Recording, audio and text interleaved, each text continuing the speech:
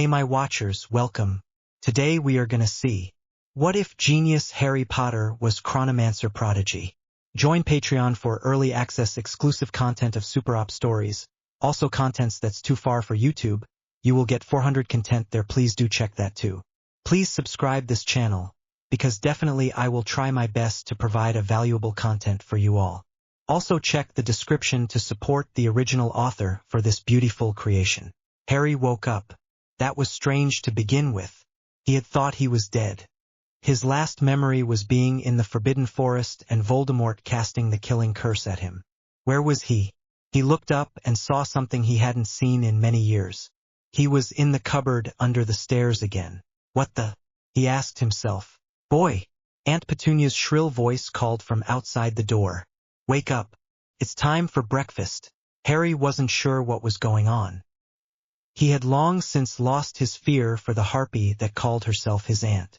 But he didn't know what was going on, so he took stock. He looked at his hands and realized they were smaller than he remembered. The scar from Dolores Umbridge's detentions wasn't there either. For that matter, how was he still fitting on the cot that used to be his bed? He threw the tiny, tattered blanket off himself and looked at himself. He was in cast-offs again. I must have been sent back, somehow. He thought, that or this is what hell looks like and I died as I was supposed to. Scenes softened for platform guidelines. Sort me out. Harry thought. Beat me like a misbehaving dog, you mean? He got out of bed and looked for shoes. Before he realized he didn't have any. His body was still very young. 4 or 5 he guessed. They had needed to supply him with shoes before he went to primary school, so he was likely 4. Darn. This is going to whispering. He thought. Harry opened the closet door and walked to the kitchen, where a stool was standing in front of the stove. He couldn't reach otherwise. Knowing he was meant to cook breakfast, he set to work doing what he remembered he had to. It was not something he questioned at that age, since he had been told to clean and cook from the moment he was able. He performed his duty, while considering what was going on. If he was sent back, he could change things. He was by no means planning on going through life like he had before. For now, though, he'd bide his time. He was too small to go into public without people asking him where his parents were. After breakfast and the few scraps of food he was allowed, and a glass of water, he was sent back to the cupboard. At this age, he was mostly only let out for chores and to use the bathroom. That would come later in the day. For now, he had time to plan. Once he was in his cupboard again, Harry started looking through his meager possessions. He had a couple of broken toys, a blanket and the cot. Besides that, there were a couple of boxes the Dursleys stored there. They didn't care about what space he had. Harry didn't find anything of use, unfortunately. A wand didn't magically appear for him, but magic would be off limits anyway. Or was it? Harry didn't have the trace, because he hadn't gotten his wand yet. He also knew that accidental magic wasn't tracked.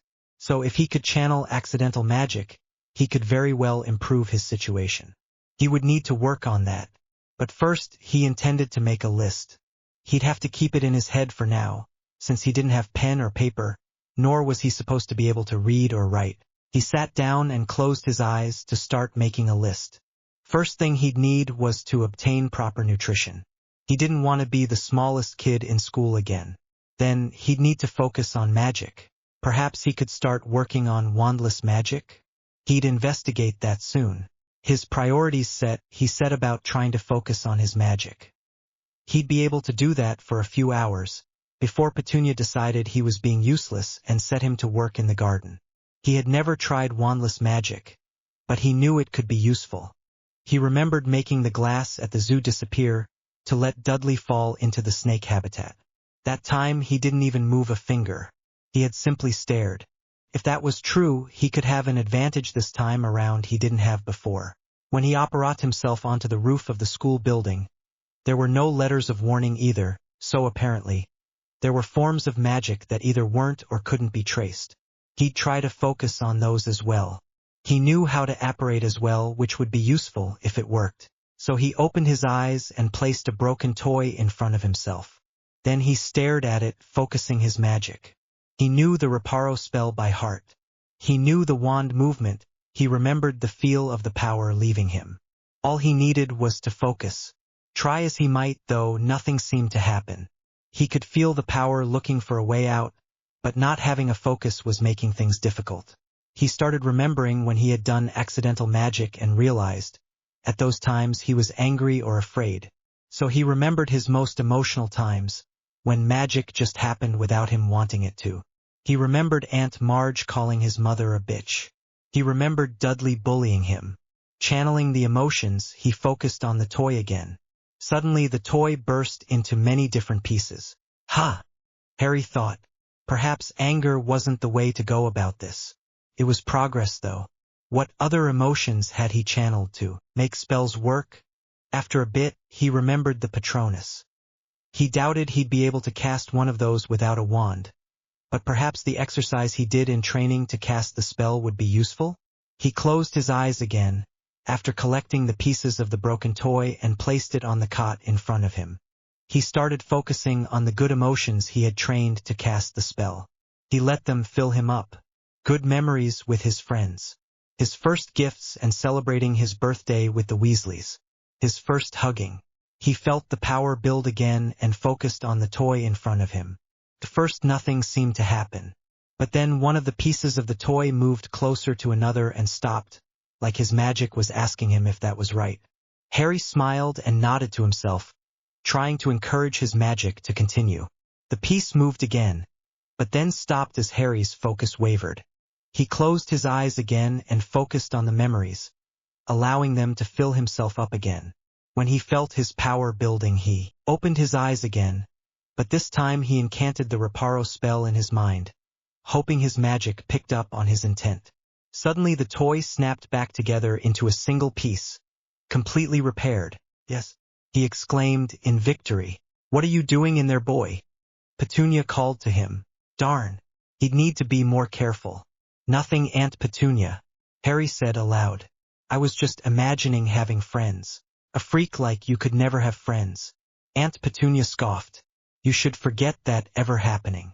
Harry seethed at her words, but kept his mouth shut, focusing his intent back on the toy, and it suddenly burst apart again. He calmed himself with a deep breath and went back to practice. That was how Harry started spending his free time. At this age, people didn't expect much from him, so as long as he did his chores and stayed quiet, he could practice all he wanted. He would sneak into the kitchen, and after much effort, he was able to use duplication magic to make himself some food, which he stashed in the cupboard under a floorboard he had pried loose. A couple of months later, he had started working on more complex forms of magic, and his plans had grown. He didn't want to stay with the Dursleys forever, but he knew Dumbledore would insist no matter what he could do, so he had decided to work on more difficult magic. A Notice-Me-Not was, in his opinion, one of the handier pieces of magic he had ever learned. A couple of those on both himself and the cupboard, and the Dursleys started leaving him alone more. He was still called to do chores, and he'd have to counter the magic so that he could do the work, but he'd ensured that his relatives never saw him appear.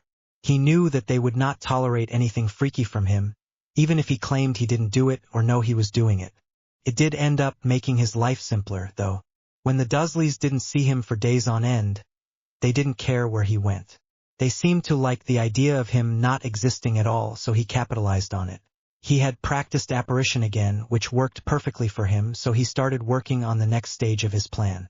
He needed to be able to function around adults, so he started working on illusions and moving things using his magic. That was a more difficult feat to achieve, but he had time, and he reasoned it would be very useful for his future. Simply using the Notice-Me-Not spell wouldn't allow him to communicate with people if he needed information. After all, he'd found that his magic had started building up more easily as his proficiency increased. He didn't need to focus so hard on emotions as he had to at the start, and the magic, seeming to know what he wanted done, would come more easily at his command. It was something he took great pleasure in discovering.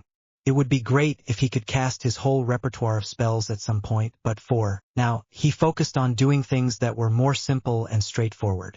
Harry had also realized that his moving of items wasn't bound to any specific spell he knew. He knew banishing and summoning, and levitation was first-year magic, but he had never learned a spell that could turn pages on a book or wash dishes at his direction. It was like telekinesis. He would focus on an item and hold it with his magic. Then he could manipulate it, lift it and move it. It even seemed to have a strength that he didn't possess as a 4-year-old. He worked on that when he discovered the ability and found that he could emulate using his hands to lift things no small child should be capable of. This was very handy, he realized, and he spent a whole month on training to emulate moving with his power, until it became second nature to him. By the end of the month, he had even tried to lift Vernon's car. Took a lot out of him, but he succeeded in lifting the rear wheels off the ground for a good 10 seconds. He was wiped out after, but he was still smiling like a loon as he snuck back into the house that night. Using his power to unlock his cupboard, and the front door was simple after all. He simply had to emulate the movement of a key and his power would turn the tumblers in the lock the correct way. He'd ended up breaking the lock the first time, before he knew how to do it without breaking the mechanism. But the Dursleys didn't suspect him, as he was still locked up in his cupboard the next morning. Harry's illusions were coming along swimmingly by the time he entered the first year of primary school. He could now create a full illusion of a grown man, which was his goal. He needed more information on wandless magic, and he knew exactly where to find it. He wasn't planning on spending his time going to school anyway, since they couldn't teach him anything he didn't already know. By this point he was confident enough in his power that he simply stopped going. Vernon had not been happy to find out, and had barged into the house looking for the freak after the school called to tell him Harry didn't show up. "Boy, get out here," he bellowed. "Uncle Vernon," Harry said as he stepped out of the cupboard. "What's this I hear about you not going to school?" Vernon demanded. "I decided not to go," Harry said simply. "Too good for school, are you? I pay good money to send you there," Vernon yelled. "You don't pay ugh," Harry said. He'd had enough of the fat oaf treating him like an insect. "I know full well that you are receiving a stipend from Albus Dumbledore to pay for my schooling, as well as board and room. Something you've not been providing." "How do you know that name?" Vernon asked as he lost some color in his face. "I know a lot, Vernon," Harry said with a straight face. It did not look good on a 5-year-old. It made him look slightly unhinged. The fact that he had called Vernon by his first name didn't help. "I'm also tired of playing the role of live-in servant, so I've decided there will be a change." Vernon didn't like the sound of that. "You've been speaking to the freaks, haven't you?" "I have not," Harry said truthfully. "But here's a little secret, I don't need to. I already know about all of that." To prove his point, Harry took hold of Vernon's one leg and lifted it up, while Vernon yelled in both surprise and fear. When he was dangling in the air, Harry said, "Shut up, you fat jerk." Then he dropped him to the floor. "As you can see, I don't need to worry about what you want," Harry continued. "I'll be taking care of myself from now on. All you need to do is leave me alone, and you won't even know I am here." Vernon had been picking himself up from the floor. His face had turned an ugly red, and Harry could see the man had lost his temper. He sighed as Vernon rushed at him to attack him, so he stood with his hands behind his back and waited for the hit. Once Vernon was on him, with a fist fast approaching his face, Harry stopped it by holding it with his magic. "Corporal punishment is against the law, but I suppose I can allow it this time," Harry said with a bored face as he increased the pressure of his hold until Vernon screamed and there was the distinct sound of a bone breaking. "That's one finger for one attack. Do you want to try again?" he asked. Vernon shook his head as he tried to pull away from the freak and whatever invisible force was holding his hand. When he couldn't, he kicked at Harry, only for his foot to be caught by the same power. There was another crack as another finger broke. "2 fingers, Harry corrected. "We can go for the whole set if you want," he offered. "I was right, you are a freak," Vernon spat as Harry finally let go of his hand and he fell on his rear. "When your people come, I'm going to tell them that you attacked me, and you think they'll listen to you?" Harry scoffed. "They'll simply read your memory and realize that you've been mistreating me for years. You just tried to assault me. Chances are you'll go to jail for that, if I decide to tell them." Vernon had paled. He hadn't thought of that. If they read his memories, they'd realize that he had been spending the money that he got to support Harry on things for his own family. Harry wasn't even being fed properly. He lived in a cupboard. You can't let them do that. If I'm in jail, who will provide for the family?" Should have thought of that before you started spending my money on a new car and gifts for your whale of a son. Harry replied calmly. You do realize that I don't want to be here either, right? I don't care that my presence here protects your family from the Death Eaters. I'd just as soon go to live, literally anywhere else, and read about your deaths on the paper, while I take my morning ugh. But I'm feeling magnanimous today. Harry continued. I'll continue as I am and you will ignore me. Tell the school that you transferred me to another school, I don't care where. In the meanwhile, I'll be giving a letter to someone with all the sordid little details of what really happens in this house, and if anything should happen to me, the letter will be sent to some people who I know would love to meet the person who abused the last Lord Potter. You're a monster, Vernon said, feeling the pressure of the threats hanging over his head. I'm the monster. Harry laughed. Really? Do you even know what you've put me through? The beatings for not making food fast enough. For not making your bacon crispy enough? All the while I make the food and I'm only allowed a crust of bread every other day. No, Vernon Dursley. I'm not the monster currently in this room. You see the monster every time you look in a mirror. Harry finished. I'm a 5-year-old boy who has never known the love of a family. You saw to that. If I turn into a monster, who do you think is responsible? Vernon had lost all color again as he realized the boy was right. He had no choice but to accede to his demand. Fine. He ground out through clenched teeth, still cradling his broken fingers in his other hand. Good man, Harry said as he turned and walked into his closet, casting the notice me not as he went. And that was the end of Harry's torment. In the meanwhile, he was making more plans.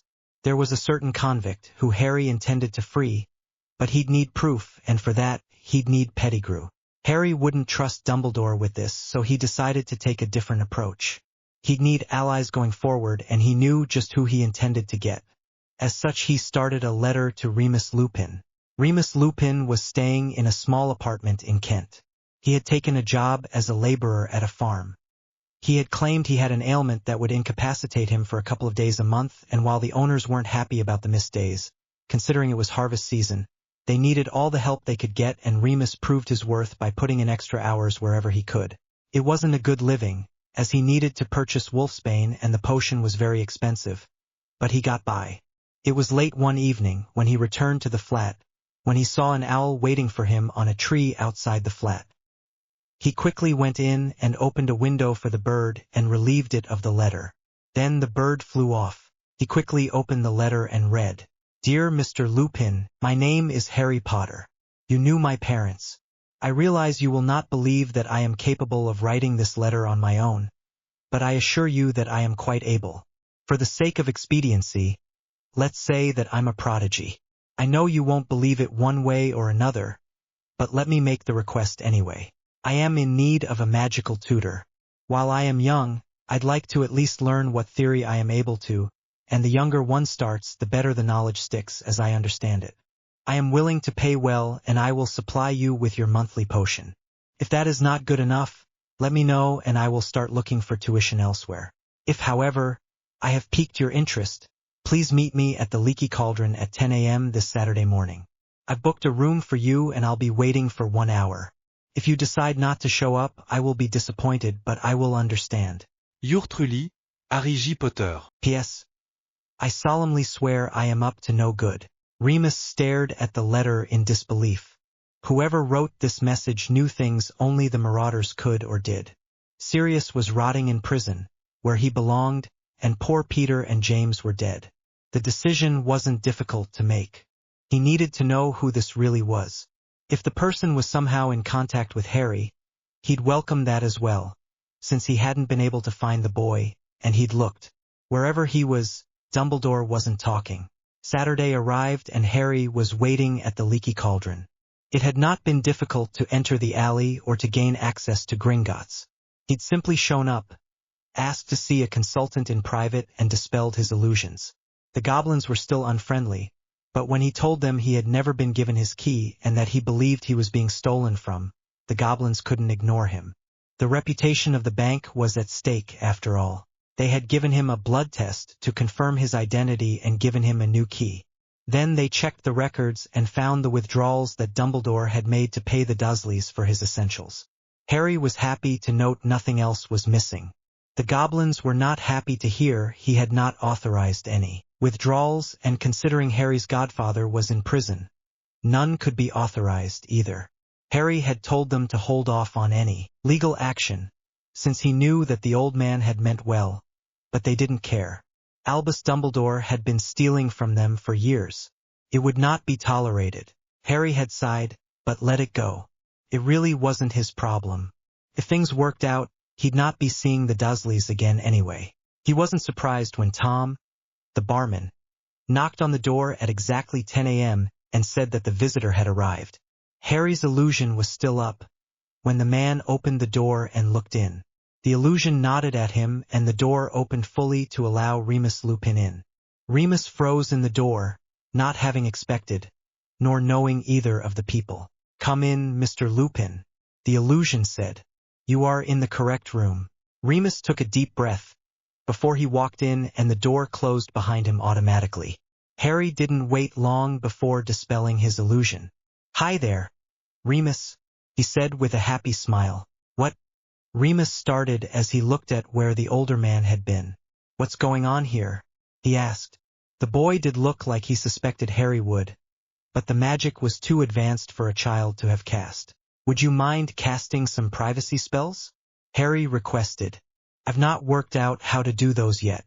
Remus wasn't certain he could believe this child was really a child. He was far too well-spoken, and the magic he had seen didn't make him feel any more at ease. "Why should I?" he asked instead. "Come on, Moony." Harry tried. "Can't you at least try and trust the son of a marauder?" Remus hadn't expected that, but he decided to give the boy a chance. He cast a couple of privacy spells and then approached and sat down on the other side of the table. "What's going on?" he repeated. "Hello. My name is Harry Potter. I'm currently 5 years old. I've learned a certain amount of wandless magic and I know some things you might need to know." Harry started. "For one, I know you are a marauder. James Potter, Sirius Black, and Peter Pettigrew were your roommates in school. They were animagi, a deer, a dog, and a rat, respectively. You are a werewolf, and they became animagi so that they could keep you company during the full moon." "Where did you learn that?" Remus exclaimed. "Not many people knew this. Sure you can handle the truth?" Harry asked. "Tell me," Remus insisted. "I'm a time traveler. You told me yourself." Harry said simply. "That's not possible." Remus scoffed. "Try me," Harry said back, a smile on his face. An hour later, Remus was sitting there dumbstruck. "You really are from the future," he said. "Yes," Harry confirmed. "I can't believe Peter would betray your parents like that," Remus exclaimed. "When I get my hands on him, I'm going to kill him." "Glad for the privacy spells now?" Harry smirked. "Anyway, I would not suggest you do that. Peter is our evidence. We need to somehow get the truth from him and then get Sirius exonerated." "But Dumbledore," Remus started. "Will do nothing," Harry interrupted. "He wants me to die so that Voldemort can be killed. He knew who the secret keeper was and he's done nothing for Sirius." "What?" Remus exploded. "Yeah, not a fun pill to swallow, that," Harry agreed. "Fortunately, it seems that the Horcrux has been destroyed. I can't speak to snakes anymore." "You were a Parselmouth?" Remus asked. No. "The piece of Tom Riddle's, Voldemort's soul, which used to be in my head and could speak to snakes, was destroyed by him in the Forbidden Forest 12 years from now," Harry said. Remus went cross-eyes for a moment. "Time travel, right?" he said. "Shouldn't we be worried about changing things?" "No chance in hell was I going to go through all that again," Harry scoffed. "Language, Harry," Remus said. "Freaking that. I'm 18 years old. As soon as I can find a ritual or potion that can age me permanently, that's exactly what I'm doing," Harry said. "Do you have any idea how much effort it is to keep the illusions going so long?" "I'm afraid there's no such thing, Harry," Remus chuckled. After he got over the shock of the 5-year-old boy swearing like a sailor. "You'll have to do it the old-fashioned way. I'll figure something out then. No chance am I going through school again. I deserve my freedom. I've earned it," Harry said vehemently. Remus chuckled. He'd not be any better, given similar circumstances. School was some of his better years, though. What about your friends? He asked. Harry thought about that. He hadn't considered it. If he didn't go to school, he'd not meet everyone. Like he should have. Freaking. He swore again. Remus almost rebuked him for swearing again, but found the more he talked with Harry, the more he picked up on the mannerisms of a grown-up, rather than a child. Could you at least attempt to not swear so much? He tried. Harry shrugged, but didn't answer one way or another. Then a devious smile crossed his face. Let's talk about something way more important, he offered. Sirius Black was lying in his cell, listening for any movement that indicated that someone was coming. He'd need to turn back into a human if he heard someone coming. When he heard the footsteps of people approaching, he turned back instantly with a frown. The patrol wasn't due for another hour. Sirius Black, a voice called as they approached. Stand with your back to the cell door and your hands against the wall above your head. Sirius was worried that they had somehow found out, but a small part of his mind hoped that Remus had found the traitor or picked up on his scent out in the world somewhere and tracked him down. He was cuffed in magic-suppressing cuffs and marched out of his cell at one point. Where are you taking me? He asked. You've got a visitor. One of the Aurors said simply. Who? Sirius asked. The man did not reply, and neither did his partner. When they got to a room, he was bound to a table and a guest was seen in. It was Amelia Bones. Sirius. She greeted him. Madam Bones. Sirius responded. To what do I owe the pleasure? He asked. He was not very hopeful at this point. Nobody had ever listened to him, and he doubted that would change this day. Leave us. Amelia ordered the guards. But the guard started. Get. Amelia said in a frosty tone. The guard didn't even try to argue after that. Bones had a reputation for a vicious temper. People that displeased her would never be able to find promotion. She also had a very long memory. Glad I'm not black, the guard thought as he left the room. Amelia cast a couple of spells for privacy and then turned to Sirius. Couldn't keep your bloody trap shut, could you? Couldn't just report what you knew to your superiors? What? Sirius asked in confusion. Scenes softened for platform guidelines. He found Peter. Sirius asked with some hope. Better. Bones said. He turned him over to us earlier this morning. Somehow Peter had accidentally ingested some Veritaserum and started telling us all sorts of interesting stories. She stuck a finger in his face. Stories? I'd have loved to hear from one of my own people. Instead, I'm sorry, Amelia, Sirius said as he sighed in relief. Finally, Remus had come through for him. I wasn't in my right mind. My best friend had just been killed and I wanted to get revenge. Aurors don't serve vengeance. We serve justice. Bones said in the same cold tone. When you are released, don't think you'll be allowed on the force again. You are a disgrace. She spat. She calmed herself visibly then. But I am sorry that nobody ever checked up on you, or took what you were telling us seriously. Sirius had shown much promise when he had finished Auror training. She had an eye on him for promotion, as it was seldom that a pureblood family produced someone with so few prejudices. He'd have been perfect for taking over for her once she became the head of the department. Instead, she'd had to promote Scrimgeour. He was just hoping to use the position as a stepping stone in his political ambitions and wasn't cut out to serve the people. She had never forgiven Sirius for forcing her to do that. Sirius had closed his eyes and nodded. He wasn't expecting this, but he wouldn't complain either. 3.5 years of his life had been spent sitting in a cell. He looked up when he remembered that. And Crouch? He asked. Amelia took a deep breath. He was found harboring his son, who he had allowed to escape Azkaban. He'll be taking up residence in your old cell, if I have anything to do with it. She promised. Thank you, Amelia, Sirius said. I owe you one. No, you don't, Amelia said.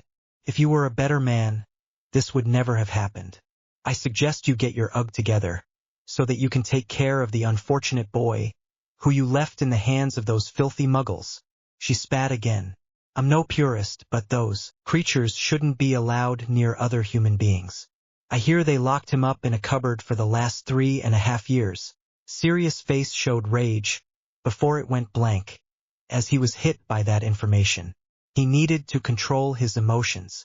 If he didn't show he could control himself, he had no doubt Amelia wouldn't allow him near his godson. Are they being arrested? He asked evenly. Amelia was sizing him up. He had not been wrong, as she had informed him to find out if he had at least learned from his mistakes. She nodded at him. When he controlled himself as she had hoped, they Dursleys have been placed under arrest. Her Majesty's government do not tolerate the mistreatment of children. Their son has been sent to live with his paternal aunt. Good, was all Sirius said. Where is Harry now? He asked. His current whereabouts are a secret. Amelia said. Not even I know where he is. Apparently, he refuses to reveal himself to anyone but his legal guardian. How will I find him? Sirius asked, a little worried now. The poor kid must be hiding somewhere, afraid for his life. Remus Lupin has a letter for you. Apparently young Harry is quite mature for his age and arranged for secure lodgings after speaking to his bank manager at Gringotts. Amelia aloud. Since we need to abide by the treaties, we cannot force the information from them.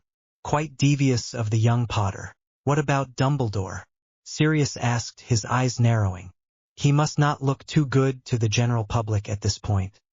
He's still Chief Warlock, and as such cannot be touched by law. Amelia said, I'd suggest you stay away from him. With all this having come to light, I don't know that I would trust him anywhere near my Susan. Sirius remembered hearing about the deaths of Susan's parents and that Amelia had taken her in. I'm sorry for your loss, Amelia. Amelia didn't respond. Instead, she stood up and uncuffed the man. You will be transported to St. Mungo's and checked over before release. Mr. Lupin informed me that he will meet you there. Sirius had been quickly transported away and taken for treatment. Malnourishment was the worst of it. The healers didn't understand how his mind had gone through all that unscathed, though Peter Pettigrew had informed the Aurors of his anemiga status, and Amelia had taken pity on the man and registered Sirius, stating that the paperwork must have gotten lost. She still damned him for not telling anyone. If they had known about Pettigrew, they might have believed him when he started telling people that Pettigrew was alive. When Sirius was released, Remus was waiting for him. Remus! Sirius exclaimed as he walked up to the man to hug and thank him. Stop, Remus said, holding a hand out to stop the man. We can talk once we are at your ancestral home. You want to go there? Sirius asked. I want to pick up Harry first. I hear you have a letter for me? He tried.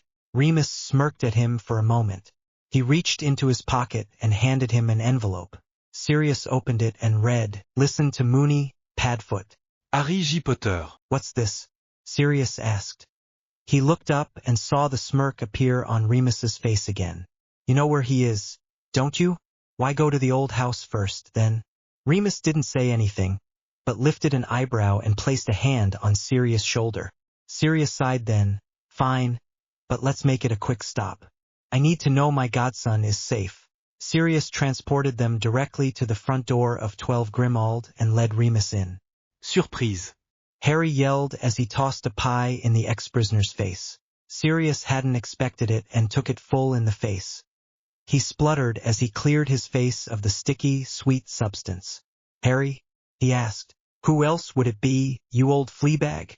Harry laughed as he ran up to the man and hugged him, not caring that he was getting himself dirty in the process. Sirius didn't know what to think, but smiled and hugged the young boy. It's great to see you, Harry, he said as he just hugged the boy to himself. I'm so sorry I wasn't there to look after you. You're here now, Harry said. That's all that matters. Do you even remember me? Sirius asked. He could recognize Harry, of course, but Harry had been only slightly older than 1 year old, the last time he had seen Sirius. You'd be surprised what I remember, Padfoot. Harry smirked. Sirius caught it that time. This boy was far too well-spoken and knew things he couldn't remember. What's going on here? He asked. Same question I asked when I met Harry. Remus said. He looked at Harry. Mind if I tell him, this time? Sure, Moony. Go for it, Harry said with a smirk. He turned and walked into the kitchen. We can talk while we eat. I got us some proper food for dinner. Did you leave the house without me again? Remus demanded. Sod off, Moony, Harry said. I'm not a child and can take care of myself. What is going on here? Sirius repeated and stopped in his tracks. This couldn't be Harry Potter. Where is Harry, really? It's me, Sirius. Harry said. Promise. Let Remus explain it to you. I'm hungry and the food is getting cold. They finally got Sirius to follow and they went to sit in the kitchen where a couple of pizza boxes lay on the table with a couple of plates set around them. Creature walked in mumbling something about muggle lovers. Harry picked him up with magic, though, and shook him. Creature, have you forgotten yourself again? Harry asked. Of course not, Master Potter. Creature said, shaking his head. The disappointment is a disappointment to see again, is all. Harry chuckled and put the house elf down. Well, go clean the disappointments room for him, please? We'll be staying here for the foreseeable future. Will I be allowed to see the mistress soon? The house elf countered. You still haven't earned that, I'm afraid. Harry shook his head, still smiling. Go now, quick as a bunny. If I hear you put any traps up, that will be another month without the portrait. Of course, Master Potter. I would not dream of setting traps for your guests. The house elf promised and disappeared. Funny little guy. Harry chuckled. What the hell? Sirius demanded. I don't even know where to begin with that. Remus said. One morning your mother's portrait was missing and Creature started calling Harry, Master. He won't even tell me how he got the painting down. I told you, Harry said. Brute strength. But the portrait was magically attached to the wall. Remus objected. Exactly, Harry said. I removed the wall first. Can someone please tell me what the bloody hell is going on? Sirius yelled. Harry just chuckled. But Remus shook his head with half a smile. At least that made sense now. Okay, let's start at the beginning. He started. After dinner and a lot of talking, Sirius was sitting there with his head in his hands. Time travel? How the hell does something like that even happen? He looked up at Harry. Not that I'm complaining, mind you. I'd rather not spend 12 years in Azkaban, but still. How did it all go so wrong? I'm currently blaming Dumbledore. Harry said. I mean, I realize he means well, but all the suffering he causes as he tries to do things in his own way. I don't think I can allow that to happen again. Though, you will need to go to Hogwarts to set the stuff you'll need up. Remus said. What does he need? Sirius asked. Didn't he say he was basically finished with school? His friends are still going to go there. Remus said. He'll also need access to get rid of some of the Horcruxes. He looked directly at Sirius. Then, we also need you to get the cup from the Lestrange vault. How will I do that? Sirius asked. I have no right to go in there. You know how goblins are about theft. We don't really care, Sirius. Harry said. Pay them off or hire professional thieves. Take over the Goblin Nation or look for a law that will give you access. I'm not breaking in there again. Once was enough and we only barely got away last time. You broke in? Sirius asked. He didn't know if he was impressed or worried for their sanity. We didn't have a choice. Harry said. While Voldemort had his soul anchors, we couldn't try to kill him. If we're going to live happy lives, he needs to die. Fortunately, we already know where most of the Horcruxes are and he won't have turned Nagini into a Horcrux yet. Are you sure he didn't do that before he died, when you were a baby? Remus asked. Nah, Harry said. I haven't set Nagini free yet and she was bred in captivity. What do you mean? Remus asked. Last time around I was a parselmouth. I went to the zoo with my relatives and accidentally set loose the snake that would later become Voldemort's familiar. Harry explained. I know I'm not a parselmouth this time, since I couldn't talk to a garden snake while I was working in the Dursleys' garden. Recently. Why would you have lost that power? Sirius asked. Because I used to be a Horcrux. Harry said simply. Sirius stiffened at that. How do we know you weren't taken over by the Dark Lord's soul? He asked. Why would I want to destroy the other Horcruxes if I was one of them? Harry scoffed. Seriously, Sirius. I thought you were smarter than that. I questioned him thoroughly. Remus informed Sirius. He told me some things that I told him the last time around. Things only I knew and could have told him. Like what? Sirius asked. I'm not telling you. Remus told him. Darn. Sirius said with a bit of a smile on his face. Was worth a try, I guess. He turned to Harry. Anything I told you worth mentioning? You gave me one of a set of two-way mirrors for Christmas, which we never used. Apparently you and my dad used to use them. You tried to tell me about the prophecy, but Mrs. Weasley and the rest of the order wouldn't let you. Harry said. You also promised me we could live together, and then you went and fell through the veil of death after Bellatrix hit you with a stunner. A stunner? Harry exclaimed. That bitch! Sirius exclaimed too. I can't believe I died for a stunner. To be fair, you were fighting Malfoy and she got you in the back. Harry said. Sirius still didn't want to believe it, but he controlled his emotions with some effort. I don't know how, but I'm definitely getting into the Lestrange vault now. Did you just use occlumency?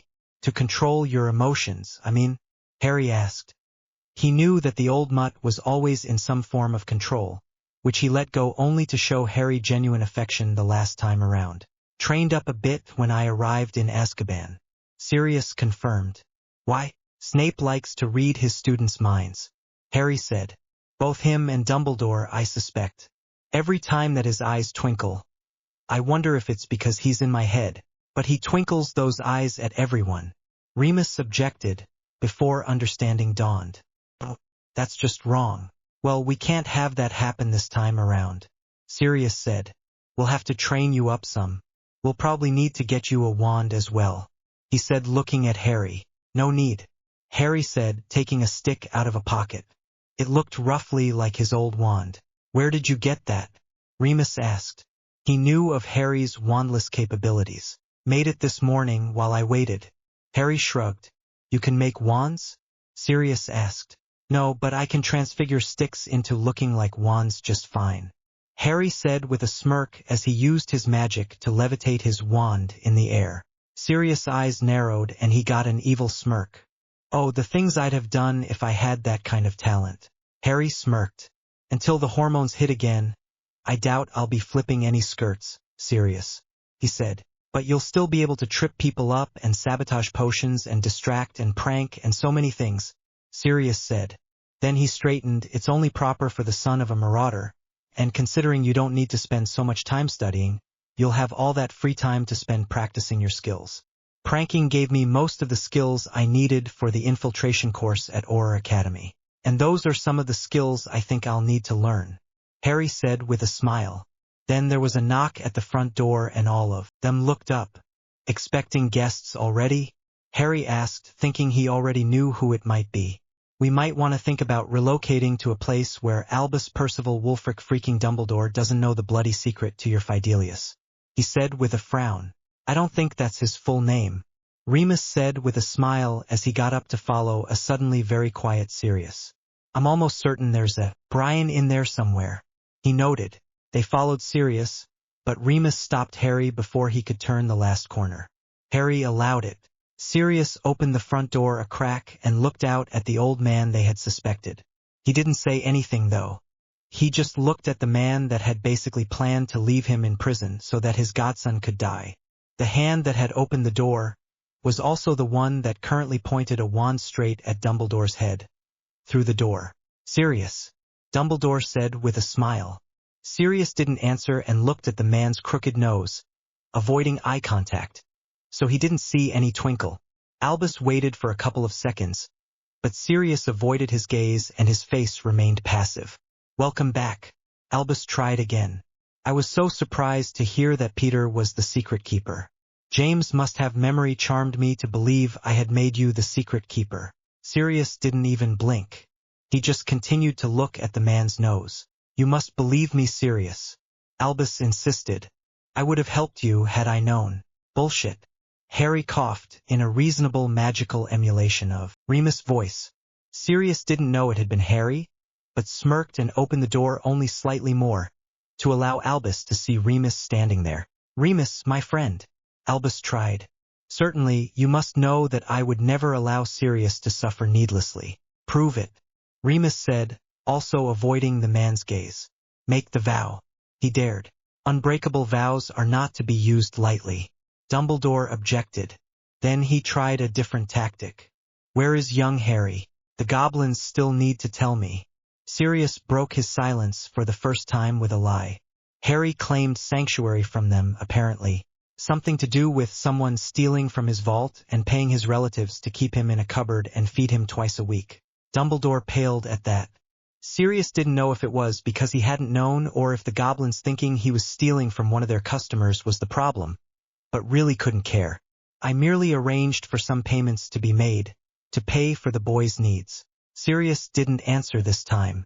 Remus, however, didn't have that compulsion. When was the last time you went to Gringotts? He asked with a bit of a vindictive smile. Dumbledore had not been able to enter either of the men's minds. They simply refused to look him in the eyes. A simple spell had already informed him that 3 humans were in the kitchen area when he approached, and since he'd only seen the 2, he suspected Harry was hiding from him and they were avoiding eye contact. Out of guilt. You must not lie to me, Remus. I must ensure Harry's safety. His relatives offer him security you do not know about. You mean the blood wards you placed at their house? Remus asked.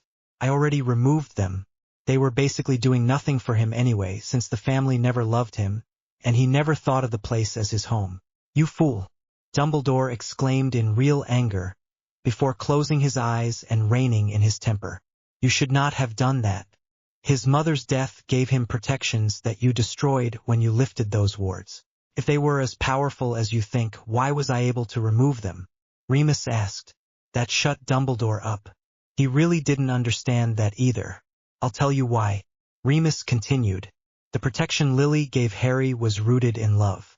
There was no love for him in that house. The wards would have failed to stop a mouse, let alone a rat, like Pettigrew. Yes, I'd heard about him being an animagus, Albus said. You boys really should have told someone about these abilities you have. He tried, changing tactic again and acting like the stern teacher he had once been. Either way, I suppose keeping Harry in a protected location is for the best. But you must allow me to see the boy. I insist, in fact. You can insist all you like, but by law, I have the right to decline your request, and not even the Supreme Mugwump or the Chief Warlock has the right to interfere. Sirius said. You are officially also removed from the protection of the wards of the House of Black. As my heir and ward, Harry Potter is now the recipient of the full protection of the House of Black.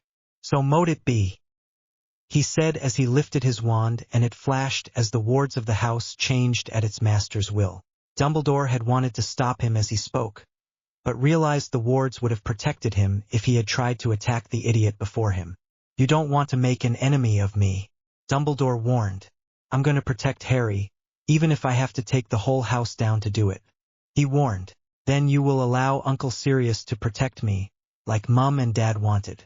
Harry said, poking his head around the corner to be seen. He had to act like a child, so he affected a scared look. He looked at Remus. Is he one of the bad man's followers? Is he a Death Eater? Harry asked. No, Harry. Remus said, placing a hand on his shoulder, knowing what he was doing. He's just old. He doesn't understand that Sirius loves you and wants to protect you. He knelt down in front of the boy and said, Why don't you go to your room? We'll be done talking to the headmaster in a short bit. Okay?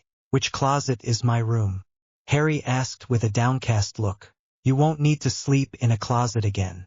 Remus said, That room upstairs that we showed you? That is your room now. The one with the bed and windows? Harry asked, looking up at Remus in wonder. The whole thing. Remus nodded and ruffled his hair with a tolerant smile. Harry smiled and ran to the stairs to go to his room. At least that's what it looked like to Dumbledore. The poor boy must have had it rough. He suspected he knew why Sirius was so protective now. Perhaps he was being a bit hasty. I'm sorry, Sirius. I didn't know. He apologized. I thought he'd be safe and protected. I believe you, Sirius allowed. But that doesn't mean I'm letting anyone near Harry. Not even you. James and Lily entrusted him to me.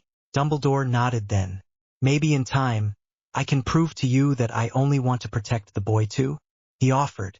Then I suggest you return a certain family heirloom to him. Sirius said. If he could hide, should someone somehow break through the Fidelius, that's just an added protection he can rely on. I doubt that could happen, Sirius. Dumbledore said. The Fidelius is quite safe. Tell that to James and Lily. Sirius said. If they had the cloak, though, they might be alive today. Why did you have it to begin with? He asked. How do you even know I have it? Albus asked. Sirius just lifted an eyebrow. Of course. James told you everything, didn't he? He realized aloud. You are correct, of course. He finally said. Any added protections Harry could have will be provided. I'll deliver the cloak to you soon. Sirius just nodded and made to close the door. Could we not sit down and discuss what you plan to do now? Dumbledore tried. We can't send him to a counselor, so I'll be speaking to Harry about what he has been through and try to comfort him and try to break him from his conditioning. Remus said. He woke up this morning and apologized for not having my breakfast ready yet and then started begging me not to beat him again. Merlin. Dumbledore swore. Surely they couldn't do that to a child. They did that, and worse. Sirius said, allowing some emotion to cross his features. Considering who left him with them, I'm sure you can understand why I am not enthused with your presence at this time. He growled.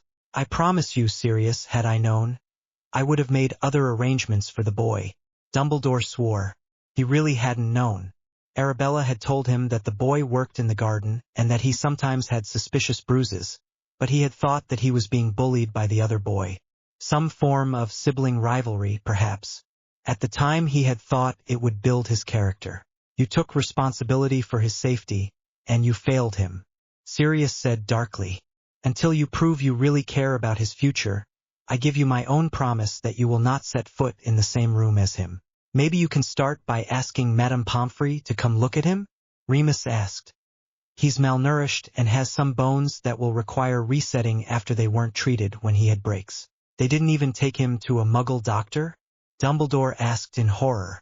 What had he done to the poor boy? He got an angry look in his eyes. Not that they noticed. I'll send her immediately.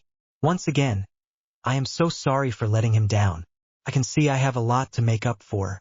He turned on the spot and operated away. That was well played. Harry said from the second-floor landing. I wasn't playing. Remus said. I can see they haven't been taking care of you. Scenes softened for platform guidelines. A couple of potions will still do you some good. Sirius agreed with Remus. I know you're not a child anymore, but your body still needs to be taken care of. Harry shrugged and then turned around. I'm going to go do some reading in the library. He called down. I saw a book on wandless magic and want to learn a bit more. Sirius looked up in horror. Is he a bookworm? He asked apprehensively. Remus chuckled. He's been through a war, Sirius. He's just taking steps to prepare. At least he's also a prankster. Sirius conceded. The more he knows, the more legendary his time in Hogwarts will be. He looked up the stairs again. We could still teach him a couple of tricks. Maybe he can make a new Marauders map. Or find the old one. Remus said. As I understand it, he already knows who will have it when he goes to school. Sirius smiled, the smile of a predator. Oh, the things he'll do. The Dark Lord won't see him coming, he said. Remus allowed it. He preferred to think of Harry as the serious young man who met him that first day. Sure, he'd made a few jokes and mentioned things to shock him and to see his reaction, but he'd gotten to business quickly and he could see Harry was trying to keep on mission. And we'll have to help him as much as we can, he said. Madame Pomfrey showed up an hour later, accompanied by Dumbledore, of course, but he respected Sirius' request and stayed outside while the school matron went to speak to Harry. He was worried when she didn't come back out for 2 hours. Finally, he knocked on the door again and waited for someone to answer. Sirius went to open the door and opened it a bit more widely this time. Yes? He asked. What is taking Poppy so long? Dumbledore asked. She's insisting that she has to monitor him as the potions do their work. Sirius informed him. We had to knock him out to break and reset the bones on his right arm and some in his left foot. The ribs apparently healed properly on their own, but the head fracture never fully healed, as apparently his uncle preferred to hit him in the head on the same spot every time and it never got the chance. Merlin. Dumbledore swore again. The monsters. He murmured. He really should have listened to McGonagall.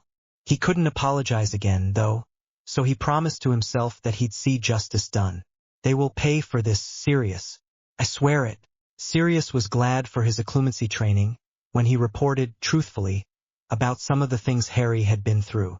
Had he not had control, he may have simply cursed the old jerk. Harry assured him that Dumbledore meant well, but he was not likely to trust the old goat ever again, after he heard the list of injuries. not to mention everything done to himself and his best friends. The old jerk must have taken the invisibility cloak to ensure they didn't have a way to hide from Voldemort. The cloak? He asked. Of course. Dumbledore remembered, removing the requested item from inside his robe. I intended to give it to him when he was older, he said. When he was old enough to properly care for it. I'm sure Harry will not abuse it, once he knows it used to be a family heirloom, Sirius said. Then he closed the door. The first thing he did was look for tracking magic. Sure enough, it was littered with spells of every kind. It would be so simple to find the cloak, if you knew what spells to look for. Sirius rolled his eyes and went to the living room, where Remus, Poppy, and Harry were sitting having tea. And the idiot vanished the bones in your arm instead of healing you? Poppy asked incredulously. Harry had decided to tell her the truth, after she swore to keep his secrets under healer/patient confidentiality. Yeah, the only skill he really had was memory charms. Harry confirmed. He went around and stole people's heroic stories by getting them drunk and then obliviating the person who did the actual work. Lockhart was a fraud and a coward. Maybe we can stop him this time before he starts messing with people's memories? If what you told me is true, Poppy said, maybe we should allow events to unfold until you can get your hands on the diary. We'll have to see when the time comes. Harry said, non-committally. I don't know that I can act like the idiot I was back then. Innocence and idiocy are two different things, young man. Poppy scowled. I would still prefer you have a childhood this time around. Fair enough. But could you see your way to giving me a bit of training anyway? Harry asked. I'll just learn from books if you don't, and I still think you're the best healer I ever knew. I'm the only healer you ever knew. Poppy scoffed, but smiled indulgently. I'll see what I can arrange. Perhaps I formed a bond with the poor Potter boy while I was caring for him and decided to visit him? She asked. I don't see why not. Harry allowed. I'd still like to meet McGonagall and get her on our side. Our side? Remus asked. It's us versus Dumbledore versus Voldemort. Sirius agreed. He might join your side, if you told him the truth? Poppy offered. Scenes softened for platform guidelines. I don't know, Poppy. Remus said. He's not shown a lot of things to trust. Maybe later. Harry said. After I've had my fun. He finished in his head as he chuckled. I prefer we let the goblins just deal with him. Sirius growled. He'd not forgive the man anytime soon for the way he was treated and left to rot. Dumbledore's story about James' memory charming him was laughable. James was too loyal to him to even attempt it. Who'd be stupid enough to come after Dumbledore, looking for information? Anyway, I'm bound to secrecy, so your secrets are safe with me, but that doesn't mean I have to like it. Poppy said, then. In the meanwhile, I'll have to come visit a few more times. You need more potions and I'll need to monitor your health for a bit. I'd much rather prefer that you come to the school, where I can keep an eye on you, but since you're not a student, I'll need to trust that your guardians will make sure you rest while you are healing. I can always read and practice my magic in bed. Harry said, I just don't want to be the small kid in class again. About your magic, Poppy said, I'll need to check into what I found, but I'm almost certain that you have too much power for your physical age. I've been practicing my magic for a year now. Harry allowed and had his adult illusion to form. When Harry goes out, he has to make me appear and maintain me with his power. I'm almost certain that that has been building his reserves. The illusion said. Who are you? Poppy asked, shocked at the appearance. I'm an illusion Harry thought up. The illusion said as he stepped forward and took Poppy's hand, to shake, with Harry using his power to make physical contact. It is nice to meet you, it said with a smirk. Poppy almost screamed and pulled her hand from the illusion's grip. You're no illusion. Illusions can't touch things. Harry started laughing at her reaction. Then he got up and stepped into the illusion, disappearing from sight. It really is my power, Poppy, Harry said with his own voice from inside the illusion. I've learned to infuse my illusion with another power I trained, which works like telekinesis. Then he stepped out of the illusion and smirked at her. See? He asked. Are you sure it's not something else? Poppy asked Remus, when she noticed both him and Sirius smirking. It's just as Harry describes it. Remus said. It's a useful trick he picked up, I'm planning on learning it myself. Sirius said. Whatever telekinesis is, it's strong. How strong? Poppy wondered. Strong enough to punch out a magically reinforced wall. Harry said with a shrug. Looking at a wall. No. Sirius said urgently. You're not punching any more holes in our home. One of these days you're going to hit something load-bearing and bring the whole darn building down on us. Remus agreed. Harry had shown them where he was storing the picture of Sirius' mother. It had screamed at them until Harry dropped it, with the bricks still stuck on its back onto the floor, face down. Instead, Harry shrugged and lifted all of them up into the air with a bit of effort and some power, which he grounded on the stone floor. Is this better then? Harry asked. You can make people fly? Poppy asked in shock. No, this is more like a push effect. The focal point of the magic is actually the floor. We just happen to be part of the result of the effort. Harry said easily. Though now that you mention it, maybe I can practice making it look like that. I can just imagine people's faces when they think I'm some kind of superhero. He chuckled. Superhero? Sirius asked. You're really a pureblood, aren't you? Harry asked. Haven't you ever watched TV or read a comic book? It had been simple for Harry to have access to those things after he mastered the Notice Me Not spell. I doubt he spent much time outside of the magical world. Remus chuckled. We should take him to a bar. Let him feel a bit of the freedom he just gained. The illusion spoke up. Can you at least stop making him talk? Poppy begged, looking at the illusion again.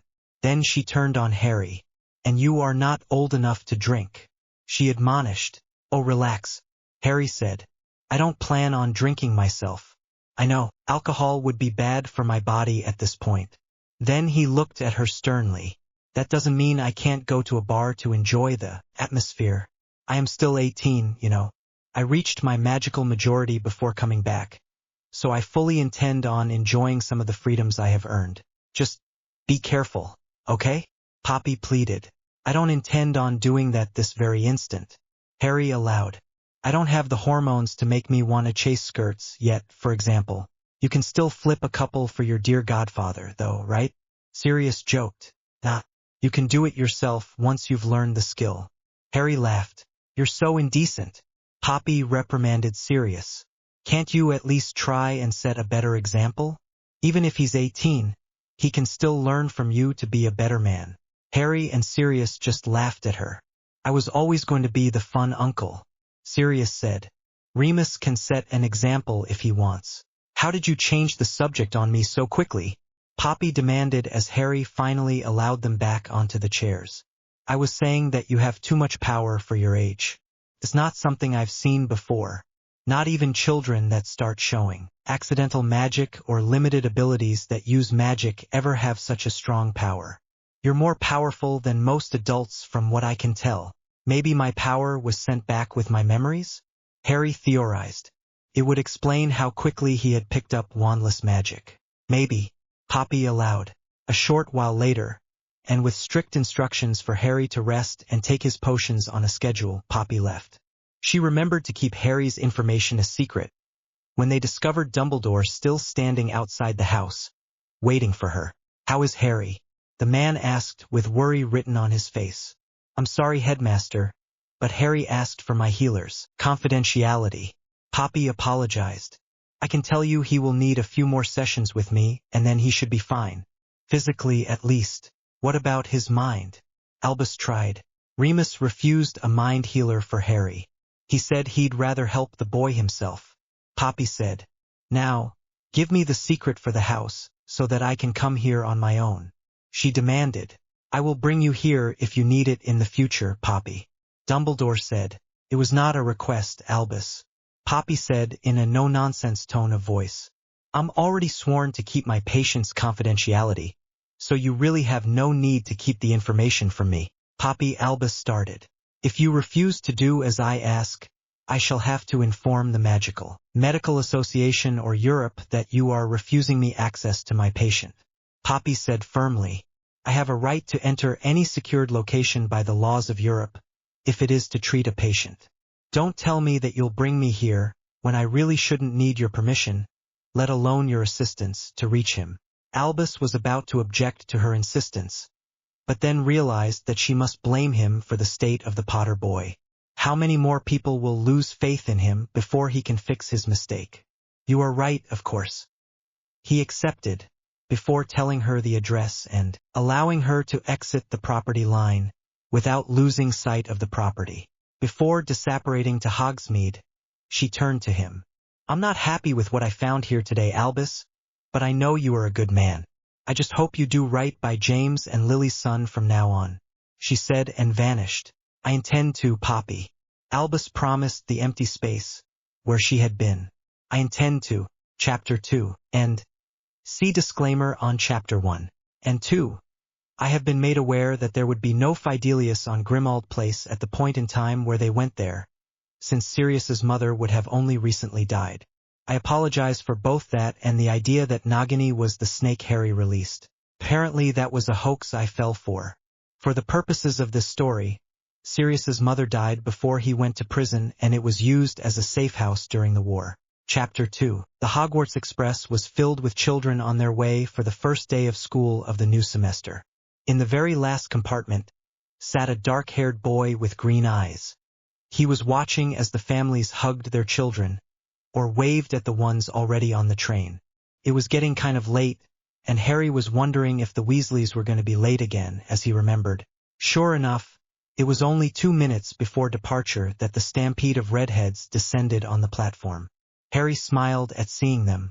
The twins were grinning at something they had done, and Ron looked scared. Percy looked officious and Ginny looked envious. They were still the same Weasleys. Harry waited as the Weasleys dispersed and smirked when Ron got an extra hug from his mother. To him it seemed the boy needed the support. Harry remembered him being worried about what house he would end up in. He was probably also worried after the twins had convinced him there would be a test, involving grappling with a troll to prove he was brave. Ron was quite gullible at that age, he recalled. He had spotted Hermione saying her farewells earlier as well. He looked forward to befriending her again. She was probably already smarter than him even at this age. He knew he wasn't stupid, but she was quick and had a memory he still envied. Just before the train started moving, there was a knock on the door. Mind if I sit here? Ron asked. Everywhere else is full. Really? Harry asked. One would think that there's at least one spot in another compartment. He sighed theatrically. Fine then, if you must, he said with a smirk. Just don't chase away any chicks, okay? I intend to make friends with all the birds. Okay. Ron said dumbstruck. Have at it, he said dubiously. As he pulled his heavy trunk into the compartment, Harry got up and helped him lift his trunk onto the overhead compartment with one hand. There you go, mate, Harry said easily. How are you that strong? Ron asked. I've been training so that I could wrestle the troll, Harry said. Can't expect to get into a good house if I haven't earned it, you know? What? Ron asked with big eyes. But, Harry chuckled. Just kidding, mate. I used a bit of magic to help. There is no wrestling a troll. Ron sighed and breathed out in relief.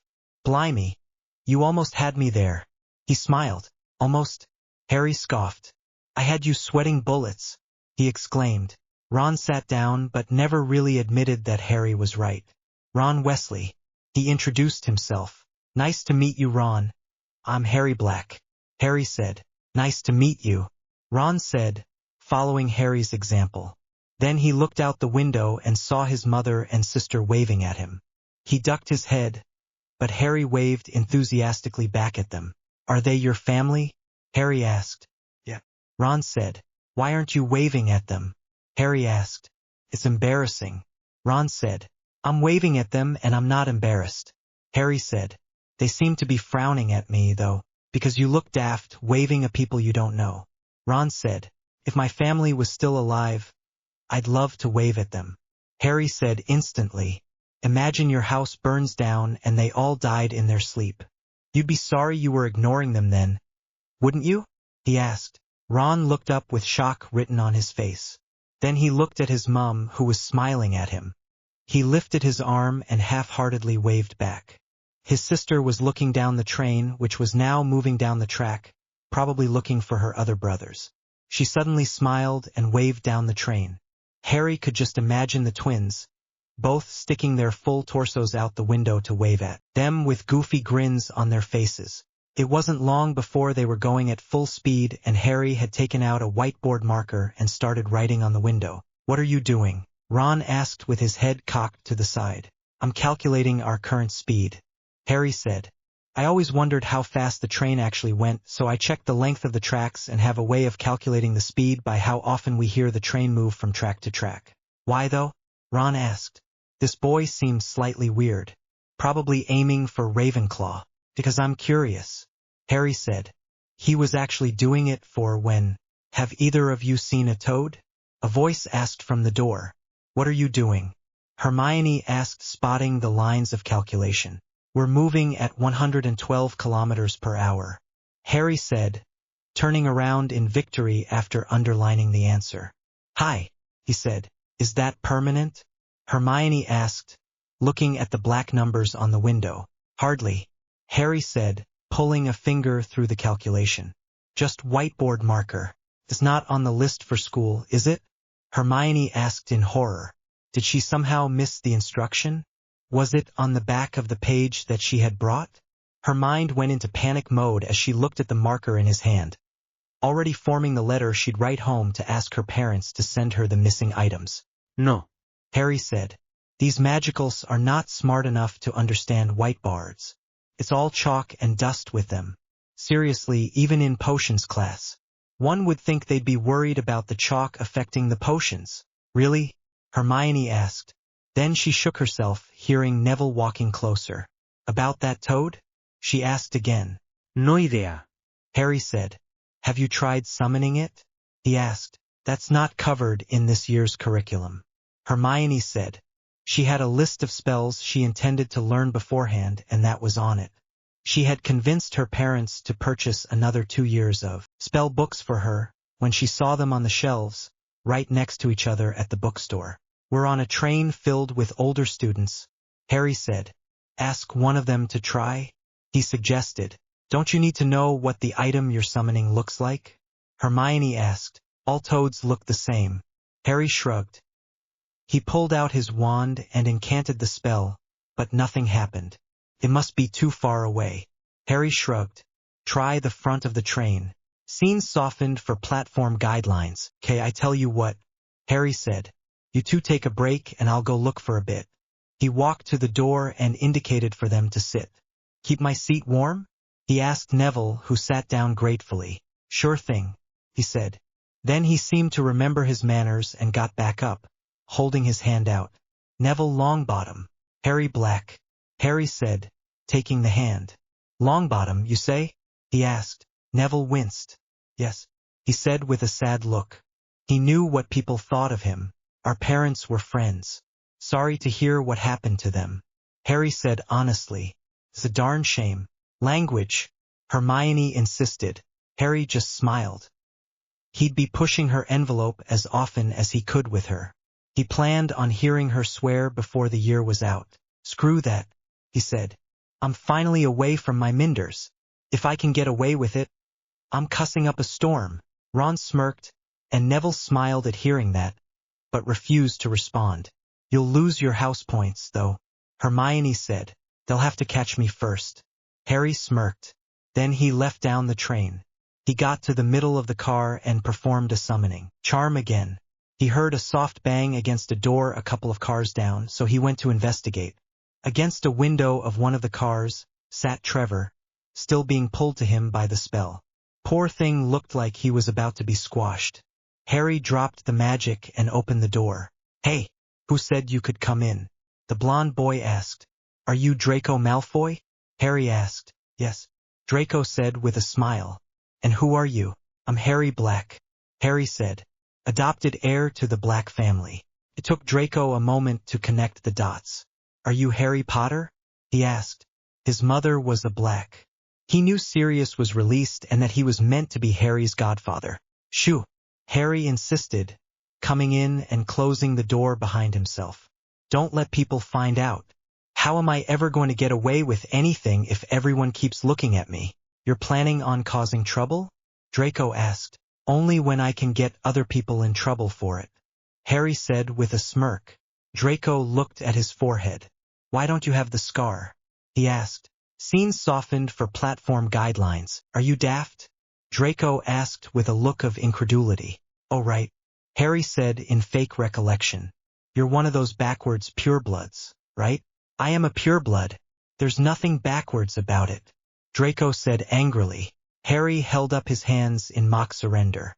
Sorry, I didn't mean to insult you. I just meant about the whole magic beats science thing. Muggles do amazing things without magic.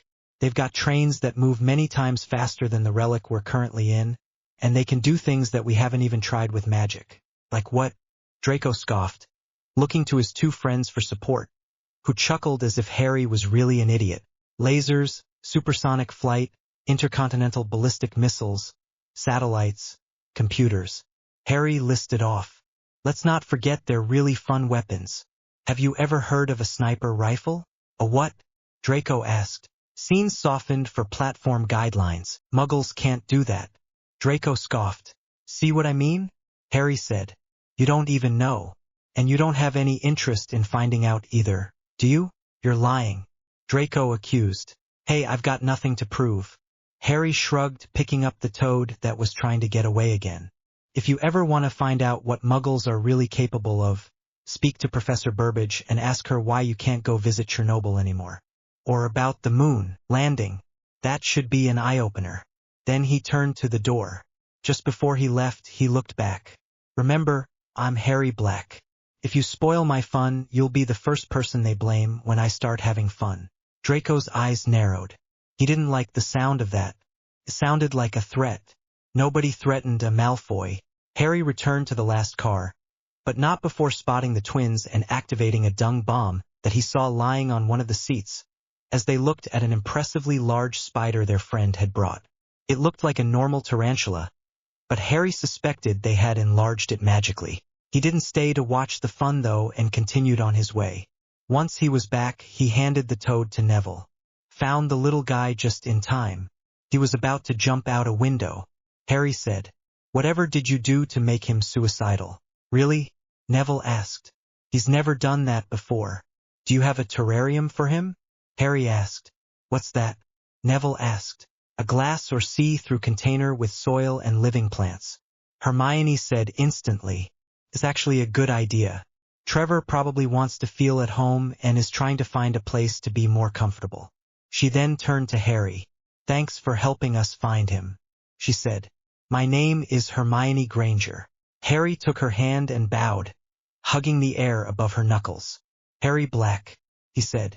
It's always a pleasure to meet an intelligent and pretty young lady, such as yourself. He finished with a smile. Hermione was flabbergasted. She didn't believe him, though, thinking he was making fun of her. She huffed and stomped out of the compartment. Was it something I said? Harry asked. She's mental, that one. Ron said instantly. Did you do something? Harry asked dangerously. I told you I don't want you here if you're going to be chasing away the birds. I didn't do anything. Ron said honestly. Harry narrowed his eyes at him and then turned to Neville. Mind keeping my seat warm for a bit longer? He asked. Sure, Neville said. He also didn't see anything either Ron or Harry had done wrong. But she seemed really upset. Maybe you should leave her alone? He suggested. And let her make up her mind that we're all idiots? I don't think so, Harry said, getting up and going after her. He found her a couple of compartments down. She was sitting with a couple of other girls, which he recognized. They were all from his year, but they were a mix of girls that would be spread throughout the different houses after today. Susan Bones was there, along with the Patil twins. He knocked before opening the door. Excuse me, ladies, mind if I intrude? Harry asked. What are you doing here? Hermione asked. She still looked upset. Scene softened for platform guidelines. Hermione looked at him angrily, thinking he was mocking her again. But then she saw he was looking at her with real concern. It was new to her. No, she finally said. He didn't say anything. She wasn't going to be the cause of a rift between friends. Care to tell me what I said that offended you then? Harry asked. I couldn't bear the shame if I made a girl upset. Why do you talk like that? One of the Patil twins asked. I try to make a good impression when I am around girls.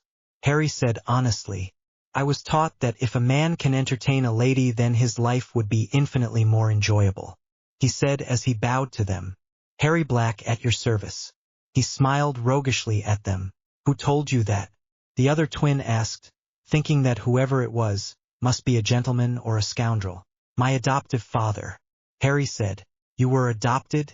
Hermione asked, with a flush of shame as she realized Harry was just trying to be nice. He didn't seem the type to be vindictive. To girls at least. He seemed more inclined to be a charmer, like in the books she had snuck from her mother's collection to read.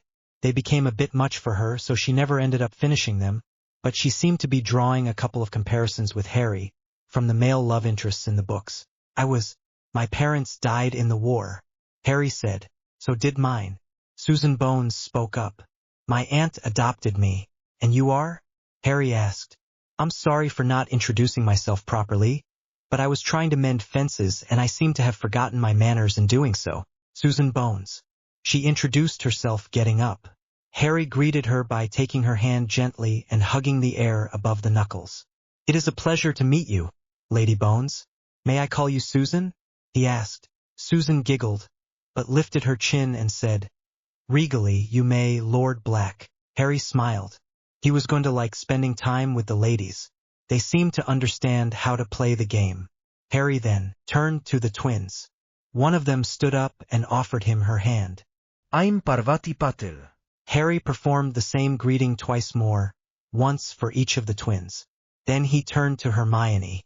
I apologize again for whatever I said to cause offense. I will depart, to leave you lovely ladies with the opportunity to become acquainted. The girls all giggled, including Hermione, who seemed to have calmed down, and he smiled as he left the compartment. Nice work in there, Lord Black. One of the Weasley twins said. Truly inspired. The other said, you'll have them eating out of the palm of your hands by the end of the feast if you keep that kind of attention up. Ah, the infamous Weasley twins. Harry said with a smirk. I have been warned that you two have some meager skill in the art of pranking. Meager, he says. The first one said, slightly offended. He doesn't know what he's saying. Fred. The other said, clearly identifying him as Fred. Harry sent a tracking charm to his left elbow unobtrusively. He'd now be able to identify them. Oh, I don't know, Harry said with a thoughtful look. Padfoot told me that you were still using the Marauders map in its original setting. You haven't even discovered the other features yet. The twins went instantly quiet. Harry continued, he and Mooney have taught me everything they know, of course, so you'll understand if I can't see you as true pranksters until you've met with their standards. He then turned around and walked back towards the last compartment. Wait, one of them suddenly yelled and started running after him, only to trip on literally nothing. His twin then tripped on him and they somehow got entangled in each other's clothing, unable to right themselves before Harry smirked back at them and entered the last car, closing the door. Suddenly the twins found they could move and they scrambled to the last car. Harry was already sitting down. He had taken his trunk down and had retrieved a lunchbox from it. The twins tried to open the door, but it seemed to be stuck. He heard them as they tried to open the door, but he ignored them.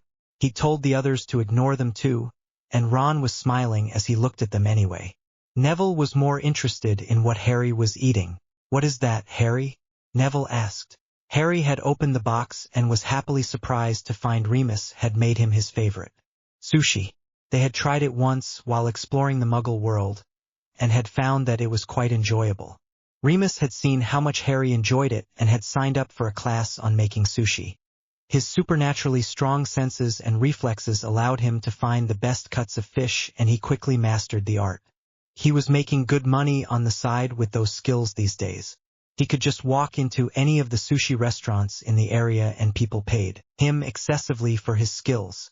To them, it seemed like magic, how he could simply throw ingredients around and make perfect sushi every time. How could they know that Remus had been training to perform Harry's telekinetic magic for years at that point? He was nowhere near as strong as Harry, but his focus helped him handle quite a few objects at once. Harry even struggled to keep up with the werewolf.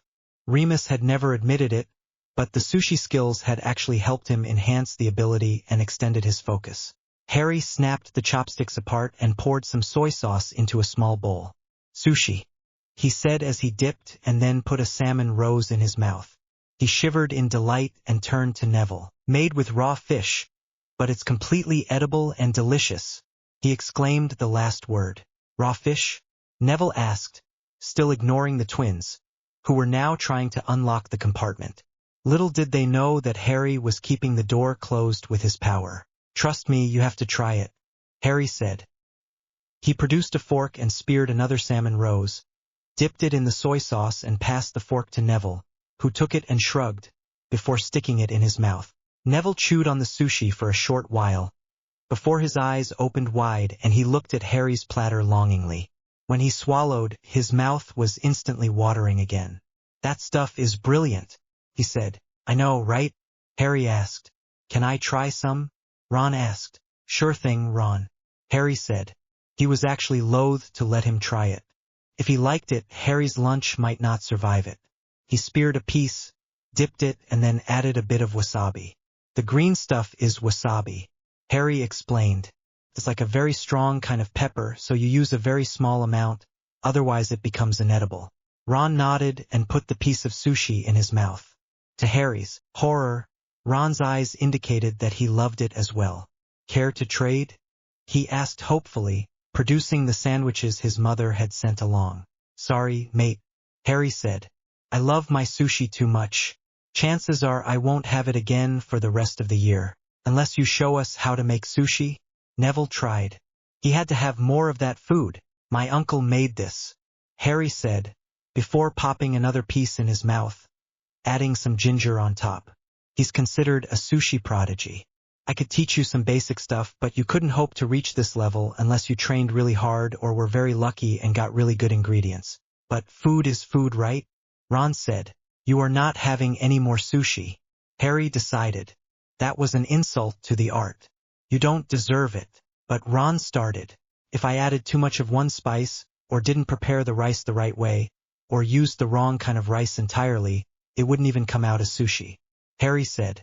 There's real skill involved. You are too uncultured to appreciate the sophistication that is involved with what makes sushi, sushi. Wrong kind of rice? Ron asked, looking over at his brothers, who had produced a crowbar from somewhere and were currently trying to open the door that way. Isn't all rice the same? He asked. Even I know that there are more kinds of rice, Neville said. I don't know all the kinds, but I know of basmati, long grain, and brown rice. They are usually served with different dishes, too. Excellent answer, Neville, Harry said after he took a sip of the cola he had brought with. Perhaps there is hope for you yet. He finished, offering the can to Neville, who gratefully took it and took a sip. What is this? Neville asked, looking at the can. It's fizzy. It's a muggle drink, Harry said. It's carbonated, which gives it the fizz. This one is called a cola. It's really good, Neville said, giving the can back. Harry offered it to Ron, who greedily started drinking the cool drink down. Then he started coughing. It burns, he complained. That's because you were downing it, you pillock, Harry said, taking the can back. Were you planning on drinking the whole thing yourself? Ron had the decency to show shame. Sorry, he said. Don't do that again, Harry warned. I said I was sorry, Ron mumbled. Then he turned to his brothers. How are they not getting in? Seriously? Harry let go of the hold he had as he finished his lunch and packed everything away again. The twins, who were sweating as they put their backs into the leverage of the action, suddenly fell on the floor as the door shot open. You could have tried to knock, you know? Harry offered after he stowed the trunk with one hand again. The twins got up and then looked at him with fire in their eyes. We challenge you to a prank war, they said together. Pass, Harry said, and the door closed again. The twins looked in shock and tried to open the door again. When it refused to move, they both started knocking, non-stop, smirking all the while. When the door opened again, George asked, why? Afraid you'd lose? Fred finished. Actually, Fred, Harry started, looking at said twin, you need to prove to me that you're worthy first. I honestly don't want to expend that much effort unless I know that it will be worth it. I'm not Fred, Fred denied. Harry just smiled and lifted an eyebrow. What can an ickle first eye do anyway? George asked in challenge. Harry smiled at George. Let's see, shall we? He seemed to think about it before he said, if I wanted to accept a prank war with someone, they'd need to at least be able to tell when they are being pranked. What do you mean? Fred asked. The dung bomb, George exclaimed. You set that off? He asked incredulously. I don't know what you are talking about, Harry said innocently. If I did, however, would I admit it? Fred smirked. You've basically started the prank war already, he exclaimed in victory. No. Harry said. I told you, until you show me you are worthy, you don't get my full attention.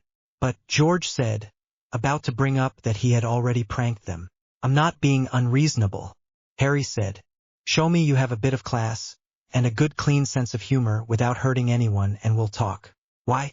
Fred asked. We could just start pranking you anyway. George continued. Indiscriminate chaos is not the sign of a good prankster. Harry denied. The more laughter and enjoyment that is spread from a successful prank is the true measure for a successful prank. He said wisely. The Marauders were active during the last war.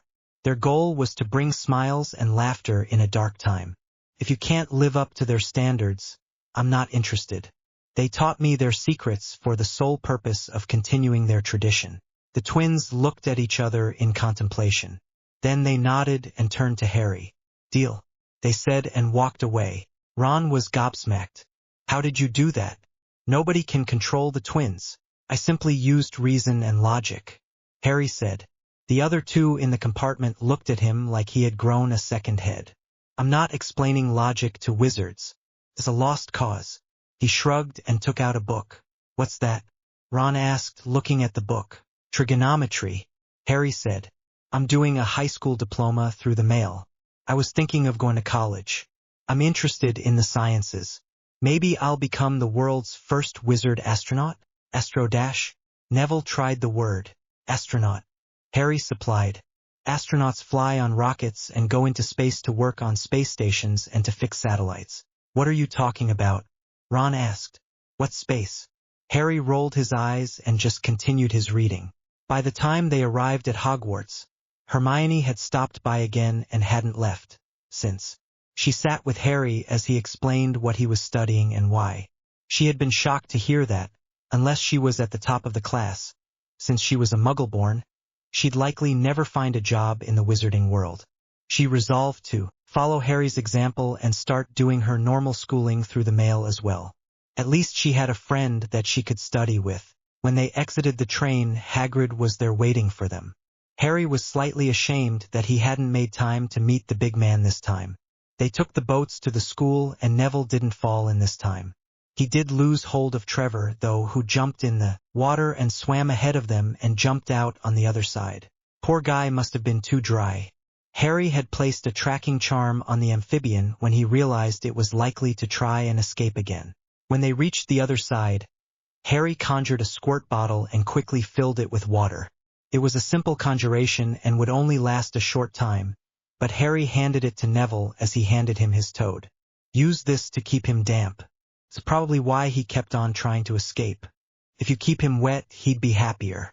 I doubt the lake water is good for him since it's really cold. Harry is right. Hermione agreed. Most amphibians like warm, damp places. Some of them don't generate body heat themselves, you see. Hell, you're smart, Harry complimented.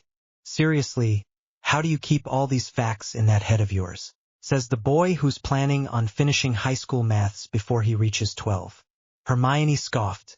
Harry couldn't argue with that. But only because I want to be a pilot or an astronaut. Harry qualified. Hermione just rolled her eyes and went to stand with the rest of the children. Harry turned to Neville then. We'll sort Trevor out with a terrarium at some point.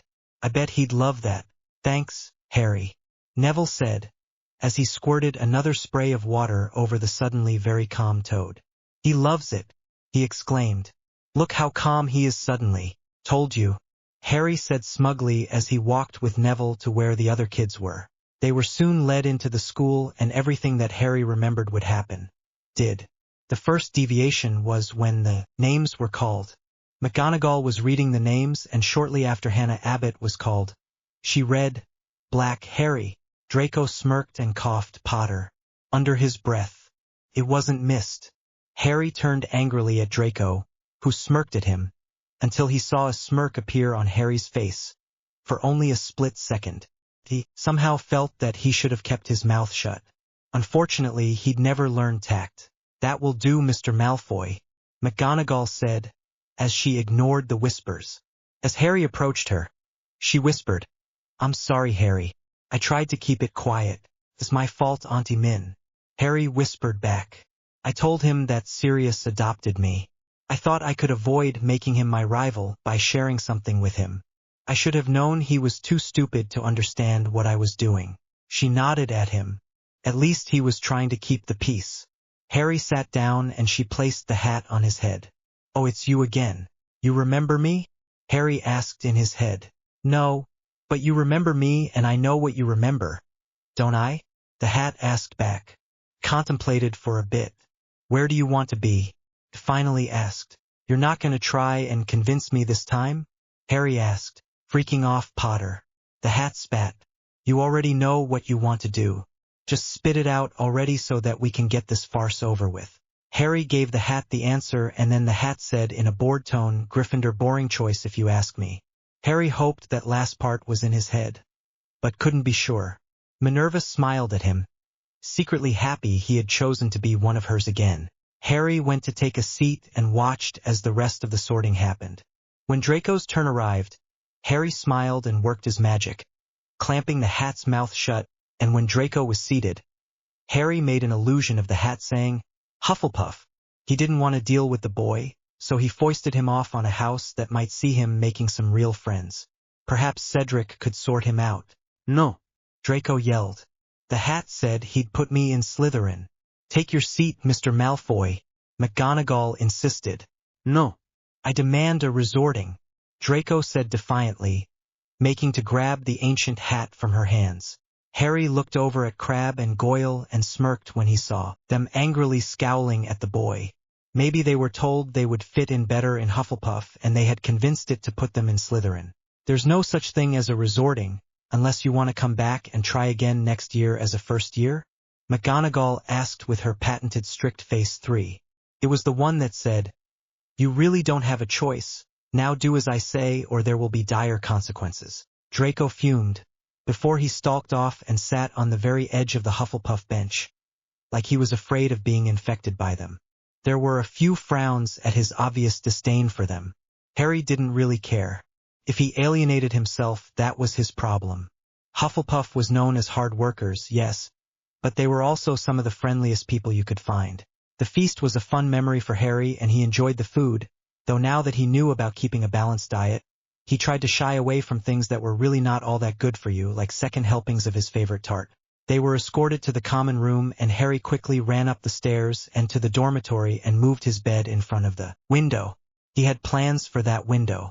He had rushed up to the room so he could do it before anyone noticed and was successful in his mission, only barely, though. The other boys all entered and started settling themselves, not really caring about the layout of the room. Harry got ready for bed and then closed the curtains around the bed, putting up silencing charms with a thought. He pulled out his mirror and called up Sirius. He was not surprised to notice the man had already started drinking. That's it. When I come home, we're putting you in a program. Harry said, You're just jealous. Sirius laughed. That tiny body of yours can't tolerate alcohol yet. I'm all for it. Remus spoke up. He took the mirror from Sirius, ignoring his indignant squawk. How was the sorting? He asked. Malfoy decided to burn the olive branch. Harry said. Sirius was suddenly back in the mirror. What did you do in retaliation? He asked with real excitement. He's now a Hufflepuff problem. Harry smirked. Sirius winced. What? Hufflepuff has a stigma, Remus said as he appeared in the mirror again. Like they are all gay or something? Harry asked with a smirk. No. Though they really don't care about that so much as people fitting into their molds correctly. Remus said. Brainwashing is what Lily always called it. Sirius spoke up. I'd feel sorry for the boy, but I suspect it couldn't have happened to a nicer person. He smiled vindicatively. Watch him at breakfast tomorrow. Remus suggested. You'll see. You should have just made the hat say gay, like I suggested. Sirius said. Would have been a kinder fate. As I understand it, Lucius hasn't spent much time with Narcissa, outside of public appearances. It's likely that Draco takes after his father, with how much he tries to emulate him, from your stories. Harry thought about it and then shrugged. I suddenly find myself with a whole lot of indifference for the idiot's suffering. What about the rest? Remus asked. Did you make some friends? I was able to work on the people I wanted. The Patil twins, and Bones thinks I'm trying to charm them. Harry chuckled. He knew they turned into beautiful girls, but he couldn't see them that way yet. Twins, you say? Sirius said with a smirk. They're 11, you horn dog. Harry said. But they won't always be 11, Harry. Sirius said seriously. Lay the foundation now, and one day, you may end up having a harem I can brag about with your father when I die happy. Let's hope it from natural causes this time and not cirrhosis of the liver or idiocy. Remus said. What of the liver? Sirius asked. Too much drinking, Sirius. Harry clarified. You can die from habitual drinking, but magic, Sirius argued. You have to check with your healer on occasion for that. Remus stated. But I don't like healers. Sirius whined. They always want me to drink potions, probably to fix your liver. Remus returned. Sirius just grumbled at that. Anyway, I've got to get to bed. Dumbledore gave the warning about the 3rd floor again, so I'll probably take care of that after Christmas, once I know Dumbledore has set his trap. Remember to let slip about the Cerberus and music at some point. Remus reminded him. You don't want to have to save Hagrid again. Yeah. Harry said. I'll sort that out when the opportunity arises. I'd like to spend some time with Hagrid. I feel bad I never took the time with him like I did with McGonagall. You know he can't be trusted to keep a secret, Harry. He'd have run to Dumbledore the moment he was back at the castle. Remus reminded him. Remember your primary mission, Harry. Sirius added. Keeping up the Marauder tradition? Harry asked. No. Sirius denied. Paving the future for the biggest magical harem that ever existed. He enthused. Harry chuckled. He knew that in a few years that would sound like quite a bit of fun. But for now he'd concentrate on making friends as far as he could. If people knew who he really was, nobody would believe the prophet, when Fudge finally decided Harry was a threat for one reason or another. Harry had little doubt that would still happen. How about I make my stance on that clear and make friends for now? Harry offered. I can live with that. Sirius agreed easily. How's the sanctuary coming along? Harry asked out of interest. Oh, we forgot to tell you. Remus said excitedly. We found the spell. Really? Harry said with real excitement. Yeah. Remus said. Then his brow furrowed. Neither of us can cast it, though. Takes a lot of power. I'll have to do it then? Harry asked. Likely. Remus said. That's still so unfair. Sirius whined again. Why do you get to have twice your power and the rest of us are just normal? Do you want to die at the hand of the Dark Lord after losing everything? Harry asked. Scenes softened for platform guidelines. 3? Harry asked. You don't think we'll be keeping the current one here, once we can have our own Fidelius, do you? Sirius scoffed. We can even get a new place. Are you planning on paying for it? Remus asked. Why?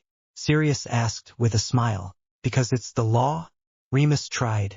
Harry just chuckled and ended the connection after saying goodnight. Sirius was all for stealing a nice house by simply placing it under Fidelius. If they couldn't find it, they couldn't very well claim to own it, now could they? The next day, Harry paid close attention to the Hufflepuff table. Draco wasn't eating at all. He also refused to make eye contact with anyone at his table. Harry wasn't certain, but it almost looked like Draco was afraid. He was hiding it well, by scowling at anyone that looked at him. They'd think he was simply still miffed at being in the wrong house. Harry wondered about what Remus had meant. Brainwashing? Was it like some sort of Stockholm syndrome? Harry didn't wonder about it for long, though, since he remembered Draco willingly becoming a Death Eater. Rather a brainwashed nice guy than a brainwashed Death Eater. It was really just a matter of perspective. If he had been conditioned to believe his father's perspective, he could be conditioned to be something else. something better. After that, classes started and Harry was instantly bored, so he ended up putting an illusion up of himself doing what the teacher asked and focusing on his other magical studies. Arithmancy and ancient runes. If he couldn't become an astronaut, he'd make his own bloody rocket and do it that way. He knew his chances were small with how magic affected technology anyway. He didn't feel right endangering other people just so he could be the first wizard in space. Potions class was fun for him. Snape tried to single him out again, and he acted like a first year that didn't know anything. The happy smile on his face, as he said he didn't know any of the answers, was not helping Snape's mood. When Hermione blurted out that she knew that Harry knew the answers, I started twitching. Harry couldn't be happier. He had set that up nicely. Hermione would not be happy with that though if she knew. After class she confronted him. "Why did you act like you didn't know?" she demanded. "You could have gotten points for the house." "Snape never gives points to Gryffindor," Harry said easily. He was looking for an excuse to deduct points. Hermione looked at him in shock. "But that's not fair," she exclaimed. "You've studied ahead and everything." Severus Snape is a man with no tolerance. He thinks I'm like my father and so he'll never give me a chance. Acting like the fool he hopes I am will hopefully keep me out of his crosshairs. Harry explained. "Honestly, I would have liked to learn from him. I understand he was good friends with my mum. I refuse to believe that he's all bad. Otherwise I'd be doubting her judgment. He could have told me about her. Sirius and Remus were never friends with her when she was younger. But Snape and my mum were best friends since they were little kids." I'm sorry, Harry. Hermione said. "Maybe if you tried to talk to him?" She tried to reason with him. "I wish it was possible," Harry said sadly as he walked away. "He probably knows why my aunt hates me so much that she treated me worse than a pureblood treats a house elf." "What's a house elf?" Hermione asked as they walked around a corner. Snape had not liked being played. He had seen the glimmer of intelligence in Potter's eyes, Lily's eyes, even as the brat smiled, while he failed to enter his mind. Black must have taught him occlumency or more likely, hired tutors. That would also explain his arrogance. He was well prepared for the class and held back on purpose, to fly under the radar. He had followed the brats to the door and heard the exchange. He was shocked at the frank assessment of his personality. He even felt a twinge of shame. He really didn't see anything but James in his son. Lily would hate him for not seeing any of her in him. Potter was sharp. Sharper than some of his own Slytherins, he begrudgingly admitted to himself. He obviously had some of Lily's spark in him. He'd have to keep an eye on the boy. He also felt a surge of irrational anger at Petunia for treating Lily's boy as Harry described, even though he could understand why. She was always jealous. Flying class went off differently as well.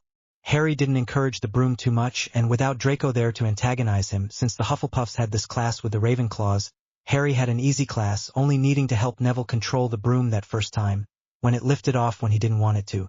After that his confidence increased, as Harry helped him along. Before long they were flying laps and Harry didn't even need to help him by the end. Hermione was pleasantly surprised when the broom had shot into her hand instantly, while Harry's merely lifted sedately, not realizing Harry had helped it. He excelled at everything he did. It seemed she had more skill with the broom as he flew in the back of the class, and she quickly went to the front, finally outshining him and gaining some points for the house. Harry had played the games already. He loved Quidditch too much to cheat, so he allowed the others to outshine him. He didn't need the long training sessions come rain or shine this time around either. Instead, he'd spend the time in study and exercising in the room of requirement. He had a lot he wanted to achieve this time around. He could still fly and play in pickup games. He was a fair chaser and beater when they played for fun when Sirius booked a pitch for them on occasion. He did wonder how he'd fare without glasses though. He had insisted on corrective surgery and Sirius had begrudgingly allowed it, when it seemed there were no similar options in the magical world. Harry had pushed for it because he wanted to leave the image of the scarred, bespectacled little boy in the past. He was informed that the malnourishment had been completely countered, but he still felt he should have been taller than Ron, who looked about the same from his perspective. He had noticed more muscle mass this time around, though, so he wasn't really upset. He planned on staying fit, though, like no wizards seemed to.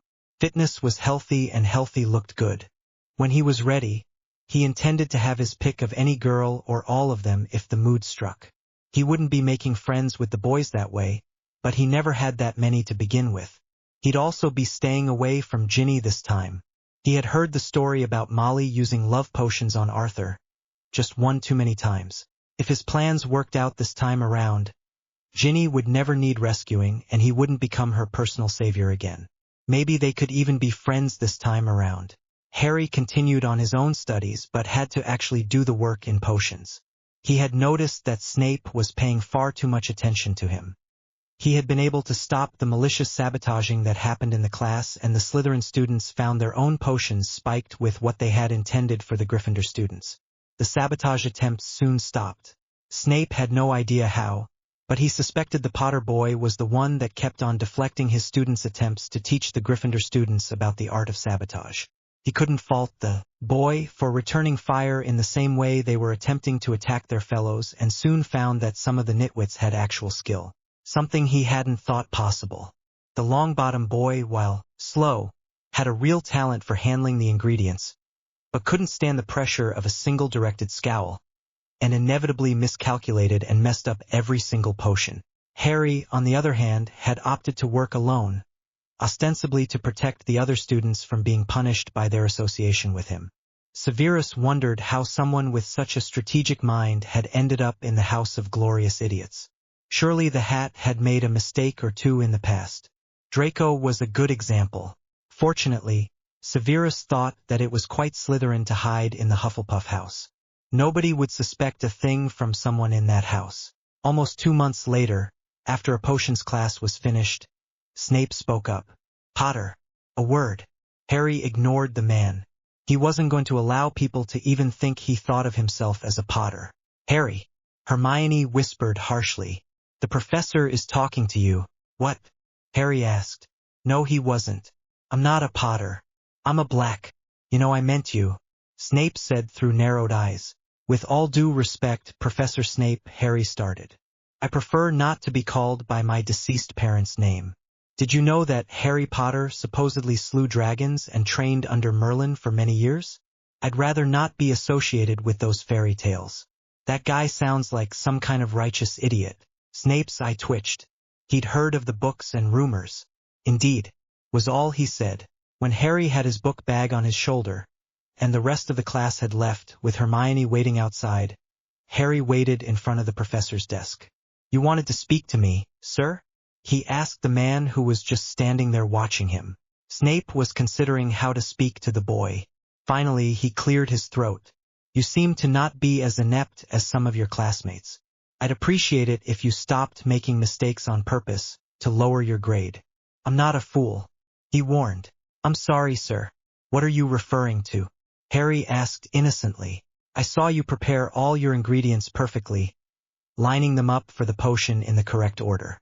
I even noted you arranging them in intervals, with spacing to indicate the needed time and at angles to indicate if stirring was necessary," Snape said. He had been impressed. The boy must have been reading some advanced books, and learned some tricks to help him with his potions. "Why then, did you decide to add completely unnecessary ingredients?" Harry sighed.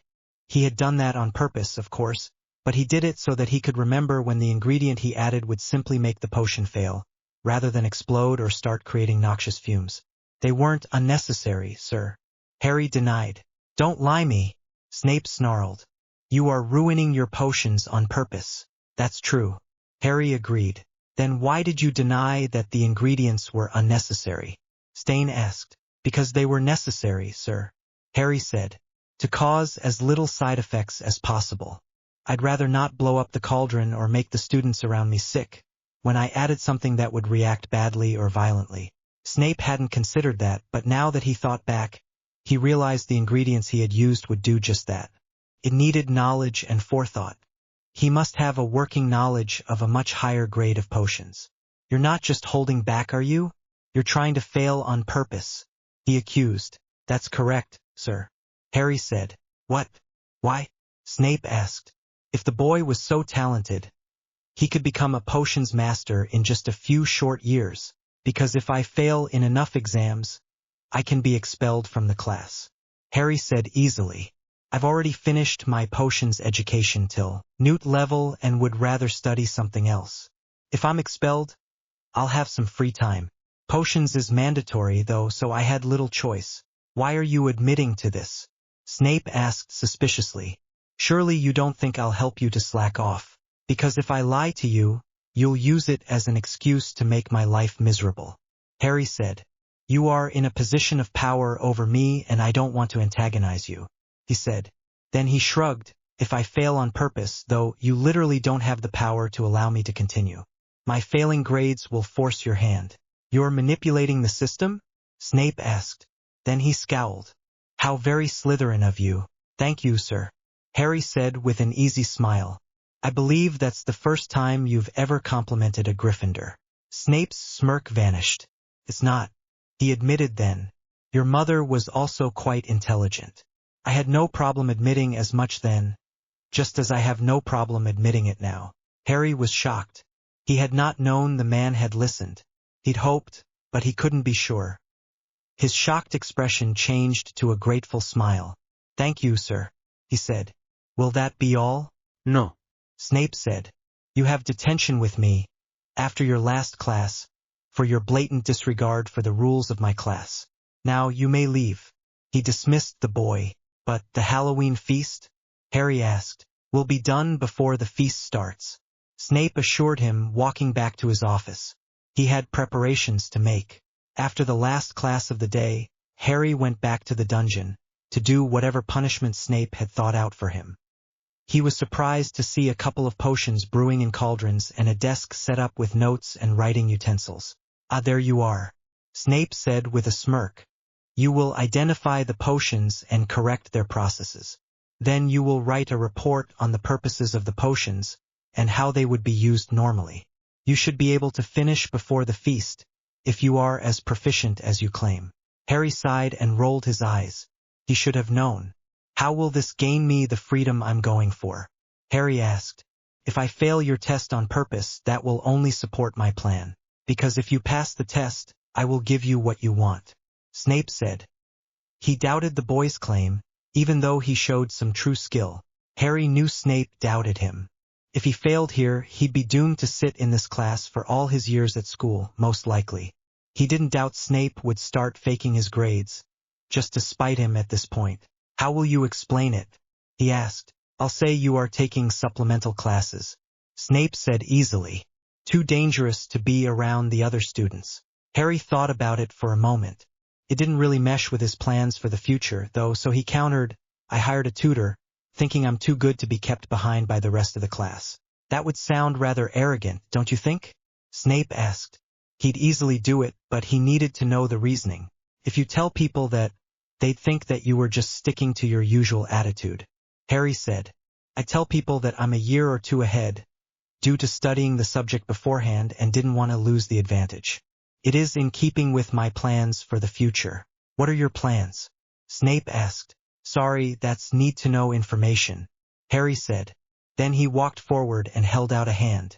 Do we have a deal? He asked. Snape looked at the offered hand of the 11-year-old boy. He definitely didn't act like a child. He planned on getting at whatever secrets the boy held, one way or another. He took the hand and shook it. Deal, he said. Scenes softened for platform guidelines. That should be it, Harry said, putting away his fountain pen. Why would he use a quill when there was something better after all? He also took notes on legal pad but had to hand in his homework on parchment. He cheated with that too, of course, but none of his teachers had spotted the trick yet. How did you do that? Snape asked suspiciously. Scenes softened for platform guidelines. I'm not done with you, Snape said darkly. According to our deal, you are. Harry said easily and walked to the door. If you want to discuss this further, you'll need to arrange it for another time. I don't want to miss my first Halloween feast. He opened the door and turned back to Snape. If you need to, please don't discuss this in front of Quirrell. He's been sneaking around the 3rd floor at night and I don't trust him. Snape lost some color. How do you know that? He demanded. Trade secret, I'm afraid, Harry said. I'd tell you, but then I'd have to figure out how to obliviate you. Are you threatening to memory charm me? Snape asked dangerously. Of course not. Harry scoffed. I literally just told you that I don't know how, and as long as I don't give you information, I don't have to figure it out. Then Harry looked seriously at the professor. Listen, Professor Snape. If there's ever something I need help with, I've got people to support me. I want you to focus on your own house. There are some troubling rumors about the older boys taking advantage of their magic on the girls.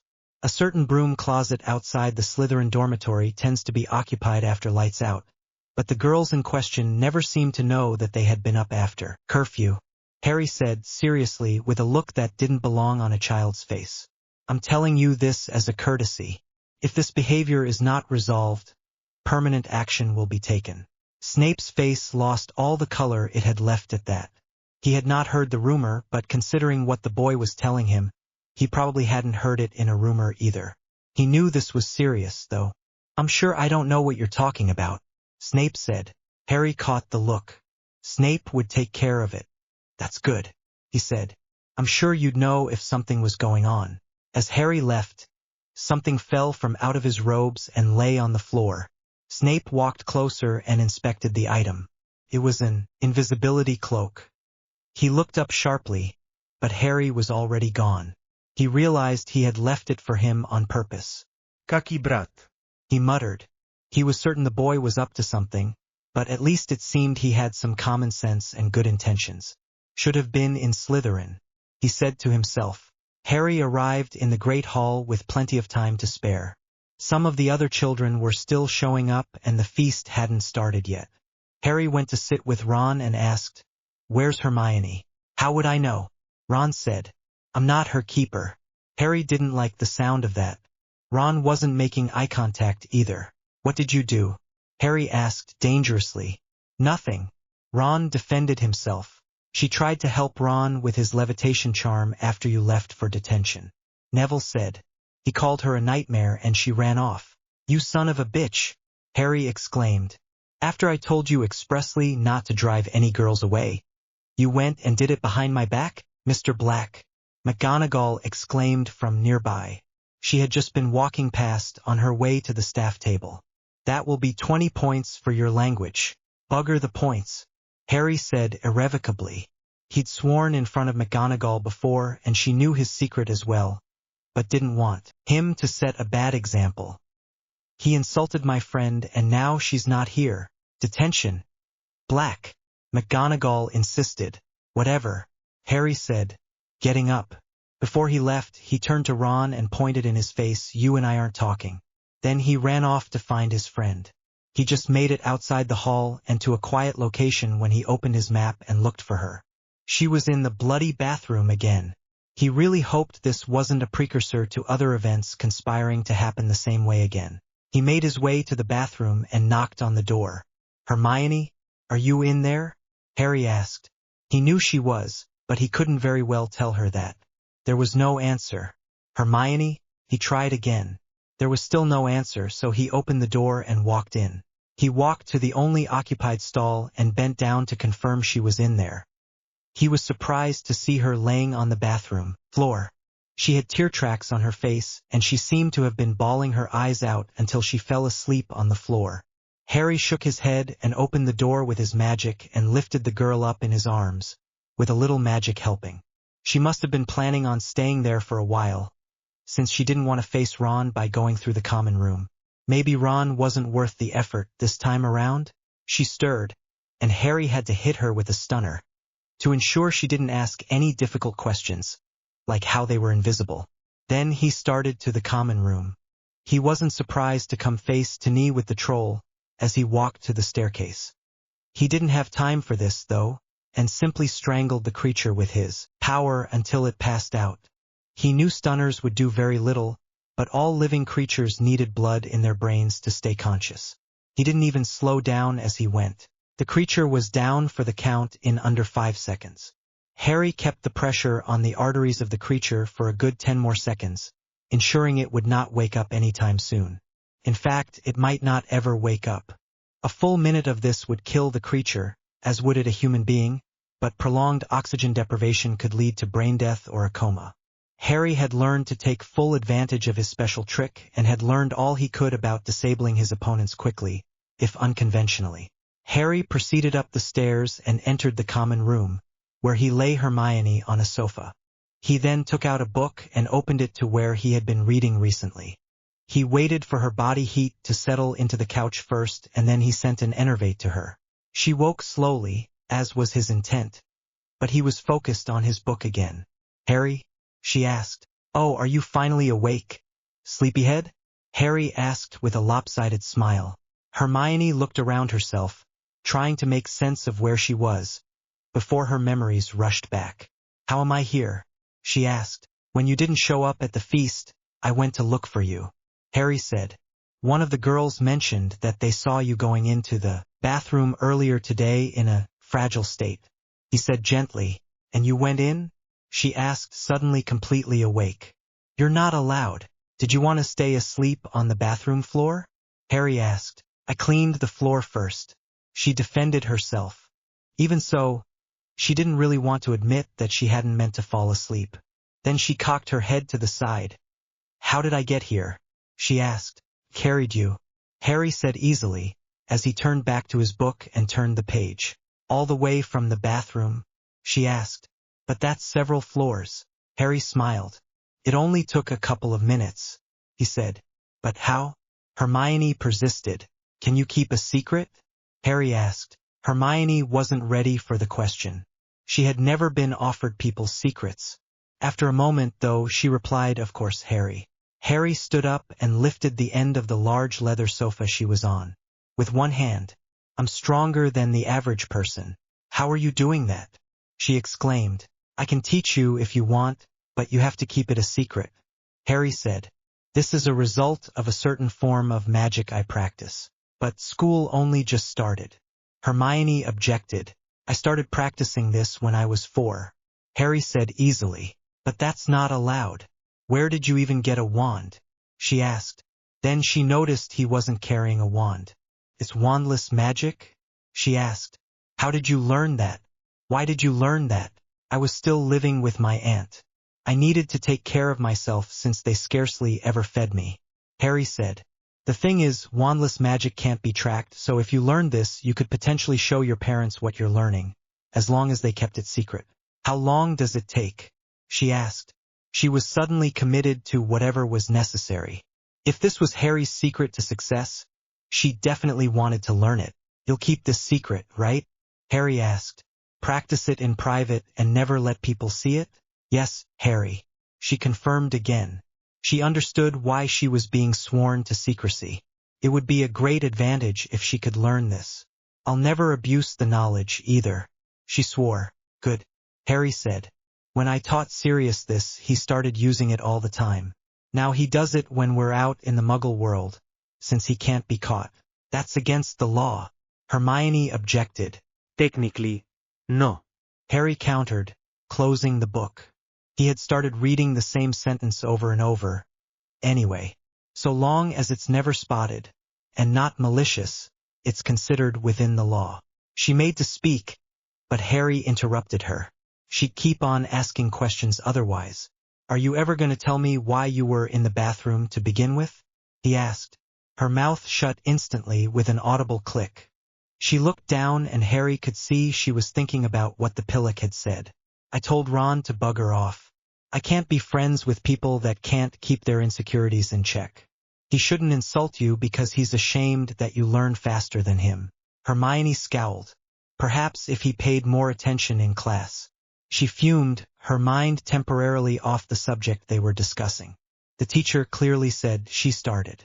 To be fair, he probably didn't like receiving a lecture from someone that is the same age as him.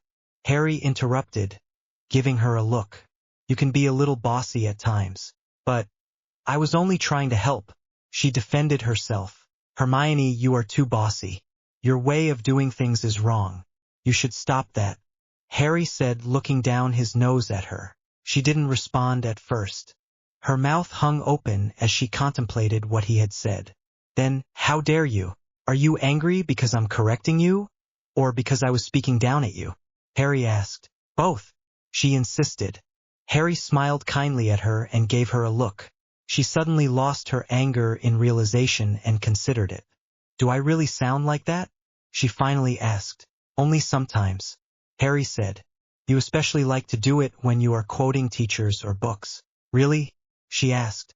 She didn't like the way Harry had spoken to her. If that was really what she looked and sounded like, she could understand Ron's reaction. Don't worry about it, Harry finally said. Just be aware of it and realize when you are doing it from now on. In the meanwhile, I say you should wait for Ron to apologize. I warned him not to scare any pretty girls away, and look what he went and did. Hermione blushed and looked away. Harry always said such nice things, even if she knew she wasn't pretty, and he did it with all the girls. It was nice to hear, though. Thanks, Harry, she finally said. No problem. Harry smiled and stood up. I bet there's still some food on the table if you're hungry, unless Ron ate it all. The feast, Hermione exclaimed in realization. You're missing it for me, is what friends do, Harry said easily as he walked ahead of her to open the door for her. Scene softened for platform guidelines. It looks like a mountain troll. It looks like the picture of one I saw once. Anyway, Harry said, slowly walking up to the creature. Harry, stay back, Hermione whispered angrily. Could be dangerous. We're in a school, Harry said. It must be tame or something, Mr. Black, a voice said from down the passage. It was Snape. Why am I not surprised to find you here with the troll, Professor Snape? Harry said respectfully. Is it supposed to be here? He asked with curiosity. No, Snape said, narrowing his eyes. It's not. He looked up and spotted Hermione. And what is Miss Granger doing here? I went to fetch her, Harry said, before Hermione could lie to cover for him. Like last time. She had an argument with a friend, and I convinced her that, even though she couldn't turn him into a newt or something, at least she could still kick him in the balls if he continues being an idiot. Harry frowned then. That really was horrible to find out. Why can't we turn people into animals for displeasing us? What's the point of magic if you can't use it on people that piss us off? Snape didn't indicate in the slightest that he found what Harry said funny. That will be 20 points for your language. And another 20 for lying to me. Okay, Harry said with a smile. Then he turned to Hermione. Come on, Hermione. Ron's balls aren't going to kick themselves, he encouraged. Harry, Hermione objected, even though a small smile played on her face for a moment. That's another 20 points, Snape called after them. When they were gone, he continued in a whisper to Gryffindor. He couldn't very well punish them for the public service they were planning on performing. Try as he might with the boy's wit and cunning, he couldn't see only James in the boy anymore. He even avoided the subject of what happened to the troll, while insinuating that he knew nothing about what happened. Something he didn't believe for a moment. Harry and Hermione soon met with people who were being led from the Great Hall, under the protection of the prefects. He sighed when he was informed that they had to go back to the common room. He ignored them and continued to the Great Hall, dragging a protesting Hermione behind him. Why didn't you tell them about the troll? She asked. They wouldn't have believed me or insisted that we follow anyway, and then they would see it for themselves. Harry said. This way we don't need to climb all those stairs again. Why do you always speak like you know how people will react? Hermione asked. You don't know for sure that people wouldn't listen to you. I'd believe you if you told me something, but you're my friend. You're supposed to. A good prefect will follow orders and the rules, just for the sake of following them, Harry said. And if you were a prefect, I'm sure you would too. Hermione couldn't refute that. Prefects were supposed to follow the rules after all. Fine. She finally relented as they entered the Great Hall.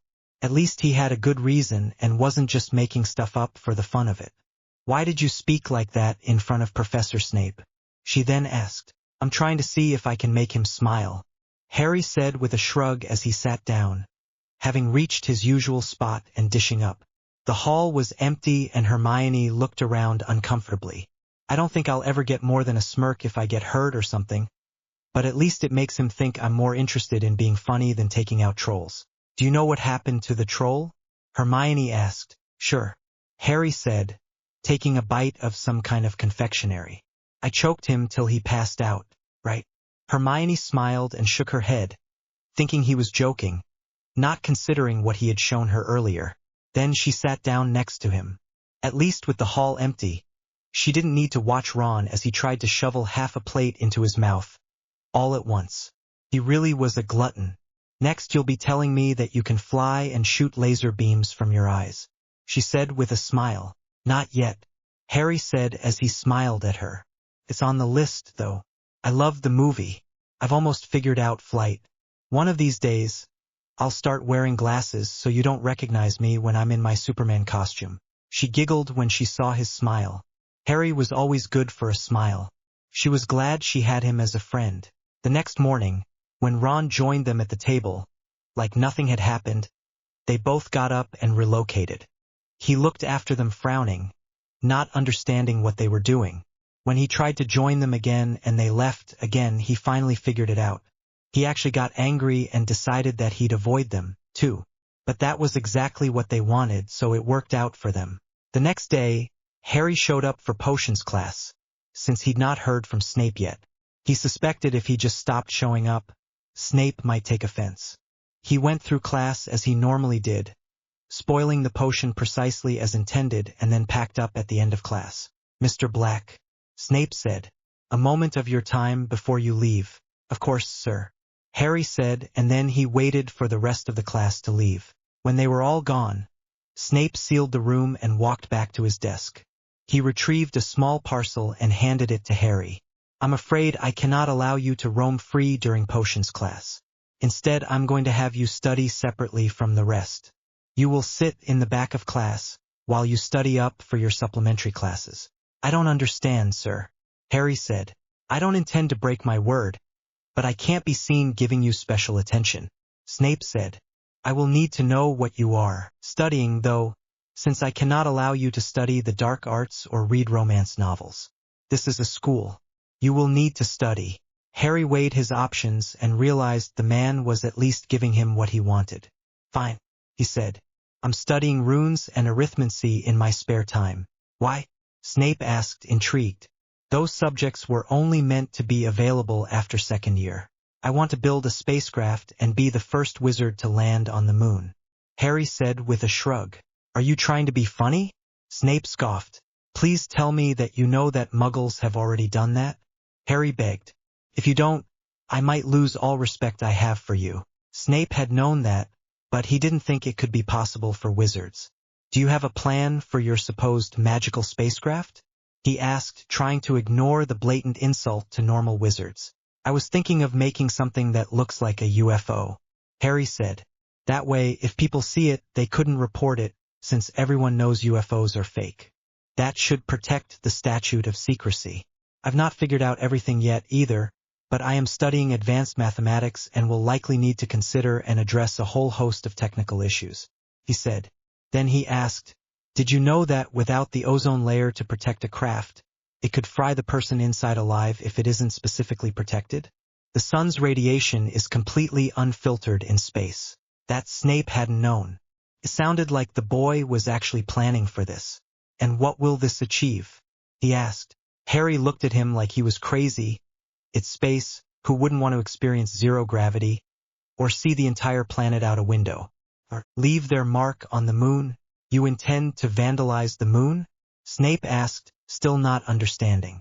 I'm not going to leave graffiti or something, Harry scoffed. I was thinking of leaving a flag or finding the one the Americans left there. Who knows? Moon rocks may even have magical properties that we'd never know without going to see for ourselves. Snape had underestimated the boy, it seemed. He wasn't planning on slacking. He wanted to achieve what was before unachievable. Very well, Snape said. I can't tell you not to dream, even if it is a stupid and unrealistic dream.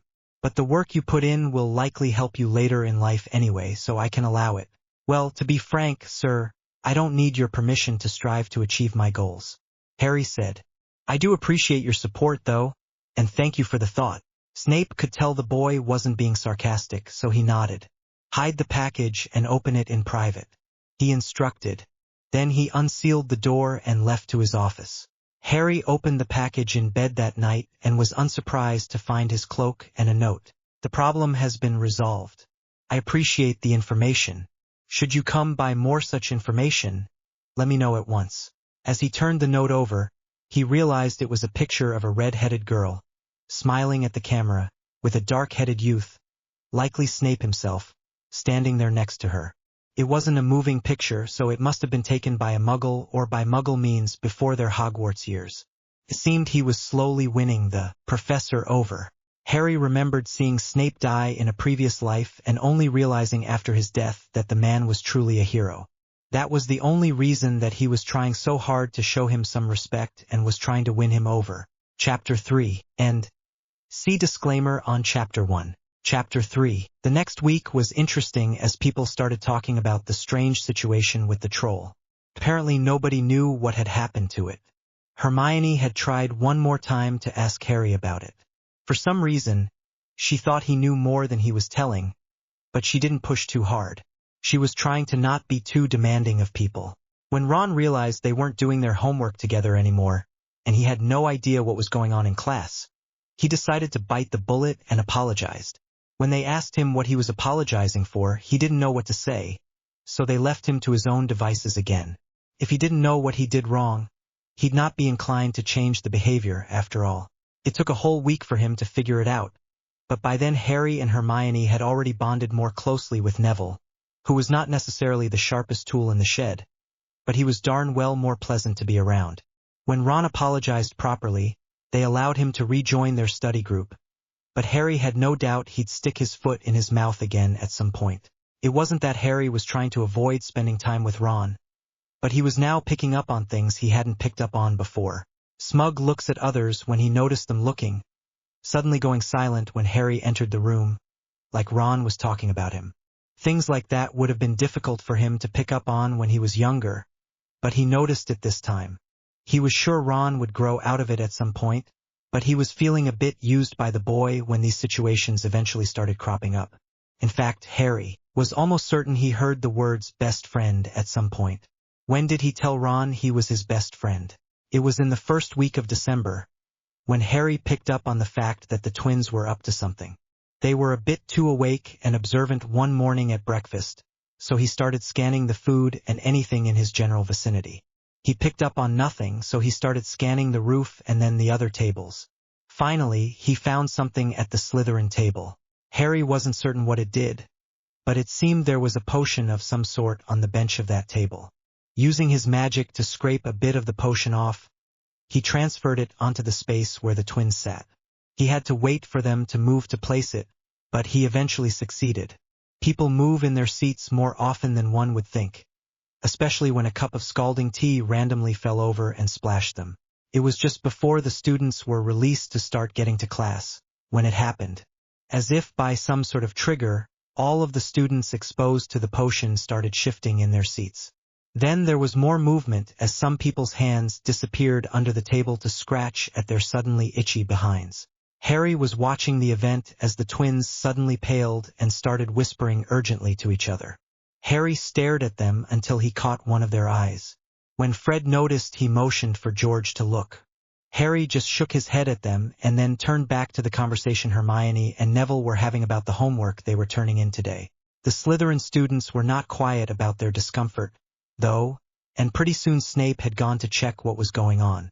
The twins, not wanting to be caught, tried valiantly to ignore their own discomfort, but they had been a bit vindictive in the brewing of the itching solution and soon had to get up and started scratching themselves as well.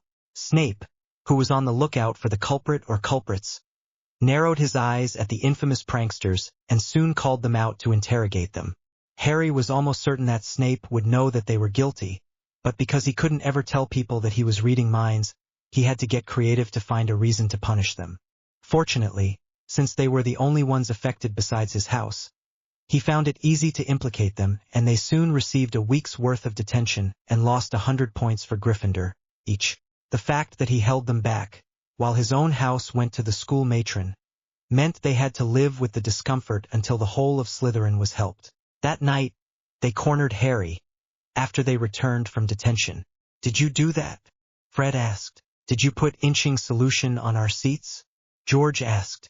I took some of what was on the Slytherin seats and put it on yours, if that's what you mean. Harry said. Why? Fred demanded. What did we ever do to you? George asked. Do you guys really not know the difference between picking on people and a harmless prank? Harry asked. You didn't even target anyone outside Slytherin. What's wrong with you two? I thought you were trying for funny. Instead, I'm disappointed. Here, I was thinking of a prank war with pranksters, but now I find out you're just bullies. I don't like bullies, but they're Slytherins. Fred blurted. They're all rotten. George agreed. And Hufflepuffs are all sheep. Ravenclaws are all bookworms and Gryffindors are all bullies. Harry said.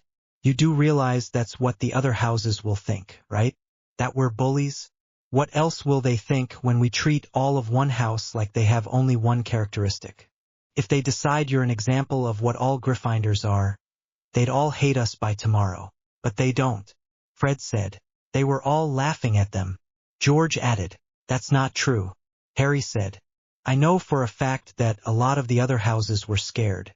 You put a potion on someone without their knowledge or agreement. They needed to be treated by the bloody school nurse. You know that that's assault, right? You literally attacked the whole of Slytherin house. You know the last group of people who attacked people for perceived differences were Death Eaters, right? Do you really want our house to be seen like they were? But Death Eaters killed people. Fred said. It really doesn't matter the depth of your attack. Harry said. The fact is you attacked innocent students. Even if only 1 out of every 4 people weren't planning on becoming the next generation of Death Eaters, you still attacked 14 innocent students. Students that didn't deserve it. And you know what's worse?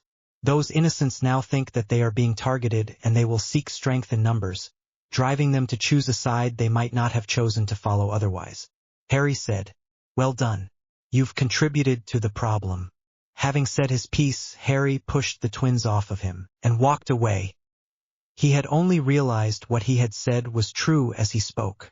He couldn't be associated with this kind of disregard for basic human rights. The next morning during breakfast, Harry stood up and approached the professor's table. Excuse me, Professor Dumbledore? He asked. Good morning, Harry, my boy. Dumbledore said. What can we do for you this morning? He asked with his grandfatherly smile. I'd like to make a statement to the student body. Harry said simply. May I please do so? What were you thinking, Harry? Dumbledore asked. It's for the student body, sir. Harry said. If I discussed it with you first, it would detract from what I'm trying to do. Dumbledore thought about it before asking, This isn't some sort of prank, is it? I promise you, sir. This is very serious. Harry said. Dumbledore took a deep breath before finally nodding. Very well, he said and cast a sonorous on Harry, who turned around. May I have your attention, please? Harry asked. He needn't have asked. They were already paying attention from the moment Harry got up and started speaking with Dumbledore. Thank you, Harry said as he nodded at them. It has come to my attention that there are some questions about the prank that happened yesterday. I'd like to say that I, myself, don't feel that that is an accurate representation of who I am or who I want to be. I don't want to discriminate against the pranksters who did it either. Likely they hadn't considered the consequences of their actions. But I feel the need to apologize, Harry said as he walked closer to the Slytherin table.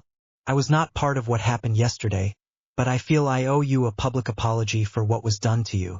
I enjoy a good prank on occasion, but I feel a good prank doesn't have victims, only participants. And the goal should be laughter all around. I don't feel that singling out an entire house or judging them by the actions of the few is fair. So for the actions of those who did that to you, I apologize on behalf of my house. Then Harry turned to the other houses. For those of you who were not happy about what happened, or who were afraid that you may be next, I apologize to you as well. I promise this isn't what all Gryffindors stand for. We're not all intolerant bigots. We don't all judge you only because your tie has blue or yellow or green.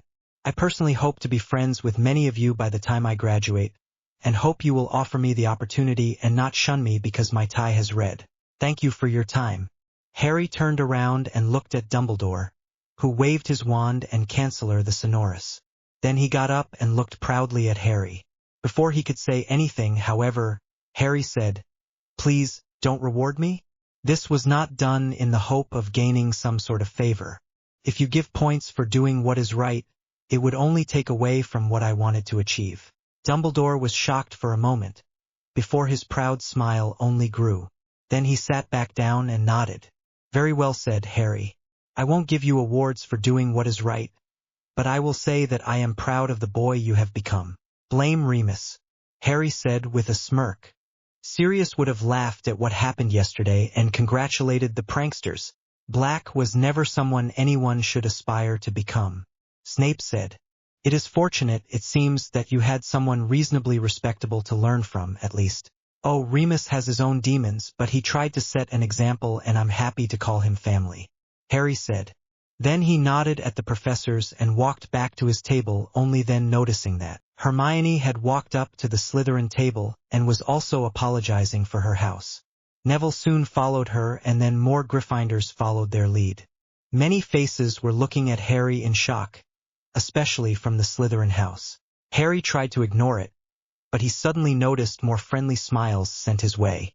People started greeting him in the halls, and he even noticed some Slytherins nod in his direction a time or two. The twins weren't being treated very fondly, and hopefully they had learned something from the experience. Harry was still casting detection magic every day, since he was almost certain one or two people in the Slytherin house would still seek revenge. Harry was noticed studying at the back of the potions classroom, and Snape addressed it only once, stating that Harry had studied ahead and was trying to maintain his lead. There were some shocked looks, even from Harry, since he hadn't expected Snape to admit it so openly. He hadn't known that the professor was playing a prank of his own. Since he was ahead, he became the recipient of many requests for help with their work. When he realized that Snape had done it on purpose, he glared at the man and saw the smirk directed his way, but only for a moment. Snape had taken great joy in putting the boy in a position where he could take work away from him. If he didn't have to deal with so many incompetents, his life may even become slightly more enjoyable. He saw a look from the boy, which promised vengeance, and smirked. He'd see if the boy had any skill by what he did next. Snape was still marking papers by the time class ended. If only he could foist this off on the boy as well, he thought. He dismissed the class and continued his work. By the time the next class was about to turn up, he stood up only to fall instantly, when his feet failed to find purchase and slipped out from under him. As he got up, he noticed something on the floor. It looked like an engraving of some sort. Taking a closer look, he found runes, marking the floor where he had stepped. Next to his seat, he found a note. These runes help reduce friction and would go on the hull of any ship, to allow for higher velocities with less friction and to reduce the amount of damage on re-entry, hopefully negating the possibility of burning up. HB, Snape scowled. When had the boy carved runes around him or left the note? He may have been busy, but he had been keeping an eye on the happenings in the room, especially when the boy was approached with questions. Somehow, he doubted the boy would give them incorrect instructions, but that didn't mean he didn't take a bit of pleasure out of his distraction and predicament. He had intended to put a stop to it by the next class, but perhaps he could allow it for a while yet. Harry had been focusing on keeping a silencing charm in place as he carved the runes with his magic.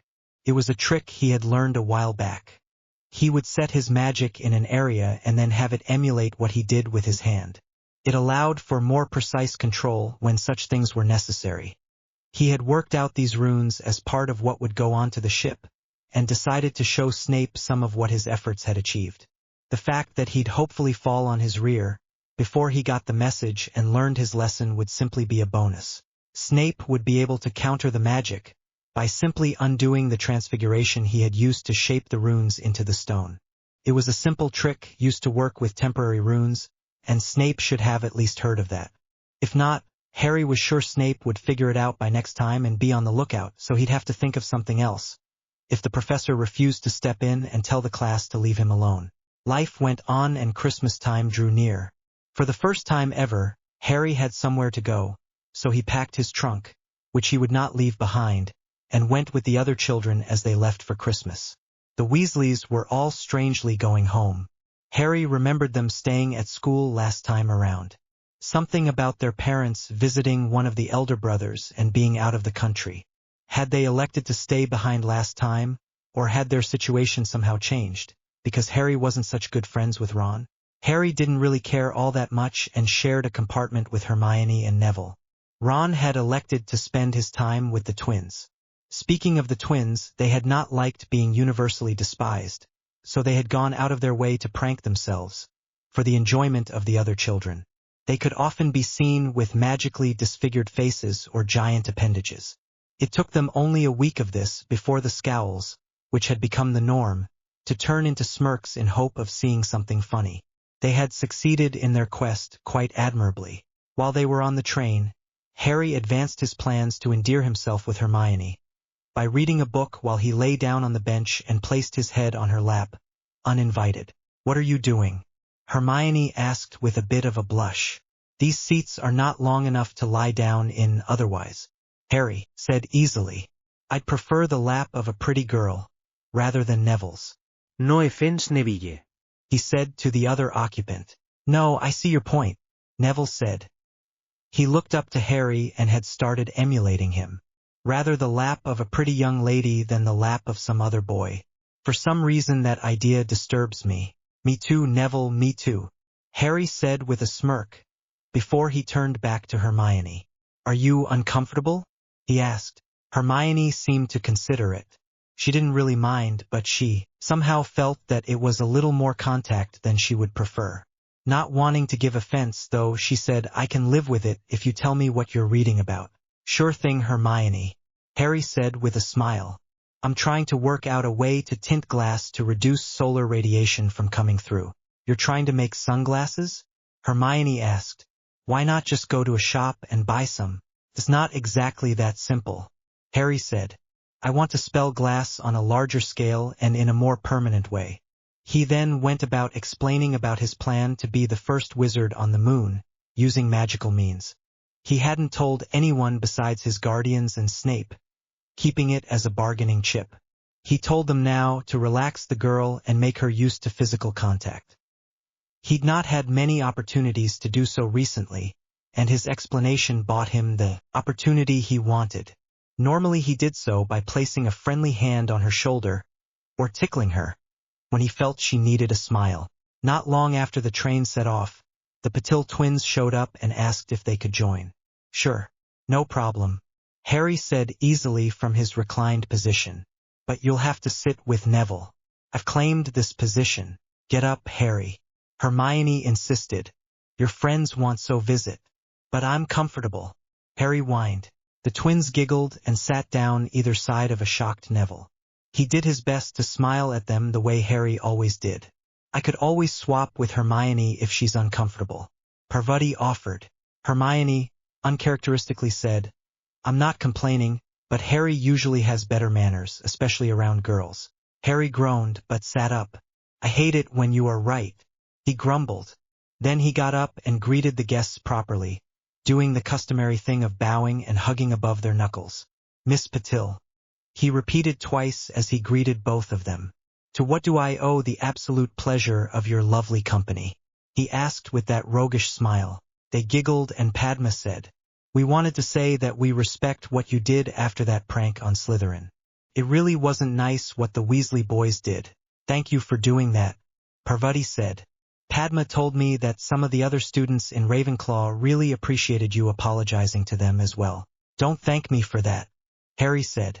"It was the right thing to do." The twins relented and soon they started chatting happily about school and what they had experienced.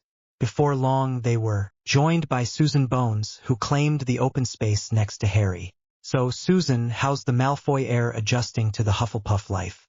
Harry asked with a smile. Susan smiled back and said, "It took a while, but I think he's started coming around to our way of thinking." "Any chance you would answer a couple of questions on how?" Harry asked tentatively. Susan's eyes narrowed slightly, but only for a moment. "I'm afraid that is a house secret. The official answer is that we shower him with attention until he decides on his own to change his attitude."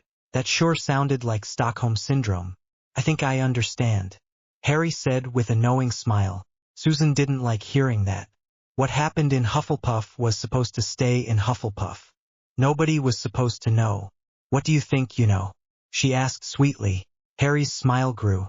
I only mean to say that I hope all the best for his future as a loyal initiate, he said. Initiate? Hermione asked in confusion.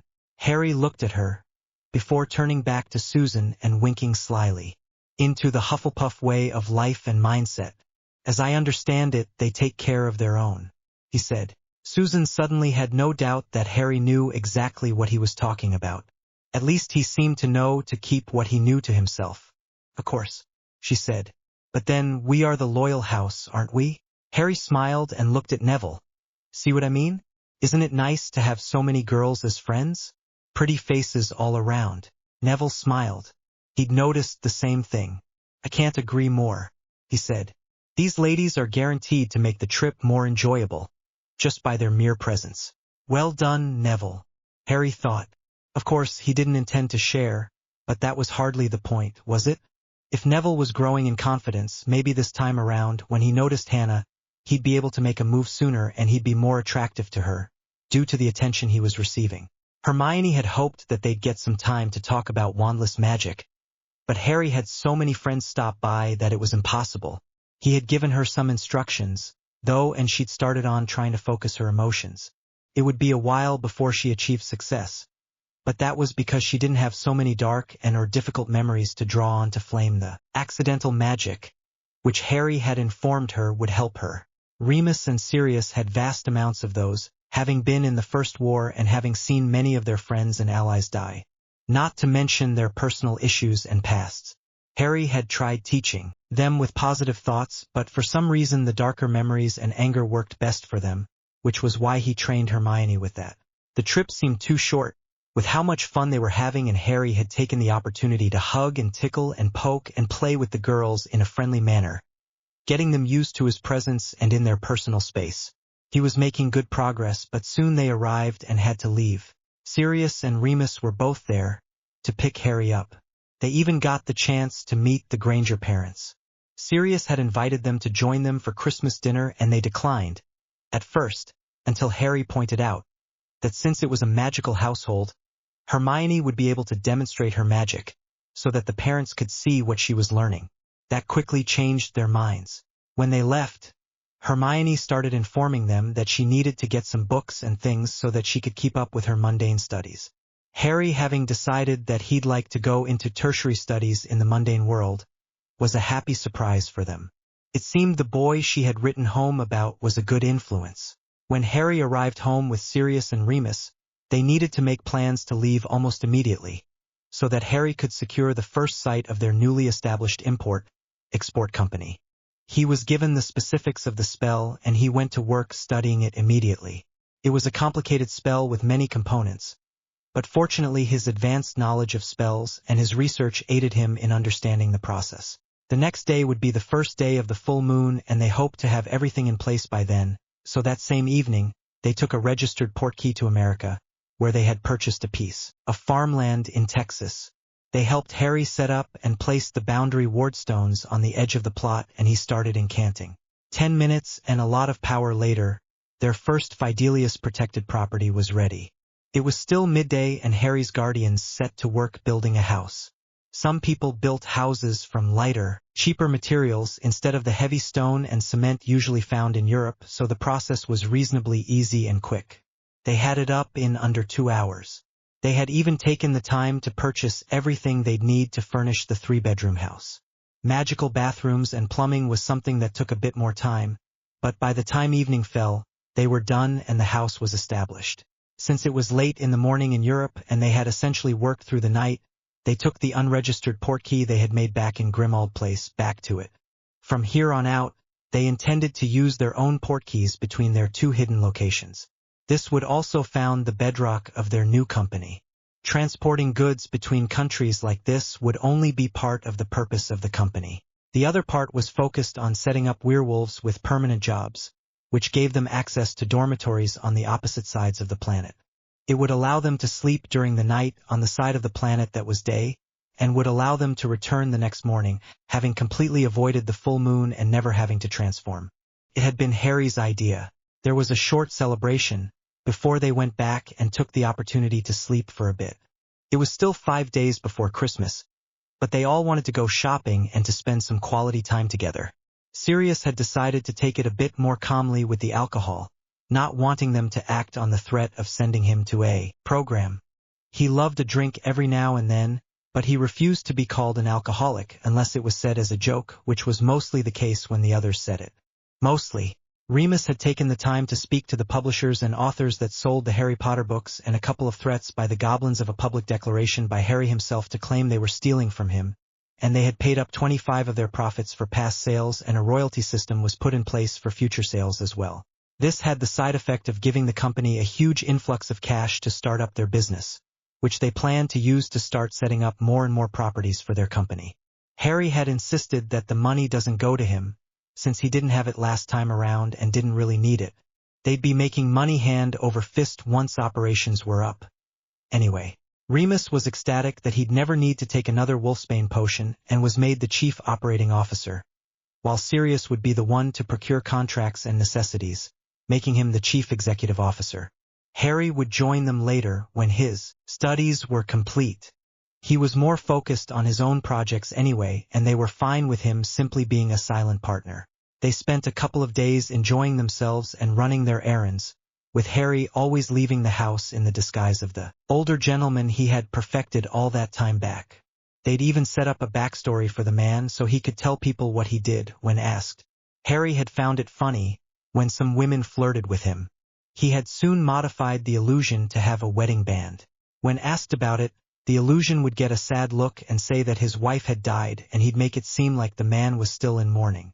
This got him a bit more attention than Harry would have liked, but at least it wasn't the open flirting he had had to deal with until then.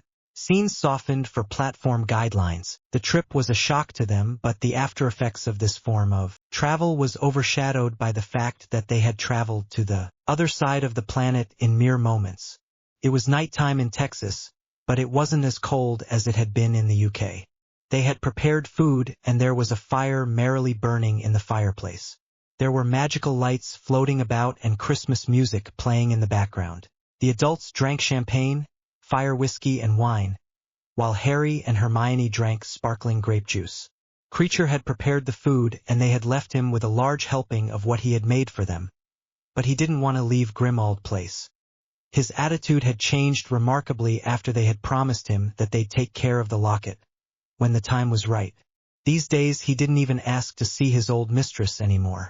When dinner, ate during their normal lunchtime, was complete, they exchanged some gifts. The adults didn't know each other very well, but Sirius and Remus both gave gifts of invitations to use their company's transport to travel to one of the locations they would be setting up, and a bottle of fine wine. And they received a bottle of bourbon and wine each from the Grangers. It was a funny moment, but everyone understood that it was difficult to shop for people you barely knew. Harry had gotten Hermione a fountain pen and had written down the spell he used to transfigure legal paper into parchment, which was how he did his own work. The parchment even kept the writing, so you could write first and then change the paper. Hermione got Harry a book, which wasn't unexpected, but this one was all about the intricacies of space travel. Harry had smiled at her and hugged her gratefully for the thoughtful gift. That was before he opened it and found that she had taken the time to highlight certain parts and made notes on ways that he could use things that already existed to accomplish the tasks. He had hugged her again, lifting her up and spinning around in his exuberance. She had really done her research. The adults smiled, and the Granger parents asked why he was so interested in space. When he explained to them that he intended to be the first wizard on the moon, they laughed, but only until they realized he was serious. "But is that even possible?" Mr. Granger asked. "Would magic even function in space?" "We don't know," Harry said honestly, "but we'll have contingencies in place for every eventuality, including magical transportation home and a safe landing area." "What would be the point, though?" Hermione's mother asked. "Wizards don't use or need satellites. You rely on owls for mail, for goodness sakes. If you had things like telephones, you could talk instantly, but magic interferes with that." Scenes softened for platform guidelines. "You what?" Hermione asked instantly, suddenly staring daggers at Harry. Why hadn't he told her? Harry sighed and shook his head. "Thanks, Sirius," he said. Remus slapped him on the back of the head. "That was supposed to stay a secret," he said. An advantage nobody else had? Sirius had winced in realizing he'd let the cat out of the bag. Sorry, he mumbled, putting his glass down. Perhaps he'd had one too many. Is this some sort of security issue? Hermione's father asked. Patented magic of some sort? He'd love to be able to talk to his little girl while she was away at school. Cell phones were mostly still, quite bulky and expensive, but he could just imagine keeping something as small as a handheld mirror in his pocket to take and make calls. It's not patented like what Muggles use, but I suppose we could say it is family magic. Sirius said. There are laws that protect specialized family magic, but that doesn't exclude people from trying to emulate the effects, so people don't normally talk about their magics to maintain the advantages they provide the family. Hermione looked disappointed. She'd also have loved to speak to her parents more regularly. Maybe we can arrange to see each other over weekends and Harry could sneak off with Hermione so she could speak to you? Remus offered. Or we could come to your house if there's a need. Sirius offered. They really couldn't spread knowledge of this too far. Instant communication was a great advantage. One that the other side didn't always have, excluding flu calls, but that wasn't as portable as the mirror. Hermione's mother beamed at the idea. That would be wonderful, Sirius. Thank you, she said. She was already planning dinner parties, just so she could speak to her little girl. Pretty soon, she'd enter a stage of her life where speaking to her mother would be a great comfort. We'll keep this a secret for you, Hermione's father said. If it's an advantage nobody else has, I wouldn't mind Hermione having access to it, for the price of one secret. Thank you, Remus said, and thank you for understanding. We don't know all that much about the magical world, but we can understand wanting to protect any advantage for your godson. Hermione's father said. Thank you. Hermione also said. It would have been nice to speak to you as often as I wanted, but seeing you and speaking to you over weekends would be great, too. Who knows, maybe we can even arrange a movie night over weekends and use the mirrors so you can see the movie too. Hermione's mother offered. She missed her weekend time with her daughter. Would that be possible? Her father asked. Are there limitations on how long the mirror can stay connected? Not as far as we know, Sirius said. We've had hours of conversation at times. James and I used to talk late into the night and sometimes one of us would fall asleep with it still connected. That's amazing, Hermione's father said. Imagine the usefulness of such a product for instant communication, like cell phones but with video. Magical interference, Dad. Hermione reminded him. She had no doubt he was thinking of the internet. Her father was quite proud of the computer he had at home. The internet was quickly spreading and information and communications was currently growing very quickly. What are cell phones? Sirius asked. They are like telephones except no wires. They talk through towers or satellites. Hermione said. Satellites? Sirius asked again. You really don't know anything about technology, do you? Hermione's mother asked with a smirk. Wizards are an insular people, Harry said with some disgust. Why do you think I want to go to the moon and explore the possibilities of magic? Nobody else is even interested. But this cell phone thing, Sirius said. How does that work? The conversation went on in that trend, with the Muggles amazing the wizards with the technology of the day. It was almost 1992, just 8 years from the new millennium. The world was quickly changing and leaving the wizarding world behind. In some ways, at least. Harry made a couple of notes for things to look into. If they could magically produce some of what he was hearing, perhaps there would be a market for it. He'd be learning to expand his skills, and if something worked out, he'd be making a pretty penny. In the magical world, at least. He didn't imagine he'd be allowed to sell anything he made to the mundane world. After all, maybe to the government. After Christmas, Harry went back to his own work. He had 2 more locations to place under Fidelius so that Sirius and Remus could start their business. They also removed the current Fidelius at Grimmauld Place by removing the current wardstones and placed a new one. Sirius would be establishing the house's other wards over the next few months. For the other protections. Then they needed to invite everyone in the know to the house to share the new secret with them, for which Sirius was the secret keeper. Remus was the secret keeper for their other locations, since he'd be running that side of things. While Minerva was there, they had a bit of time to talk. So, have you had any new developments in your project, Harry? Minerva asked. Still nothing, Auntie Min. Harry said. I've tried, but no animal is coming to me. Maybe it's an age thing? Minerva tried. Your body hasn't developed enough that you could change it into an animal? She theorized. Harry had asked her to help him with animagus training, but he'd been working on it for a long time now with no success. That's not what I meant. Anyway, I was inquiring about your other project. The space vessel? She asked.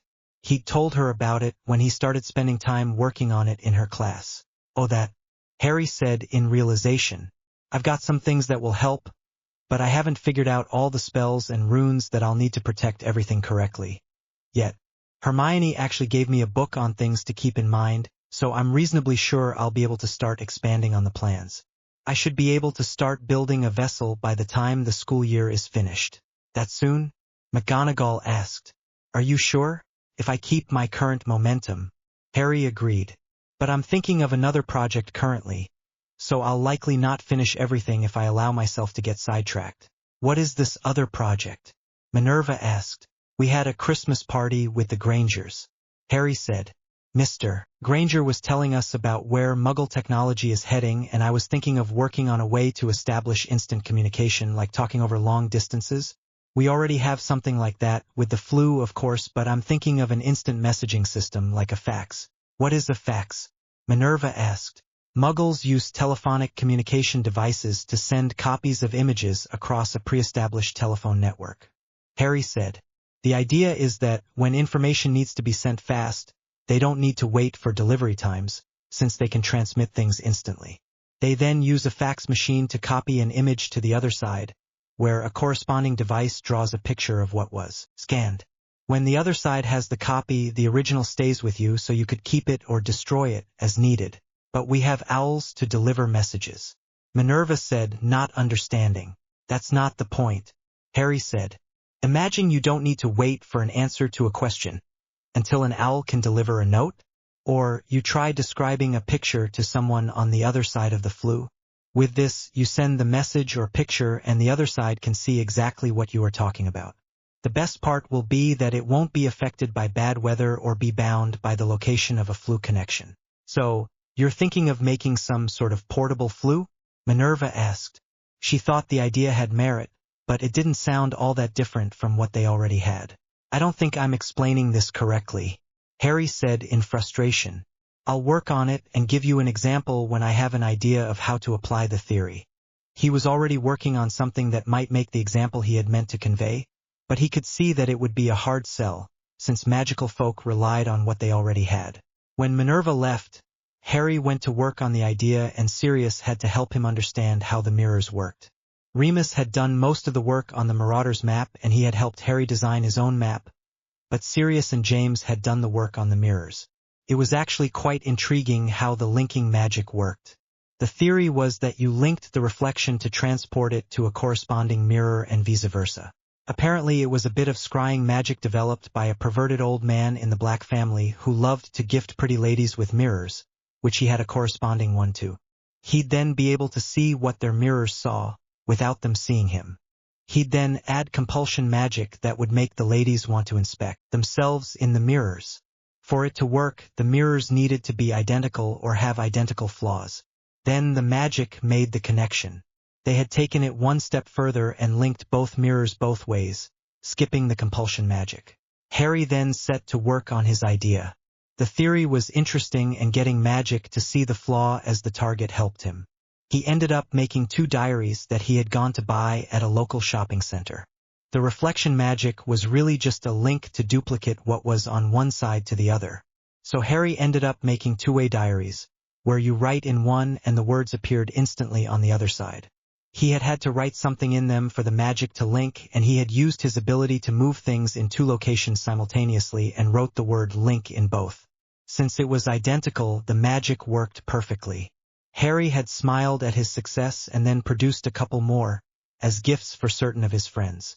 Before he could give the gifts, however, he needed to protect the magic and looked for, and found, a certain spell that would dispel the magic if someone tried to tamper with or unveil the secret of how they functioned. Apparently it was the wizarding equivalent of patenting and how they protected their family magics. There were ways around it, but you'd have to be stronger than the person who enacted the magic, and Harry was no slouch, probably one of the strongest in the country, if not the world, by virtue of his double dose of magic. When the time for them to go back arrived, Harry was excited to give out a gift or 2 or 5. He'd not been able to get gifts for all his female friends before Christmas, but he was planning on doing so now. When they arrived at the station early, Harry went in search of his friends. He was not disappointed to find the Patil twins conversing with their parents. Sirius was the only one with him today, and he followed behind with a small smile on his face. He could see their mother was quite attractive, and the twins, while young, showed potential. "Good morning, ladies." Harry greeted them as they approached. "Hello, Harry," the twins said in unison. "Good morning," the Patil mother said. The father was not in attendance today, it seemed. "Mrs. Patil, I presume?" Sirius said in lieu of greeting. When she nodded, he bowed slightly and said, "Sirius Black, at your service." "Lord Black." The woman nodded. "It is good to see your stay in Azkaban didn't deprive you of your manners." She said it with a small smile. The whole wizarding world knew about his illegal and unjust incarceration. It was the talk of their community at the time, as Sirius was a pureblood, and it was a scary thought that one of the elite could be sent to prison with no trial. Fudge had jumped on the opportunity to ensure processes were in place to prevent such a thing from happening again, and he had received a lot of support for the action. Even if it had, no gentleman's manners could fail them when faced with a beauty such as yours. Sirius said flirtatiously, "You are a shameless flirt, just as I'd heard." The woman replied with a smile. "Were my husband here, he'd both agree with you and be upset by it."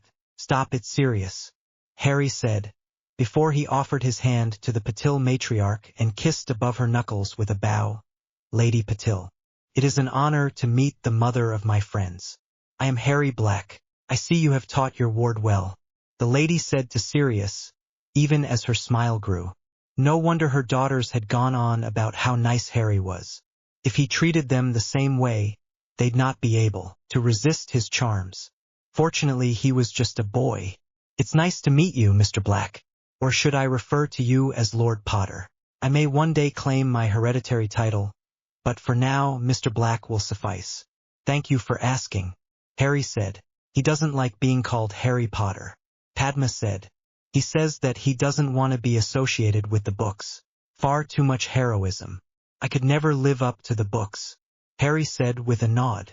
Then he reached into his pocket and removed 2 parcels.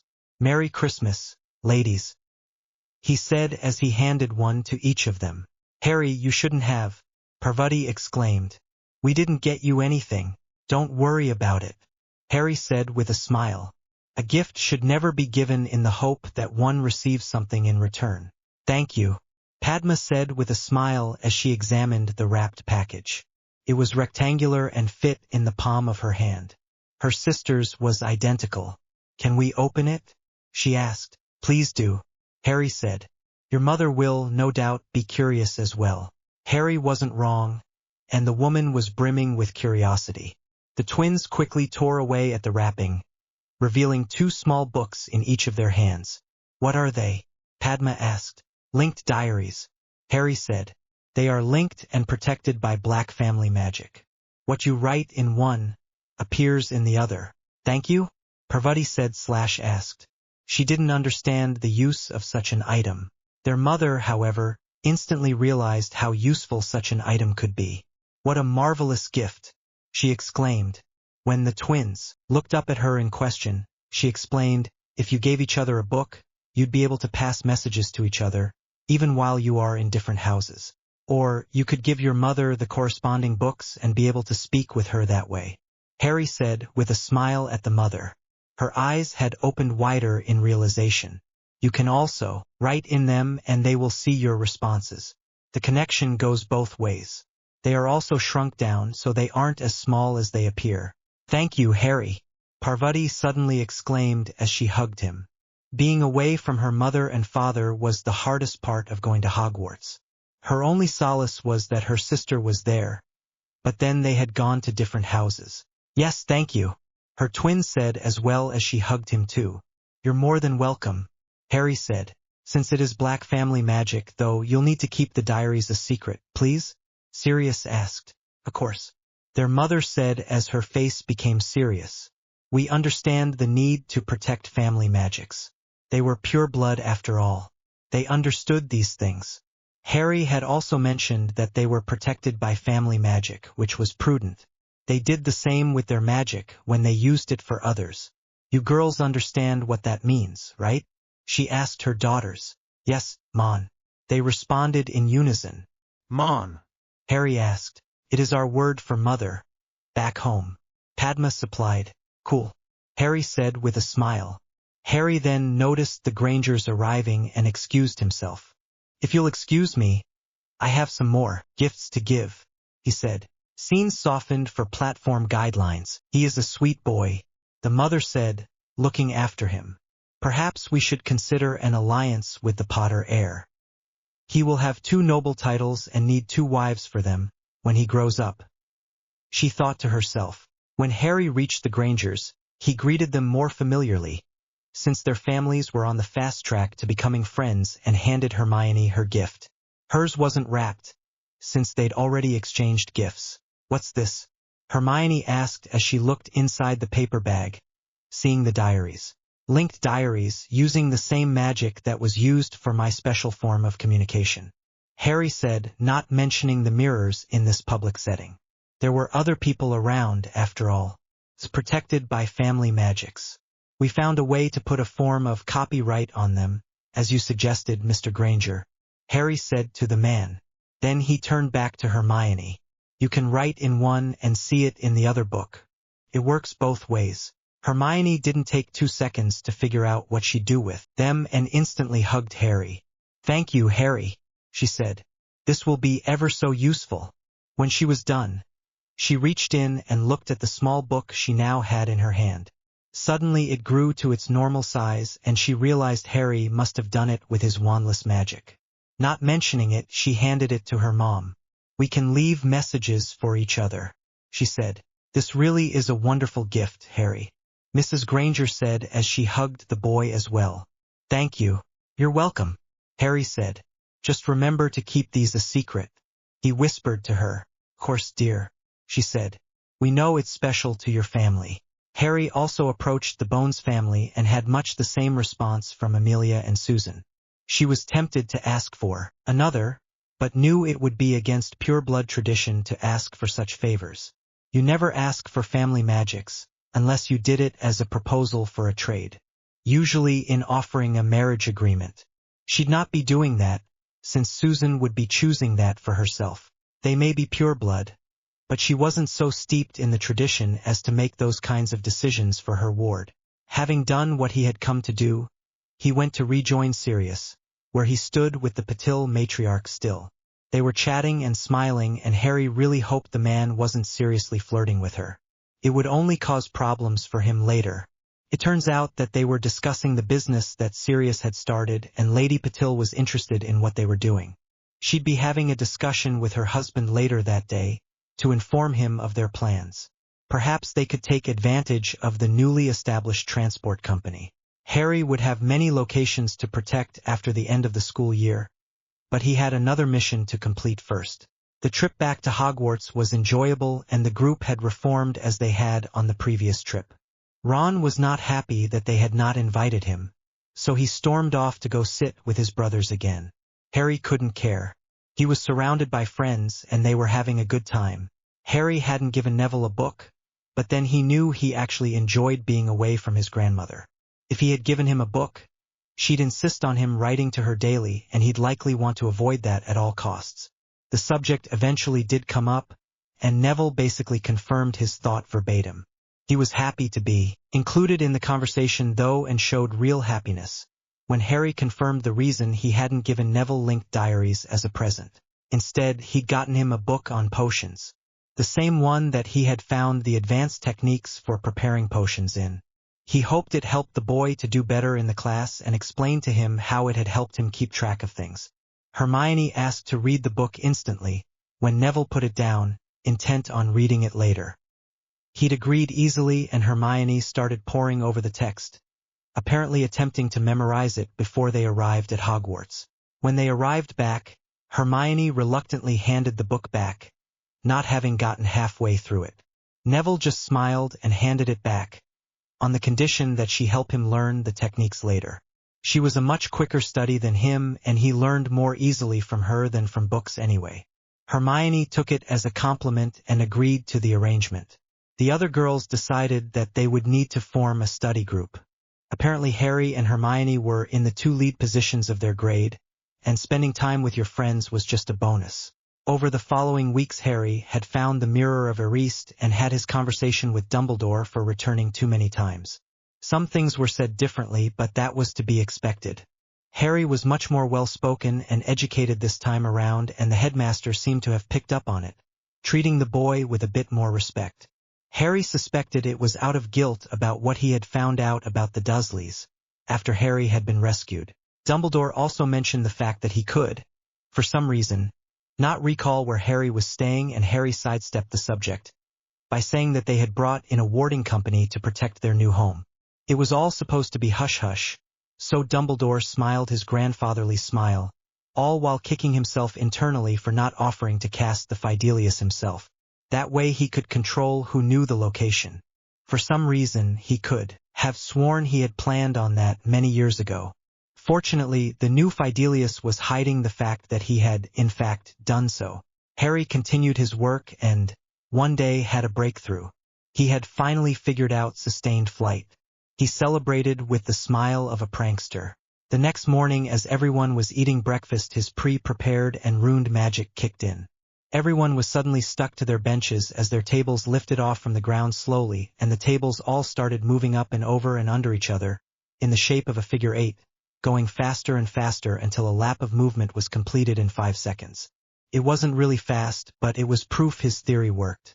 The professors found themselves in much the same situation, but their chairs had locked in place, as if connected to the teacher's table, and they started floating up and over the shuffling tables, forward and back, while making a slow rotation horizontally. None of the professors dared cast any spells, in case it interrupted the magic and the children crashed to the floor and were injured. Dumbledore spoke up when he saw a couple of students prepare to cast spells. "Put your wands away," he said with a sonorous, "Can feel the magic winding down. Don't interrupt," he warned. Just as he had said, the magic soon ran its course and every table soon landed softly, with the staff table returning to its normal position, but facing away from the students. The house tables had also been shuffled a bit, placing the Gryffindor table between the Hufflepuff and Ravenclaw table. Harry had planned it so that his friends could sit close by. Hopefully they kept the new arrangement. Everyone suddenly found that they could leave their seats again. There were a couple of scared looks, but overall there were mostly only smiling faces. The prank was harmless, didn't hurt anyone, was over quickly and caused a disruption to normal proceedings, just enough to be memorable. Exactly as Harry had planned. Also, exactly as planned, a sheet of paper appeared in front of Severus Snape. He quickly snagged it before anyone noticed and read it as the staff moved their table and chairs around to face the proper way. Flight magic. Achieved. This would be the first thing required in the plan. Everyone was kept safe with sticking charms. Next step, artificial gravity.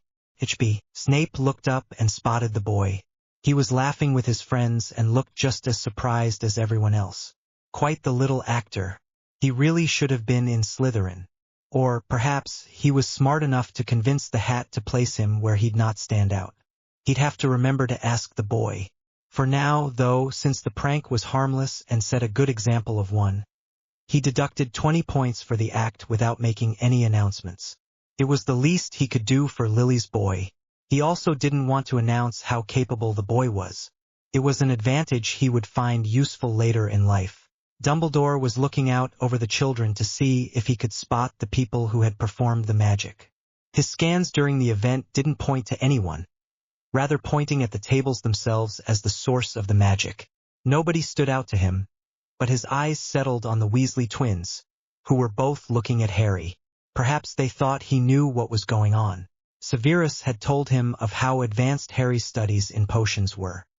He could understand the boy's drive to learn the art, since it could be performed without a wand, when he was too young to learn any other magic. He didn't necessarily approve of what Sirius had done, rather hoping that Harry could enjoy his youth instead, but he also understood that with Harry being in danger outside the house, it would be best to keep his interest in something he could do inside the house. He doubted that Harry could have done this, though. The boy's magic couldn't possibly be strong enough yet, nor could he know how to achieve this feat after only a couple of months of education. The twins, though, may have enough knowledge to pull this off, with the help of some upper-year students. They both had looked quite surprised by the event, though, and his surface scan of the boy's thoughts clearly spoke of shock and a little amazement, but overall enjoyment, which was the feeling he was getting from nearly everybody. He was still unable to scan Harry's mind, though. He suspected something to do with part of Riddle he believed was in Harry, was the cause. When the children looked like they were all planning on staying to discuss what had just happened, McGonagall stood. "Whatever just happened doesn't excuse you all from class," she said sternly. "Off with you. You can discuss this later." The children all dutifully started leaving, though the conversations still continued. McGonagall turned to Dumbledore then. "What do you make of this, Albus? I searched for a source, but it seems that the tables were spelled to do this on their own." Dumbledore said, "I thought perhaps the Weasley boys would know, but they seemed just as surprised as everyone else. We need to know who did this." McGonagall insisted. "The children could have been hurt. They were perfectly safe as far as I can tell, Minerva. Whoever did this used sticking charms to ensure nobody fell and to secure what was on the tables, much like we were also stuck to our seats." Dumbledore assured her, "I'd like to know who did this too, but mostly to congratulate them on a successful and harmless prank. Surely we shouldn't encourage the children to do such reckless things." McGonagall objected. "Or perhaps we should award the safety precautions to encourage the forethought," Phileas Flitwick said, while deducting points for possibly scaring the student body. Snape added, he had made that decision already, but didn't intend on awarding points. "Whoever did this certainly knew their stuff, though," Madame Rolanda Hooch, the flying teacher, said. "The movements were precisely choreographed, and I suspect the reshuffling of the tables was done intentionally, since the magic left the tables exactly spaced as before. I wouldn't mind finding out who did this myself, since they could likely produce new brooms for us with what they know. As you know, the school brooms are quite old, and we've been needing new ones for a while now. I'm sorry, Rolanda, but I've told you before that the budget simply won't bend on this one. The Board of Governors simply don't see the importance of a class that only runs for a few weeks at the beginning of the year." Dumbledore apologized. "If you want new brooms for the Quidditch teams, though, perhaps you can find a sponsor for them? Alumni that were on the teams, perhaps?" Rolanda Hooch brought the subject up whenever possible, since she was in charge of flying class and needed to be present for Quidditch practice and games. Her entire job revolved around flying, and she pressed for new equipment whenever possible. With a few exceptions, the brooms they currently had were simply unusable. So far, the only reason that Quidditch wasn't a complete loss was because the students on the teams tended to bring their own brooms, or loaned their parents or friends. If she could find the person responsible, though, perhaps they could be persuaded to help fixing what they had, as a form of practice for their obvious plans of making brooms for one of the broom companies. They seemed to have quite a bit of skill, too. She'd start by asking all the current students on the teams. Chances were, they'd know of someone with such skills. Perhaps it was even a current Quidditch player, as a person with these skills would likely be attracted by the sport. The twins couldn't find a moment to speak with Harry, since he was always busy these days, studying in the library with Longbottom and the group of girls from the other houses. Harry had the makings of a strong group of supporters from the other houses in that study group of his. The twins had noted 2 of the Slytherin first years, the Greengrass and Parkinson girls, were also sniffing around the group, when they were last looking for a moment to pull Harry aside. The whole of the Gryffindor first-year girls, including Granger, Patil, Brown, and Dunbar, had joined. 2 girls from Hufflepuff and the other Patil girl from Ravenclaw had also joined. It was nothing formal, but besides Longbottom, it seemed the study group didn't allow other boys. They suspected this was the reason why the Slytherin girls were working up the courage to join. They had recently heard that a couple of older Slytherin boys had disappeared one evening, supposedly into the hands of Aurors, for unknown reasons. At the same time, the forgetful streak of some Slytherin girls and some of the prettier girls from other houses had suddenly come to an end. The conclusions being drawn were not pretty. The Slytherin girls were likely seeking strength in numbers, and Harry was known to be fair and accepting, especially after his speech the morning after their prank. He obviously preferred the company of the fairer intimate as well.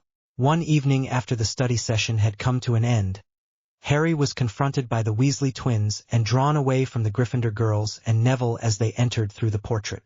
Harry always insisted on escorting the other girls to their common rooms, and the Gryffindor girls usually followed as they were all becoming fast friends and didn't mind chatting as they walked. "We need to talk," Fred said. "About that prank you pulled." George said. "What prank?" Harry asked. "Don't act like you don't know what we're talking about," Fred said. "We know you did it." George insisted. "Okay, prove it," Harry said with a smirk. The twins looked at each other, but there was a moment of uncertainty on their faces. They really wanted to believe it was Harry. The prank followed what he said a prank should be to the letter, and they had realized it the moment it was over. "Okay, listen. Let's rather say if you knew who did it," Fred started again. "Could you ask them to go speak to Madame Hooch?" George continued. "There's a reward for whoever can find them," Fred said, "since she's hoping they can help with the school brooms." George finished. "And what would you get out of this if I knew and told Madame Hooch?" Harry countered. "Who says I won't keep the reward for myself if I knew, hypothetically? Because you didn't know about the reward," Fred said. "We figure you're such an upstanding guy that you'll want to share the wealth," George said. "As a form of gratitude," Fred said. "To us," George finished. "Why do you always start talking?" Harry asked, pointing at Fred. "And you always finish." He finished, pointing at George. "How do you know we don't swap?" Fred asked. "It's not like you know which is which, right?" George said. "Fred." "George," Harry said, pointing at them. "It's not hard." "How'd you know that?" George asked, breaking the pattern for the first time. "Trade secret, I'm afraid," Harry said. He was probably guessing. Fred scoffed. "They'd need to check for magic." Little did they know that Harry had simply let his magic settle into Fred that first time. Even if they dispelled the tracking charm on his elbow, Harry would be able to tell them apart, simply because he could feel the remnants of his magic. He wouldn't be able to track him anymore, but that wasn't the point, was it? You guys keep telling yourselves that, okay? Harry scoffed as he walked away. "What about the reward?"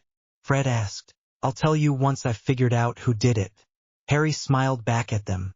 Harry had a couple of months to play before he would know for certain that the stone would be in place, so he decided to focus on his research. With a little bit of playtime, experimentation, and a little work on familiarizing himself with the females he had attracted to the study group. Not all of them, of course, but he had his eyes on a specific few. Harry didn't end up going to Madame Hooch.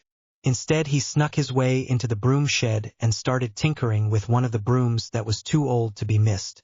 It took him a while, but he found the spots where the magic had started becoming undone and fixed what he could. He couldn't fly it around to test it too far, but it seemed to respond a bit better to him. Knowing what he did, then, he checked the other brooms and started strengthening the magic on the brooms, where he could. After that was done, a week had passed and Harry decided to play around a bit. So he went about making a flying broom all his own. He'd needed to transfigure some of the broom, but was certain to use things that would not change back and made sure they were settled in their current form before continuing. Another month of experimentation later, his broom was complete and he decided to take it out for a test flight. It was amazing to feel his own magic flowing through the broom. The runes he had come up with to enable flight were working much as he had expected. It was a little different than the other brooms though, since the rune changed the way the broom responded. It was slower to react than he'd have hoped, but the speed was incredible. He judged it at twice the speed of his firebolt from the first time around, but that wasn't the best part. He felt it could continue accelerating, but he was going too fast to keep his eyes open if he went any faster. Stopping and maneuvering was also a problem. He needed to resolve those issues first. Fortunately, he still had time, and by the end of the next week, he'd finally gotten it to the point where he could use the broom like any other. The only problem with this broom was that it needed more power to fly more quickly, so he ended up needing to charge the runes before flight so that it didn't need to drain it from him as he went. He doubted this model would be usable by anyone but someone with vast amounts of magical power, but that wasn't really a problem for him and would be fine for what he intended to make anyway. The broom was just a proof of concept anyway. It couldn't store much power due to the size of the runes being small and the fact that it was drawn on wood, rather than something that could store more power, like stone or some metals. The next step would need to be a model that didn't drain so quickly, or that recycled power so that it would only need an initial charge. Then it would need to recharge over time from the environment like how wards worked. That was put on the list after his current project. He'd already figured out how to make artificial gravity. It was a reasonably simple spell after all. It was used all the time in Egyptian tombs, and Harry had already found something in the Hogwarts library for it. That had been one of the few draws to coming back to school. That and his friends, that is. He spent a lot of time in the library, learning about the concepts of spell creation and rune functions, but he was also sneaking into the restricted section quite often. The spells there could potentially harm school-level children, and none of it was really dark. Harry knew for a fact the headmaster kept those in his private library, and he wasn't interested in dark magic anyway. As he understood it, dark magic was addictive and would corrupt the caster over time, so he wasn't interested. Harry was currently working on a spell that would be necessary for a space vessel. He needed to be able to counter or negate the effects of multiple factors of gravity when accelerating quickly. The gravity spell that he had found only had the settings to make gravity change in direction, or increase it, but not to this degree. It was a week before Harry would be going after the stone, while they were studying and chatting as they normally did, when the Slytherin girls finally worked up the courage to approach them. "Excuse me, Lord Potter?" Daphne Greengrass asked, slightly timidly. "Call me Harry," Harry said easily. "I don't hold any lordships at this time." "Harry, then," Daphne said a little more easily. She'd tried to go for respectful. It's what she'd do with other purebloods, when looking for a favor. She looked over her shoulder at Pansy, before turning back. "We were hoping," she started. Harry had been aware of their presence the entire time and knew what they wanted, though. "Sure, pull up a chair. We're currently on Transfiguration." Harry interrupted her, shocking her. The other girls had quickly gotten used to how insightful Harry seemed, and he was more like a tutor at this point, with his vast knowledge of the different subjects. He was seldom studying what they were, preferring to study on his own. "We usually help each other, and when we get stuck we interrupt Harry, since he's on his own studies." Hermione informed them. She had started off jealous of his knowledge, but then realized that he'd been at it for years. She could either be jealous, or use the knowledge he had to her advantage. She was actually just grateful to Harry for being her friend. With everything he was doing for the group and herself personally, she couldn't be happier. The other girls also smiled at them in welcome and opened some space on the table, moving books out of the way. "Thank you," Daphne said with a little shock. She had expected favors or something. She had expected the words, "What do we get out of it?" Instead, there was a free offer to join, simply handed to them. "Just like that?" Pansy asked, slightly suspicious. "There's no fees or favors," she asked. "We're just focusing on the future." Susan spoke up. "If there is a condition, it's that you respect the fact that we're all friends and that you stay on topic. We do tend to chat a bit, considering we go through the studying so fast, with Harry's help." Faye Dunbar added. She was normally the quiet type, preferring to fall into the background. The constant chatting and friendly atmosphere had drawn the girl out. She was still normally a bit on the quiet side, but that seemed to just be her normal personality. "We also understand that the average male doesn't have the capacity to work and chat," Parvati added, before turning to Neville. "Sorry, Neville," she added. No. Neville said with a bit of a smile. "I keep my trap shut, or I simply don't learn. I can accept my limitations." Parvati smiled at him for a moment, before turning to the newcomers, who had finally taken their seats. "That's also the reason why we try and keep only Harry and Neville in the group. Harry teaches, when it's necessary, and Neville doesn't interrupt us. I also use the time while you lovely ladies talk to catch up." Neville interjected. "I'm just not as bright as the lot of you," he said with a self-deprecating smile. Hermione put a hand on his shoulder. You're smart enough to know your strengths, she said. We couldn't ask for more. They had all realized at some point that Neville was not as stupid as he thought. As his confidence increased, so did his speed and thought processes. They had tried to tell him, but it tended to have the opposite effect, so now they just supported him whenever they could. We're currently on the homework for tomorrow. Harry interrupted. He wanted them to get back to it so that he could get back to his reading. He was currently making notes on how he intended to spell the next broom. If he wanted to help the school with this, he'd need to make ones that worked normally instead of with runes. What are you studying? Daphne asked, noticing the tome he was reading from. It looked like a mastery book in runes. Herbology, Harry said easily, completely ignoring the fact that the book was clearly about runes. He never tells us what he's working on. Hermione interrupted. Apparently it's too advanced to have a decent discussion with us. She knew he was still working on his private research into making a spacecraft. She wouldn't betray his confidence, though. That was also why she had said it with a hint of humor, shaking her head with a bit of a smile, as if she was exasperated. But that's a book on runes, Pansy said, a little slow on the uptake. She's saying they know he's busy with other things and that he's not going to tell us. Daphne whispered to her friend. She had already taken out her books and started working on her homework. The girls quickly learned how things worked, when most of the others tended to direct questions at Hermione. Only when she struggled with the subject, which wasn't often, did they turn to Harry. His answers were followed up with examples so that the slower ones of the group could more easily understand. If the concepts were a little too convoluted or intricate, which it seldom was, they settled in easily and were happily surprised when they were drawn into the conversations as soon as they arrived. At some point one of the girls pulled out what looked like a diary and made a note. What was strange was that the group had been discussing their parents' businesses, rather than work. Why would the Granger girl be interested in that and taking notes? Hermione, Susan piped up. We're in mixed company. Maybe you should put the diary away until later?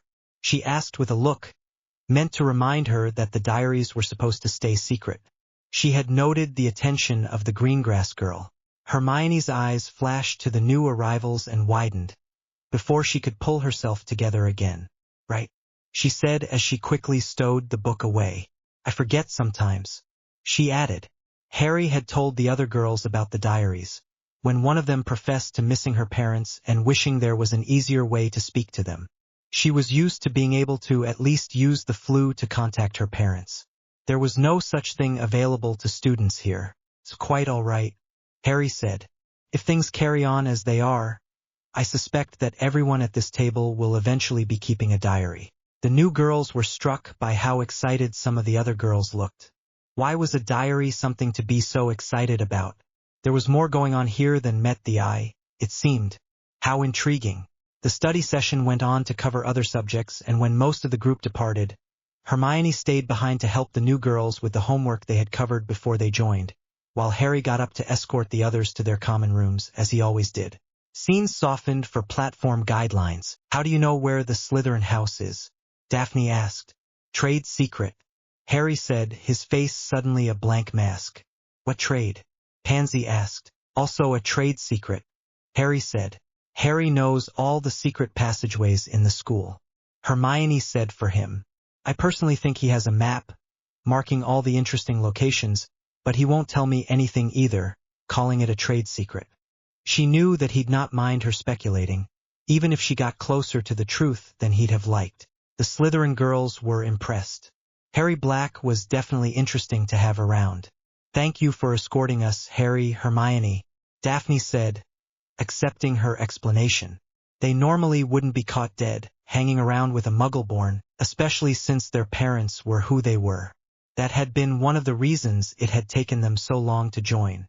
Fortunately, they could claim they were using her for her obvious intelligence like any good Slytherin would, so they had finally made the decision to join. They were not disappointed with the choice. Harry was insightful and intelligent, while Hermione herself was a wellspring of information, learned in class and in these study sessions. Their own understanding of the subjects covered were quickly and easily expanded on, and they had no doubt the group would eventually all be at the head of the year. No problem, Harry said as he bowed and greeted them in his usual manner. Let us meet again tomorrow, he said with that roguish smile of his. The girls actually blushed and quickly made to enter the common room, but had to wait for the others to leave before they could say the password. What have we here? A voice said from inside the Slytherin common room. A couple of pretty first highs, out for an evening walk? It was one of the Slytherin 7th-year boys. The girls both froze. The rumors had made its way through the entire school, and the girls were suddenly afraid. The common room was empty, besides the one boy now standing in front of them. Suddenly he had his wand in his hand. The last thing they remembered hearing was Stupefy, Chapter 4, and see disclaimer on Chapter 1 and 2. Oh boy, it seems I was being too vague. I realized duplicated food is temporary. That's why Harry left the duplicated stuff for his family and kept the real food for himself. They needed the diet anyway. I'm taking the time to say it here, since I'm not able to reply to reviews currently, for some reason. Chapter 4. The next day, the girls both woke up in the infirmary. Daphne was the second to awaken, and she heard soft sobbing coming from the bed next to her. She looked over and saw Pansy, curled up into the fetal position, softly sobbing. Pansy? She asked. The other girl did not respond, but her body started shaking more. You're awake? Then, the voice of her head of house asked. Scenes softened for platform guidelines. Scenes softened for platform guidelines. Who? Daphne asked. The only people that were around were herself, Pansy, and Hermione and Harry. Was it Harry? She asked. Indeed, Snape said. He was not in a good mood. He thought he had weeded out the last of the boys who liked to play with little girls. The boy has been taken into custody. Somehow he had ingested some Veritaserum and was telling any and all who would listen about what he had been up to. Scenes softened for platform guidelines. He was unable to do anything besides vanish your clothing. Snape assured her. This does mean that Mr. Black found you in a state of undress. Fortunately, the debris missed both of you, but the boy wasn't so fortunate. Debris? Daphne asked. Mr. Black didn't know the password to the common room, so he decided to use a bombardment hex to gain entry. Snape said. Daphne sighed a sigh of relief. The boy will be punished. Unfortunately, I am not in charge of sentencing. Otherwise, he'd be castrated by a blunt instrument. Snape swore. Mr. Black was not able to explain how the Veritaserum was introduced to his system, or how both his arms and legs were broken while you two remain safe, but I suspect the Aurors will take full advantage of the situation, with him unable to lie, since it is illegal to dose a criminal, but not to use the opportunity once it has been presented. Snape had a victorious, predatory smile on his face, which set the girl's mind to rest. Why is Pansy crying? Daphne asked. If they were rescued in time, she should be relieved, right? I don't know, Snape said. When she first awoke, she was relieved like you, but since she has fallen into some sort of depression. I told you to let me know the moment she woke up, Madame Pomfrey stated angrily as she moved past the professor to check on the girl. How are you feeling, dear? She asked Daphne. I think I'm all right, Madame Pomfrey, she said. She was still worried for her friend. That's good, the matron decided. I'll be keeping you here for the rest of the day, to make sure there aren't any emotional issues, she said, glancing behind her at the crying Pansy. Poor dear is in shock, she explained. But nothing happened, right? Daphne asked. But something could have, Pansy suddenly wailed. If it hadn't been for Harry, she trailed off with a soft whimper, before she started crying all over again. Daphne suddenly found her own emotions brimming, and soon she too was crying as she realized what had been about to happen to them. Harry was in a foul mood and was not speaking to anyone. Had this been going on before and he was just too stupid to realize? He had spotted the people going in and out of the Slytherin common room and had thought it was just a couple of teens taking the opportunity for some friendly playtime in a convenient private location. When he noticed that the girls that he had noted weren't ever on speaking terms with the boys in question, he started wondering. When he noticed the same boys with other girls who they also weren't talking to, he had taken his findings to Snape, assuming he would be able to intercede. It was his bloody job after all. When they left Daphne and Pansy, he had placed monitoring charms on them on a whim, only for them to send him an update that worried him when Harry was only a couple of hallways away. He had to explain some things to Hermione as he ran back. Things he'd have preferred to keep to himself, but he had little choice. When he had blasted through a wall to gain entry into the Slytherin common room, considering the door was more protected, he saw the bigger boy looking up at him in shock, wand still in hand. Harry's magic had erupted from him with a vengeance. He hadn't even directed it voluntarily. The boy suddenly screamed in pain as both his arms and legs bent the wrong way, with a sick crunching sound. Hermione, who had been following him, had screamed, but Harry directed her to go cover up the girls. She understood instantly what had happened, though, and pulled herself together and did as instructed. When Harry handed her 2 blankets he had just conjured, she didn't even question it. Now he was wondering what to do about the rest of the school. Not all evildoers wore a green tie after all. The others around him had noted his mood and had given him space, especially when Hermione warned them off. There were many concerned looks, and rumors of what had happened were already spreading. The professors didn't know what to tell the children, since the headmaster didn't want this leaked. If it got out that the school was not secure, parents would lose faith in not just it but him too. By the end of the day, Harry had finally decided on a course of action. When he disappeared, the girls were all worried, and Harry wasn't seen until the next day, when he walked into the Great Hall during breakfast. He marched up to the professor's table and spoke to them quietly, before turning on his heel and walking out again, with the heads of house and Dumbledore following along. When Harry led them into an empty classroom, Harry stopped. "Professor Dumbledore." "I'm sorry, Professor, but this is for the heads of the house only." "Harry, my boy," Dumbledore started. "This is not negotiable, sir. It is a matter of security, and I'm afraid I have to claim the right of keeping family secrets private." Harry interrupted him. "But surely, if you're sharing something with the heads, you could share it with me?" Dumbledore tried. "I have the right to choose who I share this with, and for now, I am already reluctant to tell the professors I have here. If you'd prefer, I could rather not give them this at all?" Harry asked. He didn't care that he wasn't talking like a small boy should. This was more important. "Albus," McGonagall interjected. "You know full well that you are not allowed to ask for this," she exclaimed. "It's not done," she insisted. Dumbledore looked at her, and an inner debate seemed to take place. He didn't like not knowing what was going on. He also didn't like what had been happening at his school. If Harry had an idea of how to keep the children safe, he would not deny him the opportunity to help them. "Very well," he finally said, "but I will need a report on it." He tried. When McGonagall made to object again, he clarified, "No specifics, of course. I just need to know that what was discussed isn't dark or potentially harmful." Harry interjected this time. "That should be fine." He agreed. Then he shut the door in Dumbledore's face. "That is not how you are supposed to treat the headmaster of the school, young man," Pomona Sprout, head of Hufflepuff, insisted. "Until the headmaster stops hiding the facts of what has been happening to young witches in this castle, I'm not inclined to treat him with respect. The parents have a right to know," Harry said. To his surprise, all the heads seemed to agree with him. Even Snape nodded along. Harry took that as a good sign. "Okay," Harry continued. "So you all know about what has been happening in Slytherin House, right?" "Intimate assault," Phileas Flitwick stated irrevocably. "I was pleased to hear that Professor Snape put an end to it, but I had hoped he'd be more thorough."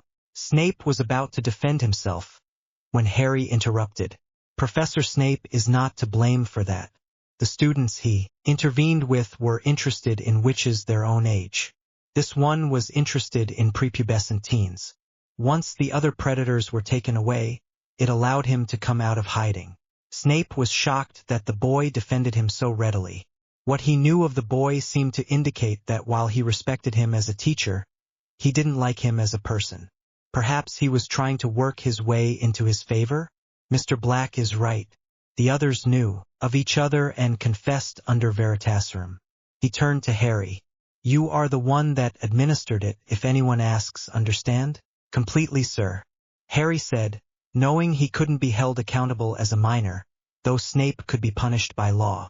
"I have a large stash of the stuff in a hidden location." Just let me know if you want someone's pumpkin juice spiked. Again. He looked him dead in the eye, but only in cases like these, right? Of course. Snape said. He knew the boy wouldn't be party to casual use of such restricted substances if it wasn't for a good reason. At least he had volunteered to be his alibi. Could prove useful. Now why are we here? He insisted. Harry nodded, allowing the change of subject. The other heads were shocked by the byplay. When had Severus and young Harry become so used to each other? They wouldn't use the word close, but it was like they understood each other to a degree. The reason I wanted you all here is for this, Harry said, bringing out 4 pieces of parchment. He placed them on 4 tables around him and tapped them each once. An illusionary image appeared above all 4 papers. These are all your houses, Harry said. Common rooms and dormitories. It will show you the location of your students when they are there. I will leave it to you to keep track of who is there and who is not. Where did you find these? Flitwick asked. This was a masterwork of charms. I made them, Harry said. When all 4 heads of house looked at him in astonishment, Harry held a hand up. Don't ask how. It's a family secret, so you'll have to keep their existence a secret. You'll also find that the magic is protected by a charm for such things. If you try and tamper with it, the magic will be destroyed and I'll not make you another. McGonagall looked at Harry in pride again. This is a wonderful gift, Harry. Did Remus show you how to make this? She asked. Yes, Auntie Min, Harry said with a smile, even as the others looked at her in shock at the casual use of his first name and his familiar response. He made the original, which shows the whole school. You've got one that shows the whole school? Phileas asked. This was amazing. He couldn't believe he had missed that the boy was such a prodigy. Why not give us all the ability to watch the entire school? Because I need you all focused on your own houses, Harry said. With a whole school, you'd be tempted to intervene in other people's business. I will make sure Auntie Poppy has one that shows the whole school as well, for medical purposes. Harry then took out 5 books. These books are all linked. There's one for each of you and Auntie Poppy. You may coordinate with each other using them, but this is also a family secret, so you may use them, but not tell anyone, nor try to unveil the magic. What do you mean they are linked? Snape asked. Instead of telling them, Harry handed one to each of them. They were charmed before Harry bound them in the appropriate color. Leather. Poppy's was white. He had them open the books on the first page and took out his fountain pen. He wrote the word, hello, on the first page, and the others watched as Harry's scrawl appeared on their pages. See? Harry asked.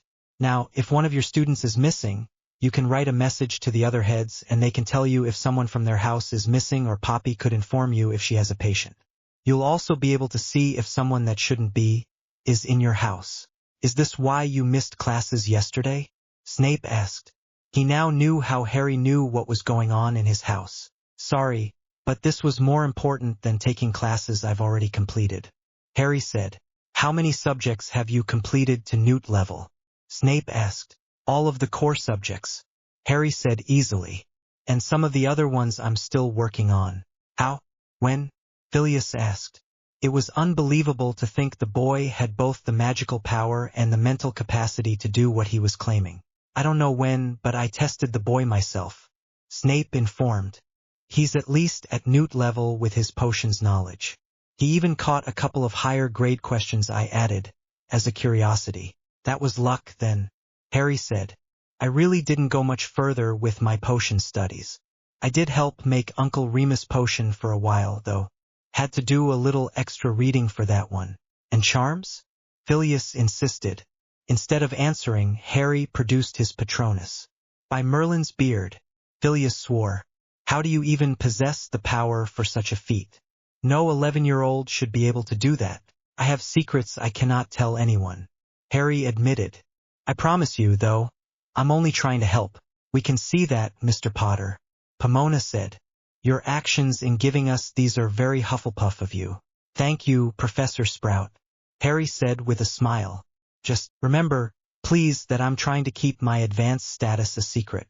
He turned to Snape, besides a certain potions professor who told the entire class I was ahead of them so that they'd bother me with questions instead of him while I was studying other things. I'd prefer to keep a low profile while I work on my own studies without constantly being bombarded with questions. It's your own fault for answering the questions, Snape said with a victorious smirk. You could have ignored them. Now, you don't have much of a choice, and I have one class that isn't as much trouble as the rest. How are you so advanced, though? Phileas pressed. The boy was an enigma he needed to solve. Trade secret, Harry said. I like to just consider him an enigma, Snape said. He doesn't even boast like his father would have done. You do realize that, while I don't bear their name, I don't like it when people insults their memory in my presence, right? Harry asked with just a little bit of the prankster creeping onto his face. Deal with it, Snape said easily. You know I hated your father, and you ensured that I heard you while you discussed it with Granger. At that Harry's face showed only a moment of shock. Thought I wouldn't realize, did you? I had hoped, Harry admitted. The fact is, you knew my mother best, and I would like to learn about her, but I knew you didn't see her in me at the time. Harry looked him dead in the eyes. Then, admit it. Since then you've been able to see I'm not my parents. He dared. Snape didn't answer, though he had to admit to himself, neither James, not Lily would have been so upfront about it. Try as he might, he couldn't see the boy's father in him anymore, and he reminded him much more of his beloved Lily these days. Either way, we cannot allow you to skip classes without punishment. If you wish to remain unnoticed, you'll need to be punished. It is unfortunately as Professor Snape says. Flitwick aloud. Detention with me for the next week and 50 points to Gryffindor for the book and map. He'd find out more about the boy during their time as he tested his skills. Same here, McGonagall and Sprout said at the same time. Me first, Sprout quickly added, with a victorious grin as Minerva responded a second later than her. Fine, McGonagall said. She intended to use the time to advance his transfiguration skills. She already knew his secret after all. I'd rather just give him detention, but I suppose the magic he has given us access to will help us protect our students better. 150 points to Gryffindor for the items and the rescue of the two ladies. 100 points from Gryffindor for the destruction of school property and 50 points for every person you helped stop so far. So 200 points? Phileas asked, calculating in his head. Snape shrugged. He was looking at the Slytherin common room, where he saw someone who wasn't in the Great Hall. How do I deactivate the map? He asked Harry. If he was supposed to keep it a secret, he couldn't very well expect to walk through the halls with it active. Current passwords are set to the words open and close, accompanied with a touch from your wands. You can reset them using the same way the common room passwords are changed. Harry said, close. Snape said, doing as instructed, and then picked up the map and folded it before stowing it in a pocket along with the book, which he shrunk. Thank you, Black, he said as he walked out. You're welcome, Professor, Harry said. You and he are on much better terms than I'd have thought. McGonagall said. Did you charm him? She asked suspiciously. Not with magic, Harry replied. Then he got another look in his eyes she didn't like. Why do you look like you're planning mischief? McGonagall asked. She'd seen that look one too many times in her life, and a lot since she started visiting Grimmauld Place. Harry had been learning from the remaining Marauders after all. Well, I do have 350 points to lose now, Harry explained. Or you could keep them, McGonagall insisted. She knew he didn't care about the point system, but it was how people knew that someone did exemplary work. If people noticed the points going up, they would ask how it happened, and then they'd know who to emulate. It's been years since we've won the House Cup, but that's not something I care about, Auntie Min, Harry said reasonably. It would also be unfair to the other houses if I pulled in that load of points on my own. Flitwick and Sprout seemed to agree, though they worried about the consequences of a boy with so much magic, on the lookout for things to do that would lose him points. After their impromptu meeting, Harry went to the infirmary, where he presented Madame Pomfrey with her map and book. She was very grateful for the useful items and promised to keep the map safely locked up in her office. She did have a special storage space which only the matron could access. It was set up that way from the days of the founders as she understood it. Before she put the map away, she noticed something and mentioned it. Is there any specific reason why you aren't showing up on the map? She asked. Why would I give anyone the power to track me? Harry said with a smile. I get up to way too much that I don't want people catching on to. Harry, she said dangerously. This will only be a useful tool for me if I know for a fact everyone is on it. Harry considered it, then offered, do I have your healer/patient confidentiality on it? To only use it to look for me when there is an actual emergency that needs my assistance? No, you don't, she said instantly. But I can promise not to report you if I see you being out and about doing Merlin knows what. I can't betray your confidence in me that way, after all. I know you have priorities that are more important than following the rules here. Harry considered it some more. There were times that he'd rather not be known to disappear, like when he went to the room of requirement. That was an asset he wasn't sharing anytime soon. I tell you what, he decided, I will make it so you can see me whenever I'm specifically not on my personal mission or projects that require secrecy. Would you ever be on the map then? She asked. Most of the time, actually, Harry said. I've not started with some of the things I'm planning, but there are areas of the castle where I intend to spend time that don't appear on the map due to the magics of said areas, or because they are specifically hidden. He said evasively. She sighed then. I suppose it's better than nothing, she said. One day you'll have to update the map to include those areas, though, so that I can be certain that I know exactly what is going on. At least I know that I'll be able to look for any strange behavior, like people being out of bed after curfew. The things that have been happening in Slytherin House worries me. You and me both, Harry said as he started working on the magic in the map.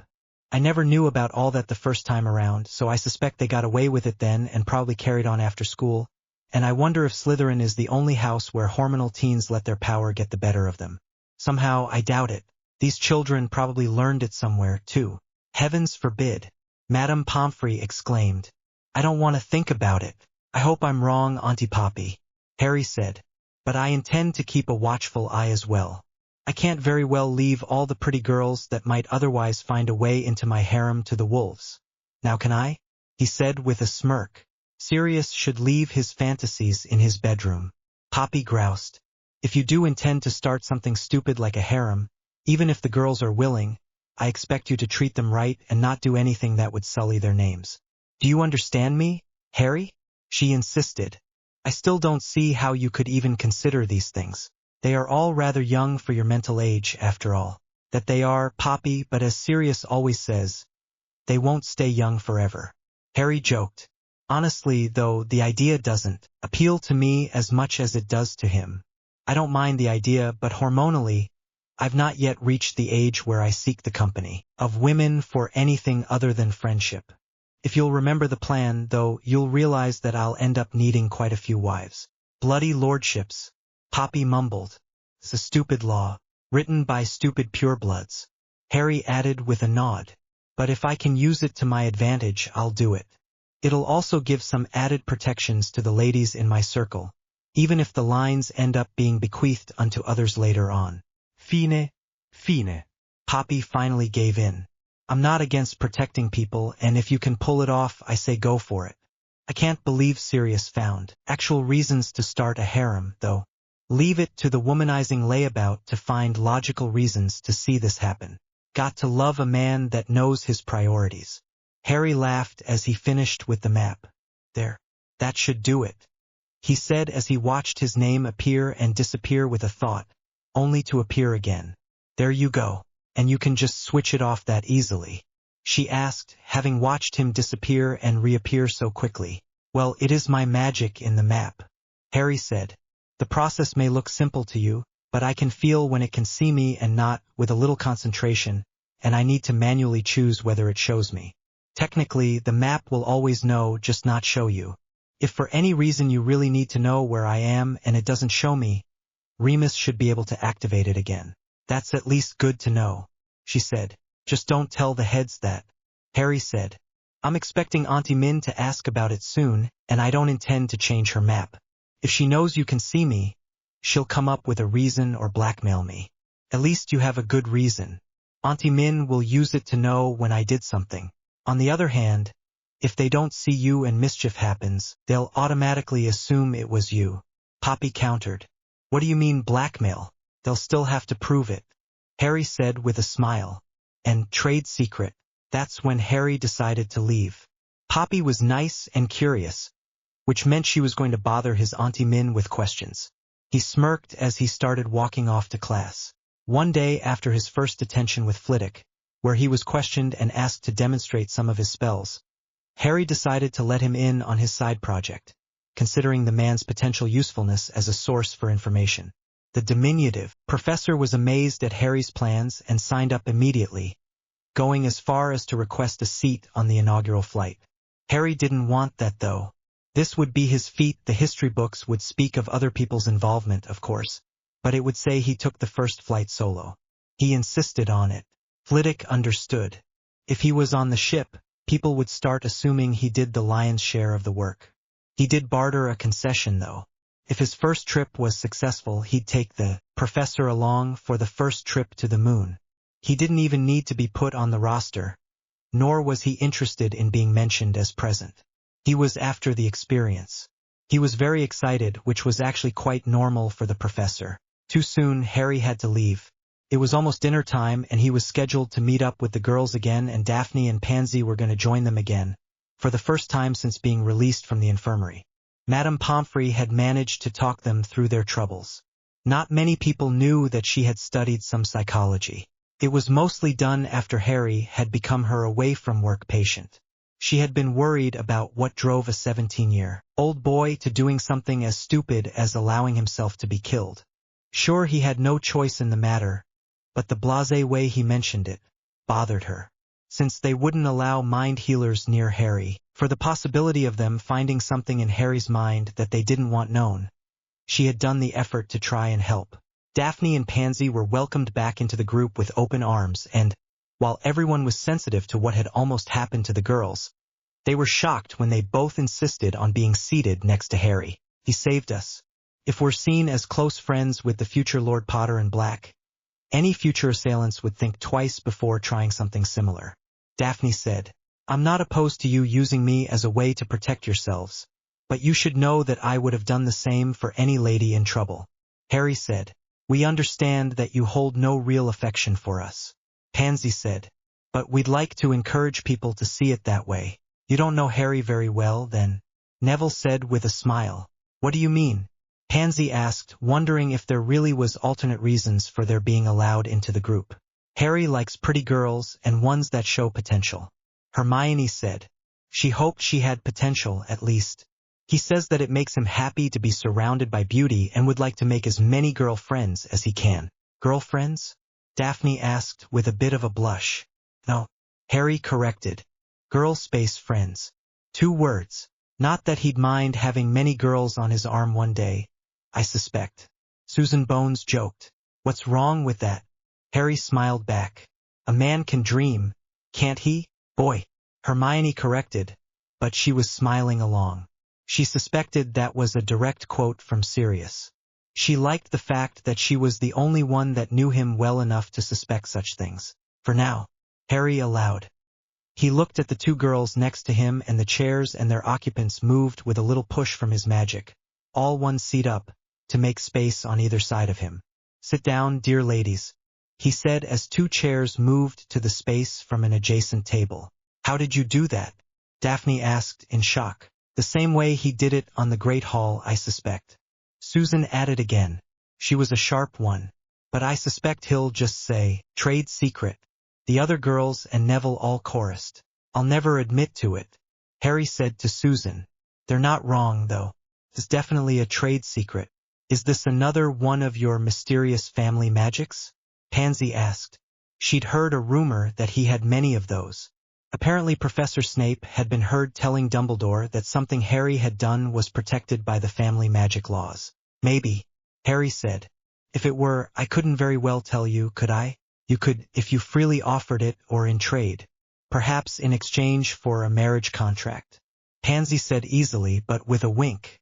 She wanted to be his friend, and if she could play along with the rest, she'd do so. Oh, that's right, Daphne said. He's going to need 2 wives for his 2 lordships, right? Hey, Sirius might still find a nice girl. Harry objected. As I understand it, he's found many nice girls. Hermione joked. That is the downside of being known as a womanizer, I suppose.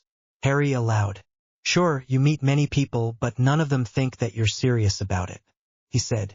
Remus keeps on telling him he needs to start friendships first. That way, if things don't work out, you still have friendship to fall back on.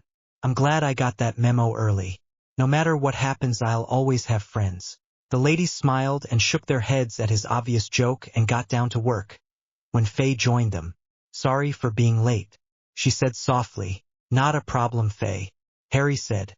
We were just about to get started. And that was that. Harry started in on his own work and the girls started working on their homework. Whenever Slytherins were close by, Daphne and Pansy would smile and engage Harry in some conversation. They'd shove him playfully when he made a joke or reprimand him when he swore, with exasperated expressions on their faces like they did it all the time. Hermione had finally stopped telling him to watch his language, but he suspected she knew he was doing it on purpose, when their eyes met one too many times after he swore. At this point it was a game of wills. He wanted to get her to swear, and she refused to get pulled into his delinquent behavior. In all, their strategy of becoming closer to him served his purpose as well, since they were getting used to being in each other's personal space. When he escorted them to their dormitory, they asked the other girls to stay back, while Harry walked them to the entrance. They gave the password while he could hear, and when he looked at them with a question on his face, Pansy said, Professor Snape doesn't want you destroying the walls again, so he asked us to make sure you know how to enter properly. The fact that it was said with witnesses in the common room was the whole point. Harry bid them farewell in the usual fashion and then left. He placed new charms on them just in case. Nothing happened that evening, fortunately, and life settled back into a Prope RHYT Emma. Harry had slipped away a few times and had almost perfected his latest broom. It was made of aluminium. Harry had asked for Sirius to go buy him an aluminium baseball bat, which he had transfigured into the correct form. The stirrups were also made from aluminium and merged seamlessly into the staff, but this broom had no bristles. He could always add them later since it wouldn't feel right without them, but until the product was complete, they'd only get in the way. For now, though, he was testing a new item in conjunction with the broom. He was trying to diminish his wind resistance and, since he already knew the runes for it, he had worked out a warding scheme that would make a dome around him that should negate wind resistance entirely. He waited for lights out and then opened the window once the others had started snoring. Said window was conveniently located right behind his headboard, just as planned, for this very reason. Harry's curtains were drawn around his bed, as usual, and he'd put up a silencing charm, which he normally couldn't leave up, since he needed to know if something was going on in the room. When he was set, he mounted and slowly took off, before slowly accelerating out the window. Once he was clear of the window, he started increasing his acceleration until he was doing laps around the castle at incredible speeds. He didn't feel the wind at all. All he felt was the acceleration, but that wasn't the point. He howled at his success and continued with his plan for the night. A short while later, Sirius was suddenly awoken by a bucket of ice-cold water being dumped on him. What? He spluttered as he jumped up. Moony, you sick? He had finally looked up. Harry, what are you doing home? Testing the new flight systems, Harry said with a smile. Took me under 40 minutes to get here from Hogwarts. That fast? Sirius asked as he pulled off his wet nightshirt. How is that even possible? I mean, last we chatted, you had an idea about bypassing the wind or something. It's called aerodynamics, Remus said from the door. He had heard the exclamation, of course, and had immediately come to check. He was surprised to see Harry, but it wasn't completely unexpected. Harry would always have come here once he'd had some success, and he was testing his toys for a while now. I'm assuming you're one step closer to completion? He asked Harry even as Sirius finally remembered he was a wizard and dried himself, the soaked bed and nightshirt with his wand. Only one step closer, Harry said with a smile. I should probably leave before Poppy calls you to come unhide me from her map. How did that go over? Sirius asked. Like we expected, Harry said. Everything is protected. Flitwick decided detention was a good way to test me, and the other heads all decided it was a good idea. I've got 350 points to burn, and Poppy insisted on a way to see me. So, almost exactly as planned. Sirius allowed. He really thought Poppy would not allow Harry to hide at all, but considering it was Harry's map, he'd have the leverage on the negotiation.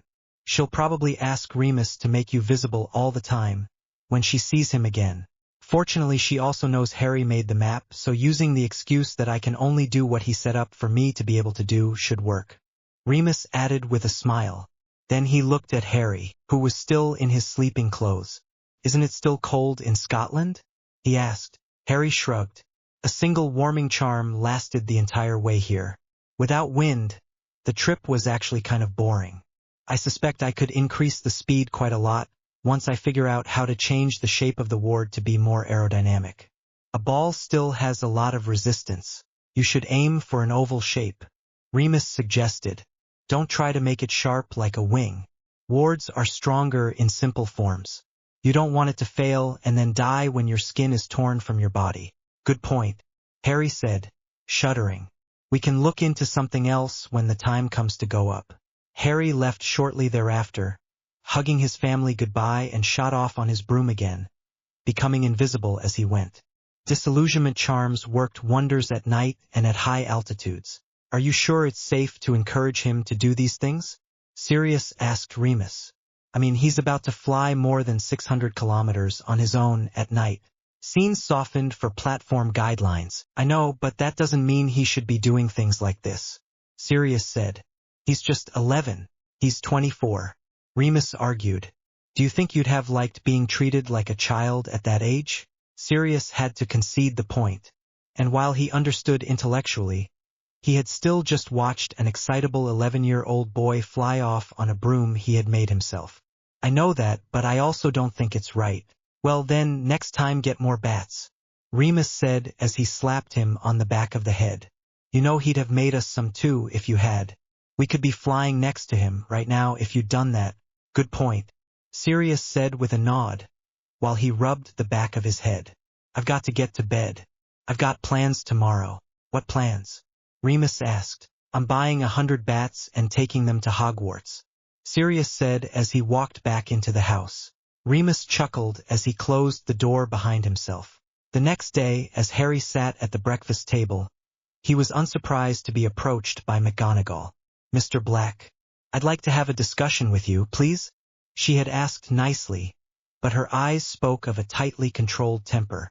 It was the patented strict face 5. Many would simply admit to wrongdoing at this point, but Harry was made of stronger stuff. Could it wait till after breakfast?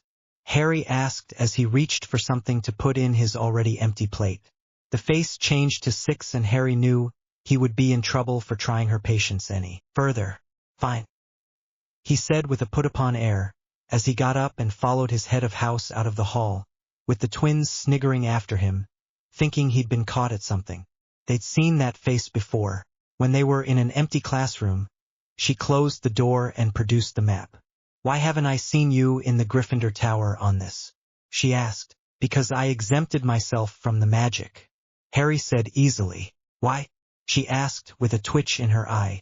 That was strange. It was a sign of real anger. Concern. Maybe? I didn't think it was necessary, Harry said. You know I'm not a child, Auntie Min. I don't need you watching when I am or aren't in the tower.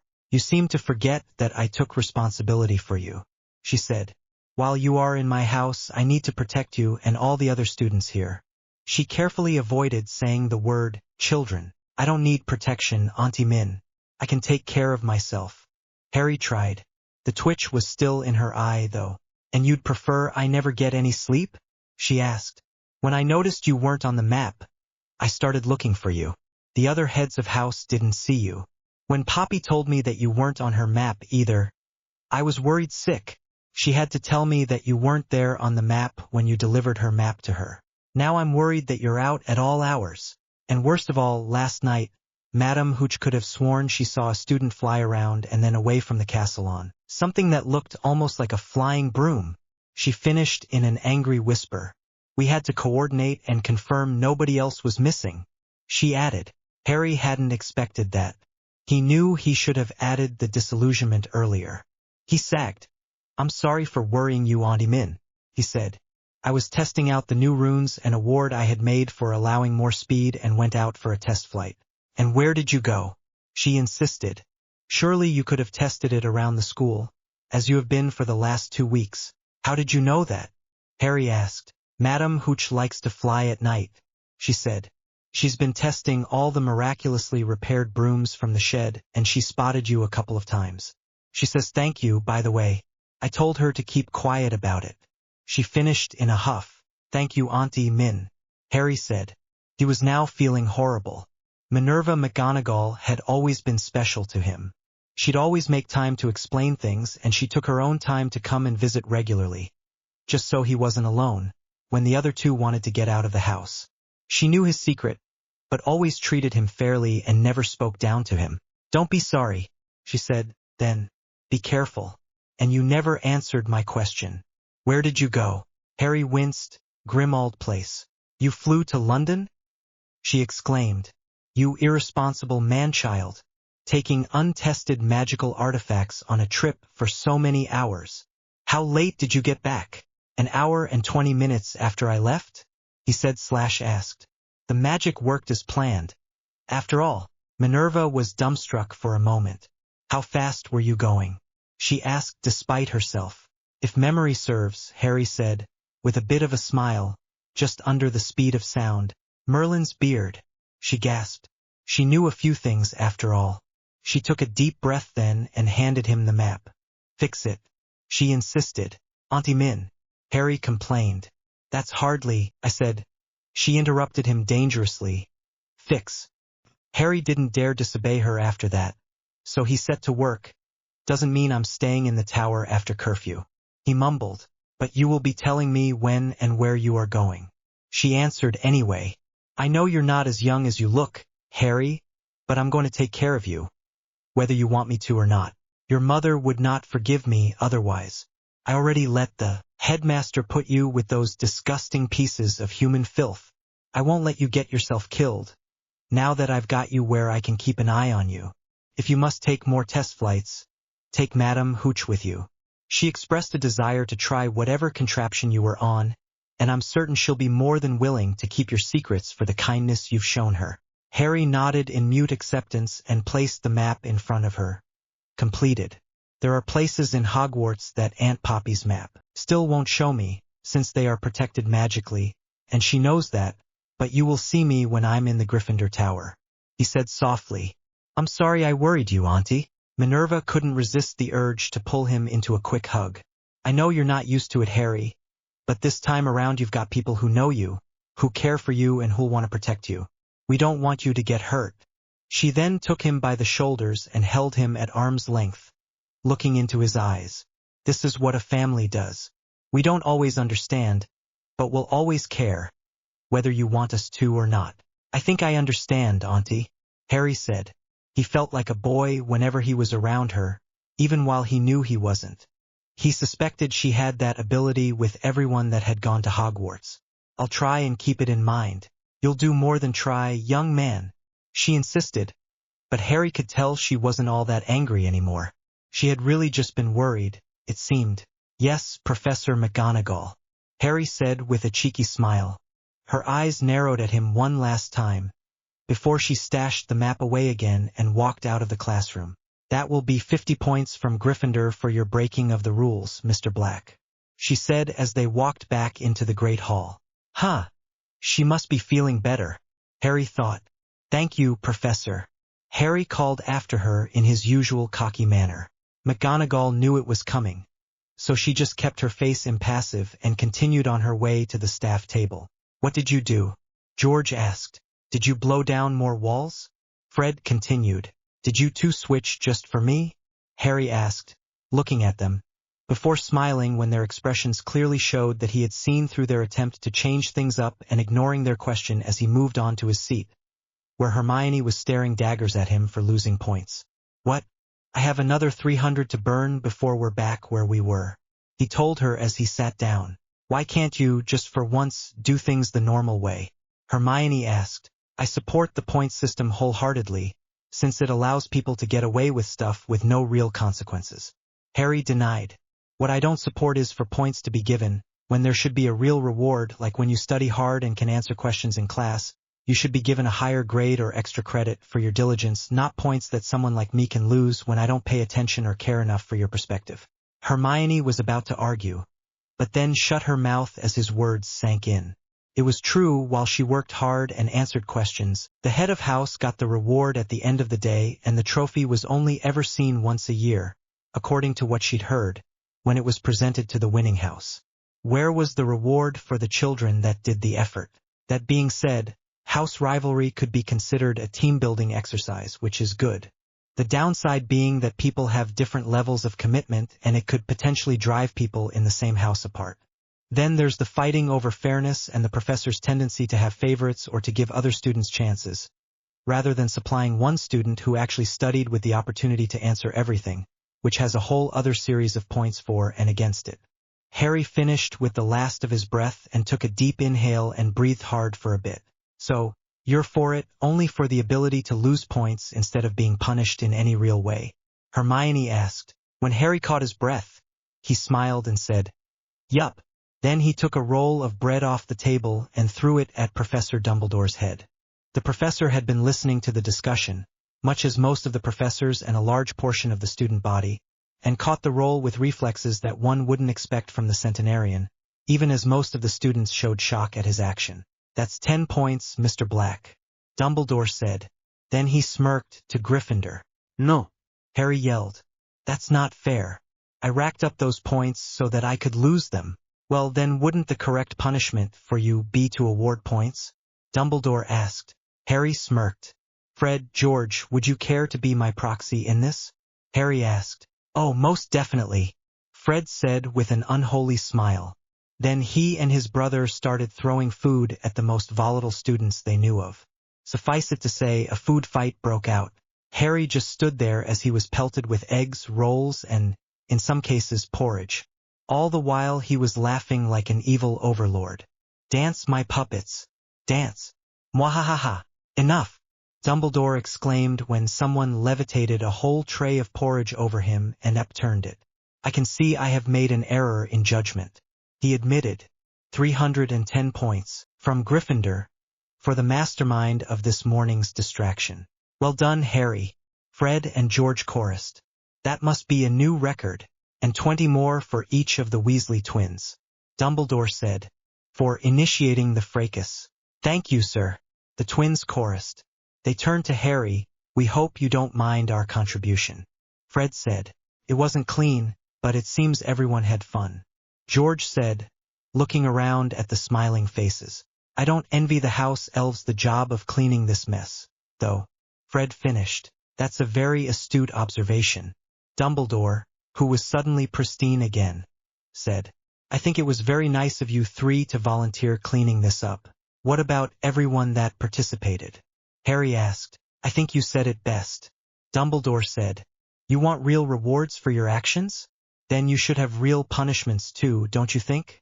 You decide to become fair at the worst of times," Harry said. "Still, it's a step in the right direction, I suppose. I can take one for the team. You can let the twins off the hook, though. They weren't, as you put it, the mastermind. They were happy to enact your subversion of the proposed punishment," Dumbledore said. "I wouldn't want to encourage such behavior." Harry turned to them. "Sorry, guys," he said. "Oh, I fully blame George for this," George said. "But you're George," Harry said. "Seriously, how do you know that?" Fred exclaimed as he brushed some bacon bits off his shoulder. "Trade secret," a chorus of voices around the hall said. "You heard them," Harry said with a smile. The cleanup was over rather quickly. Harry had the twins go fetch the implements to start the cleanup, and when he was alone, he used his magic to summon and vanish every last scrap of food in the place. When the twins returned with the mops, buckets, and a shovel, the hall was sparkling clean and Harry was nowhere to be seen. "You don't suppose we could join his team, do you?" Fred asked. "We'd have to change gender, I suspect," George said. "The only male in his group is Longbottom, and he's harmless." Chapter 5. End. See disclaimer on Chapter 1. Chapter 5. A couple more months had passed and Harry was struggling with a decision. He didn't want to upset McGonagall again, but he had a mission to complete. He had decided it was time. It was a week before Coral made a move on the stone and he needed to set his own trap. He had decided that, instead of taking the stone since he didn't want it anyway, and he suspected the real one was hidden elsewhere, he'd mess with the current protections so that a well-meaning group of first-years couldn't pass the test if they tried really hard. He ended up telling his Auntie Min that he would be indisposed for the evening and that he was going on his primary mission. She resolved to spend the night in the infirmary, so that her and Poppy could keep an eye on him. Harry even decided to let her map follow him. He went to the 3rd floor with his new broom in hand and entered the room, with a negligent unlocking spell at the door. Fluffy was wide awake instantly, but Harry held him at bay with a small amount of force. He jumped down the hatch and used a bit more force to break through the devil's snare. They were even stronger than Fluffy. Harry wondered if that was the idea. Escalating levels of difficulty? He shrugged and continued on to the room with the keys. His magic easily snagged the one he needed and he opened the door. It seemed the key itself was protected, but the wings were vulnerable. Shrugging at how easy that had been, Harry mounted his broom and shot over the chessboard. The troll was simple as well, 5 seconds. Of force did the same no matter how big the humanoid. Another 5 seconds of force and it would stay down for the rest of the plan. Scenes softened for platform guidelines. He quickly set to work setting up his own trap. A couple of minutes later he was done. He mounted his broom again and then flew back to the fire room. There he added to the contents of every vial a nifty toxin he had serious pickup for him. It would paralyze the drinker for a full week. It also had an undetectable scent and taste. Harry didn't know, nor did he care what the combination of whatever was inside would do once drunk. The troll was still out, so Harry moved past it. Outside its door, however, Harry set a trap which he chuckled about. The chess pieces were not happy at being ignored and apparently quite violent when he got to them. No longer were they bound to the chessboard and they all attacked him at once. Well done, Auntie Min, Harry thought. He mounted his broom, however, and spent a couple of minutes adding reinforcement runes to the chess pieces. He remembered the broken pieces from the last time around. If the chess pieces couldn't kill each other or be destroyed, there'd be no easy way to pass for Coral, like last time.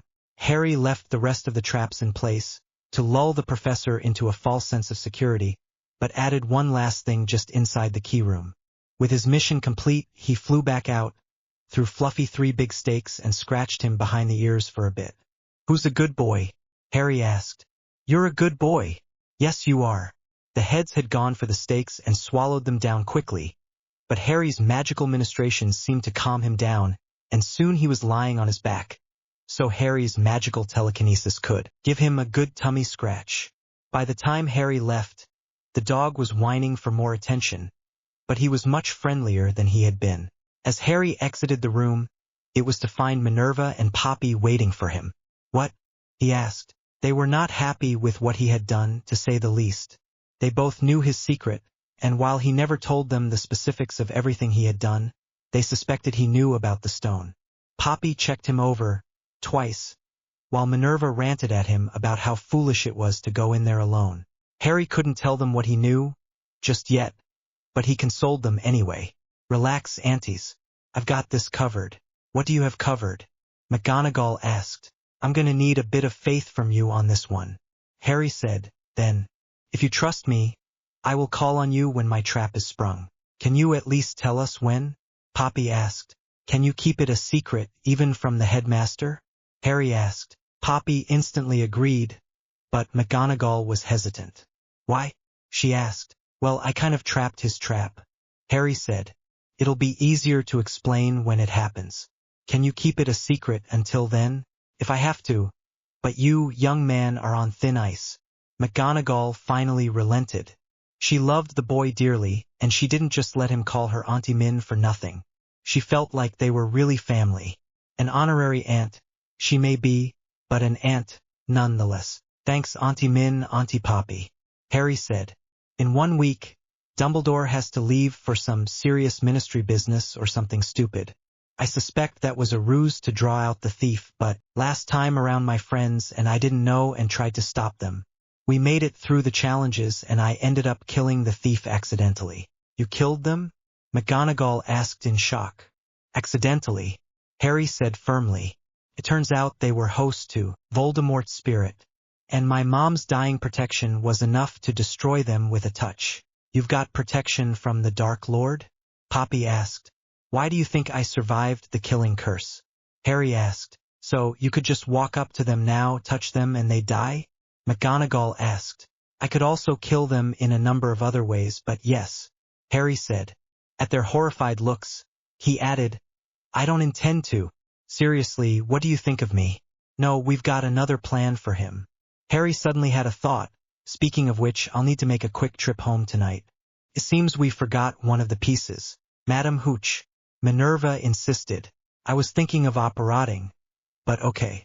Harry said easily. I'd love to show off a bit. On second thought, Minerva started. But Harry was already running out the door excitedly. You know he set you up for that, right? Poppy asked. I'm starting to realize. Minerva said. That boy will one day give me a heart attack. Not while I'm around he won't. Poppy insisted. Your heart is strong as ever, at least it was at your last checkup. When is your next appointment due again? Minerva sighed. Now I suspect, she said. Harry had made it to the dormitory to go fetch a backpack. It had a bit of magic to make things lighter and the inside bigger, and it had something very special inside. Gifts for his family. He left again, ignoring a softly asked question about where he was going from Neville, who had awoken at the door opening earlier. He could explain later. He did shoot the sleepy boy a grin as he went, and Neville was asleep again in seconds. Harry was just pranking someone again, no doubt. It would be a fun distraction tomorrow, but right now sleep was more important. Harry was halfway down when he realized he had a broom. He reached into his backpack and looked for a window. Soon he arrived at the Quidditch pitch and, sure enough, Madame Hooch was flying on one of the brooms he had fixed. She really must have loved the sport. Madame Hooch, he called as he approached so as not to scare her. Mr. Black? She asked, recognizing him even in the darkness. What are you doing out here? I'm going on a field trip, Harry said. Auntie Min said you asked about joining me next time? Are we going now? At this ungodly hour? She asked. Of course. Harry smiled. What better time to fly on the fastest brooms on the planet and keep it secret? Rolanda Hooch had known there was something special about this boy when he first arrived for flying lessons. She was saddened when he didn't show any kind of love for flight, but she could tell he was talented, even as he held back to encourage his friends. Now she realized why. He wanted to do things his own way. He probably felt the school brooms were lacking. She could respect that. Let's first get into something warmer, she suggested.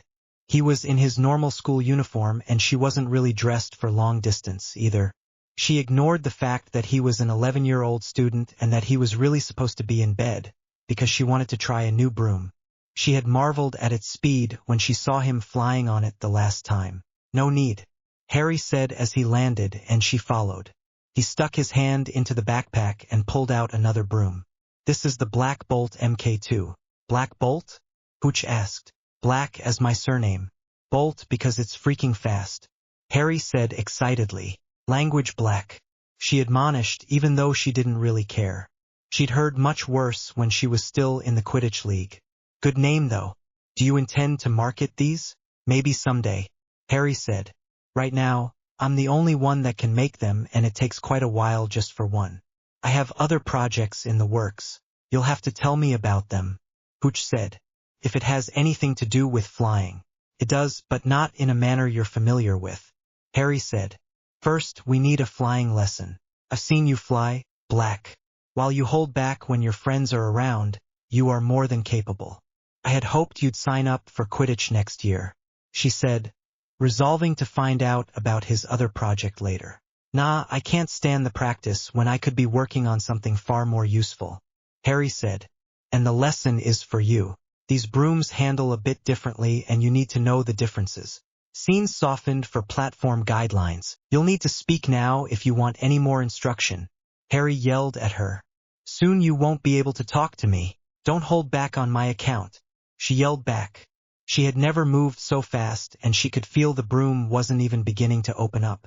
Let's fly, She added with a mad gleam in her eyes. Don't say I didn't warn you. And don't accelerate too quickly. It will be impossible to catch you without hurting you at the speeds we're about to move. Harry said as he slowly put on the speed. He couldn't do disillusionment spells right now, since he needed to hide some of his skills, but he doubted anyone would be able to see them at the speeds they were about to fly. He slowly added to his acceleration and soon they started moving twice, 3 times, 4 times the speed he had reached before. Hooch was laughing, but realized that Harry couldn't hear her. While she could hear herself, whatever magic was in play stopped her voice from reaching him. She suspected. She'd have to ask him about that later, too. 10 minutes later, Harry led the flying instructor into Grimmauld Place. I can't believe we made it to London so quickly, she exclaimed, forgetting it was the middle of the night. Who's there? A grumbly voice called from upstairs. It's me and Madame Hooch. Harry yelled back up. Rolanda? Sirius asked as he appeared at the top of the stairs. I haven't seen you in ages. How are you doing? Hooch was silent for a moment, before she smiled at him. It seemed friendly, but Sirius stopped in his tracks on his way down. There was something dangerous in her smile. Not since you slept with my niece and gave her the slip the next day. Seriously, serious? Harry asked. Who didn't you sleep with? Are you sure there isn't an heir out there already for the Black family? Yes. Sirius responded to Harry after a moment. Then he turned to Hooch. She told me she was 21. He objected. She was 24. Hooch exclaimed. Exactly. She was way too old for me. Sirius defended himself. Since she lied to me, I was well within my rights to withdraw. Why would her age matter? Hooch asked. She still looked like she was in her late teens. She was hot, Sirius said in thought. How is she doing these days? Happily married. Hooch said dangerously. How happily? Sirius countered. Could you two do this later? Harry asked in exasperation. I'm here for the, object. What object? Sirius asked. You know, the container? Harry said, looking at Hooch quickly and back. Sirius finally caught on. Oh, right. Yeah, we finished that ages ago. We thought you'd be by when you remembered. Harry rolled his eyes and waited as Sirius looked at him and cocked his head to the side. What? He asked. Harry sighed. Where is it? He asked exasperatedly. Oh, right. I'll just go fetch it then. Sirius said lamely as he walked off. Sirius, where is Remus? Harry called after him. Full moon. Sirius called back. He's in Texas with the other wolves. How's that side of business going?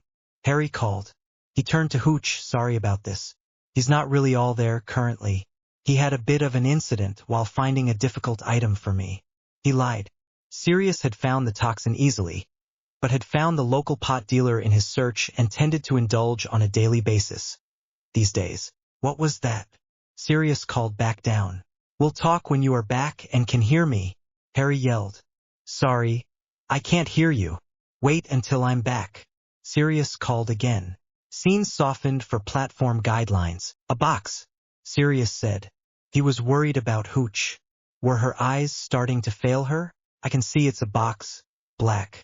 What do the runes do? She clarified. Oh, I see. Yeah, it's hardening, protection, repair, repelling. Basically anything that will keep the box and its contents intact. Sirius explained. Can't you shrink it? Harry asked. He didn't think he'd be able to carry that thing comfortably otherwise. Of course we can shrink it, Sirius said. Why do you ask? Why were you carrying that huge thing if you could shrink it?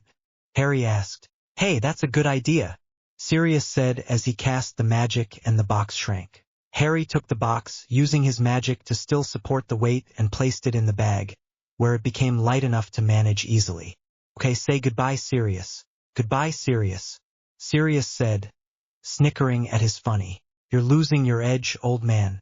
That was weak, Harry said, turning around and left the house with Sirius following to the door. I was going to give you gifts, but then you had to go and make that joke. Is it the items? Sirius asked evasively, suddenly acting more awake. Come on, Harry. I was just kidding. Harry seemed to contemplate it, before he finally reached into the bag and handed 2 wrapped packages to the man. You know what to do with these, right? We've had this conversation, Harry, Sirius said. Then he smiled giddily. I can't wait to try this out. Not until Mooney is back. Harry said. You're not fit to fly right now. Sirius was about to make a statement, when Harry gave him a look that didn't belong on a child. Don't make me punish you, he threatened. Fine, Sirius finally said. I'll wait for Remus. But you're never threatening me with that again. What was your niece's name? Harry asked Hooch. Maggie. Hooch supplied easily. Should we bring Maggie and her husband to dinner sometime? Harry asked innocently. Bless Hooch, because she instantly caught on. I'm almost certain her husband would appreciate the opportunity, she said with a smile. He's a hit wizard with the Bulgarian ministry, you know. I'll set things up, Harry said, smiling at Sirius behind them, before mounting his broom and taking off. Hooch soon followed.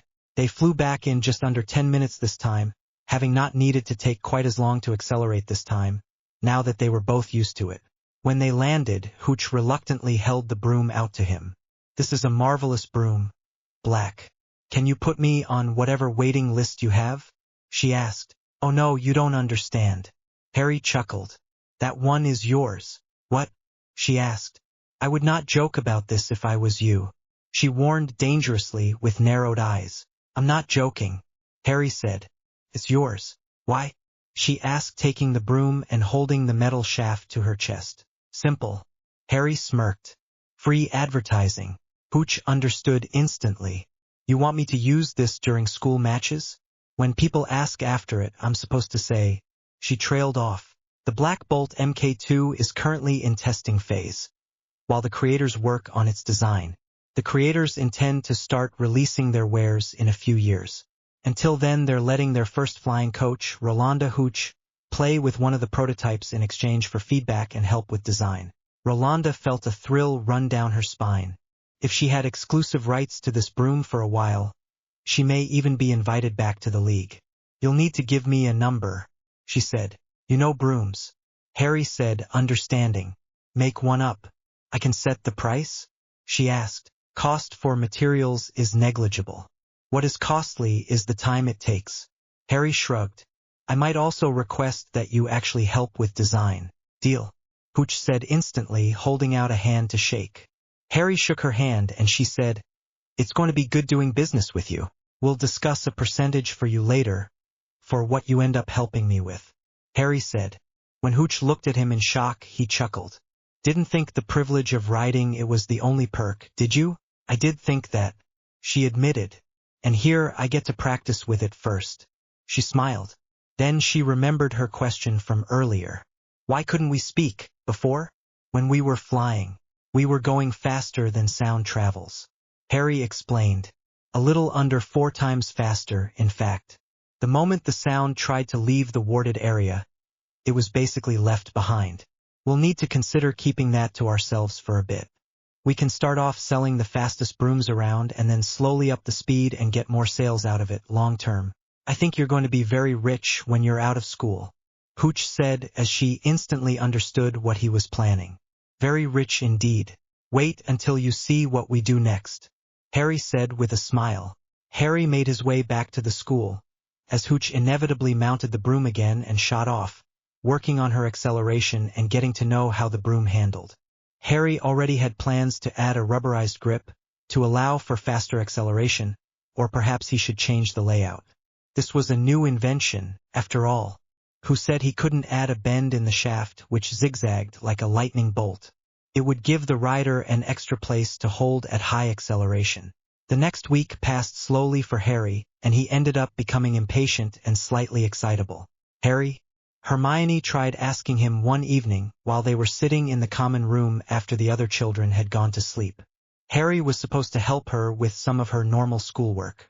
She had started shortly after the new year and had already caught up to other children her age. Harry? She tried again when he just looked off into the distance, apparently not hearing her. Is it time? Harry asked quickly, coming out of his thoughts. Time for what? Hermione asked. You've been staring into the fire and you weren't answering my question, she said. Sorry, Hermione, Harry said. I'm a bit distracted. I've got something coming up and it's been on my mind a bit. Can I help? she asked. She really hoped he'd allow her to be there for him.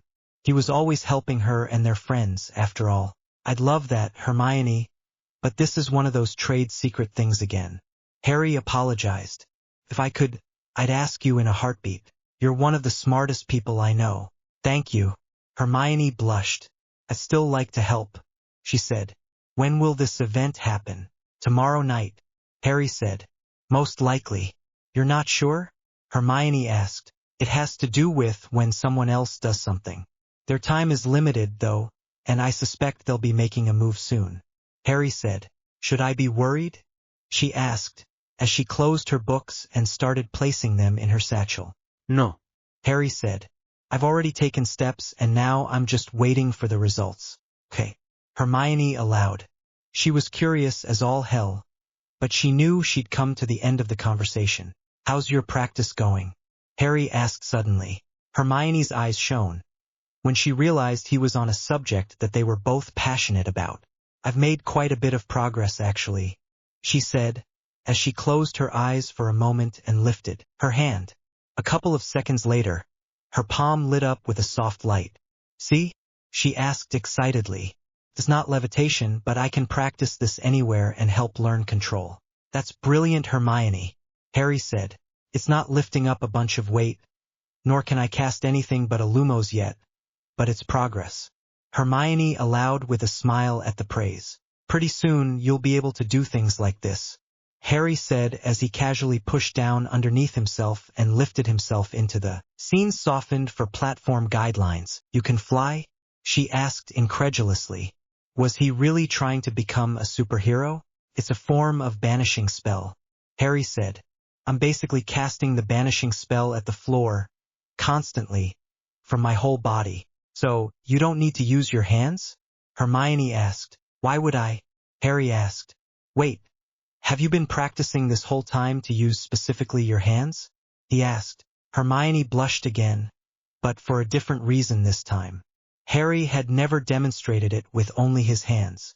He only ever indicated to something he was doing. I assumed. She finally admitted. Well, stop doing that, Harry said as he lifted her up to float nearby. Wandless magic is only limited by your personal amount of power. I'm lucky, in that I've been training my magic for a while, and as a result it's grown strong. I can banish the floor and lift you up at the same time with just a bit of concentration. You'll still need to learn the spells with a wand until you get used to how the magic feels when you cast it, but once you've got that down, things become so much simpler with just a bit of focus. Even that becomes easier. He finished as he sent a tickling charm all over her body and she started giggling. Harry, she laughed. Stop it. Harry relented and allowed them back down to the couch.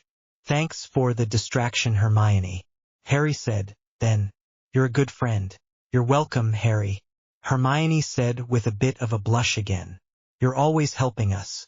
I think any of our friends would try to help if they could, even Pansy and Daphne, though they may do it because I'm providing them with protection through their association with me. Harry said. I don't think that's true anymore. Hermione disagreed. In the beginning, it felt like they were forcing themselves to smile and take part in discussions to try and fit in, but these days they are voluntarily starting topics and asking questions not related to the work. I hadn't noticed, Harry said honestly. That's because you've been stuck on your own studies for a while and we've needed to try harder to get your attention for the last while. Hermione said. At least I can tell them that whatever it is that's distracting you should end soon. Would it be safe to assume that you won't be joining us for study group tomorrow? I think that's a safe bet, Harry confirmed. I doubt I'd be able to focus anyway. Hermione noticed that his mind was turning back to the problems and tried to distract him one last time. How is your project going? She asked. I'm actually quite hopeful, Harry said. The brooms worked as I planned and the warding worked like I had hoped. Current speed is still limited to the amount of power provided. But that project is in Remus's hands. Power would likely need some form of pooling. I've resolved air and tinting issues. Next step is still gravity control or something that negates G-forces. Like inertial dampening? Hermione asked. What's that? Harry asked. Hermione was tired of blushing, but did so anyway. It's a term from science fiction. It means to make it so you don't feel it when you lose or gain speed quickly, negating inertial gravitational force. She explained. She was a bit of a Star Trek geek and had heard and asked about the term from her dad, who was just as big a fan. That sounds like what I'm looking for, Harry said. Have Muggles made anything like that? He asked. Not in real life. Hermione said apologetically. If you want, I can ask Dad about it when I write to them tonight or ask about it this weekend. Maybe we can get him to rent a video that mentions it and we can watch that for movie night? That sounds perfect, Harry said in thanks. Even if it didn't teach him anything, he'd started to love the science fiction movies they had watched. Okay, Hermione said as she started gathering her things. I think it's time for bed, she said. We're writing that test tomorrow in Charms. I'll see you tomorrow then, Harry greeted, not getting up. I'll stay up a bit. I need to think about the current issue a bit longer. Don't stay up too late, Hermione said as she walked to the girls' stairs. Harry noticed a book on the table that she had missed and quickly picked it up and levitated after her up the stairs. You forgot this, Harry said from right behind her, making her jump. You're not supposed to be able to get up the stairs, she exclaimed. I'm not on the stairs, Hermione, he said with a smirk as he handed her the book and levitated back down the stairs. The next day, Harry decided to focus on classes, while class was in session. As a result, he pulled in a few points for Gryffindor, especially in potions where people were still asking for help, and Snape took some sort of perverse pleasure in awarding Harry points for every bit of useful help he provided. The other Gryffindors were shocked and slightly depressed, knowing Harry would lose the points again as had become his normal modus operandi. Snape had listened to his point about the point system and had agreed with his perspective. Losing house points meant nothing, at the end of the day, but gaining them was something Harry personally disliked and tended to lose on purpose. By his estimation, he could use this to his advantage. He awarded Harry small tokens of points, never amounting to a large amount, to keep the boy from having an excuse to do something large in retaliation, but enough to disappoint his classmates when he lost them and made his contribution meaningless. Harry realized this and played along, since it proved his point at the end of the day.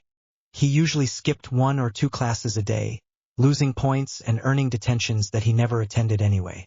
After all, what would they do? Deduct more points? Give him detention?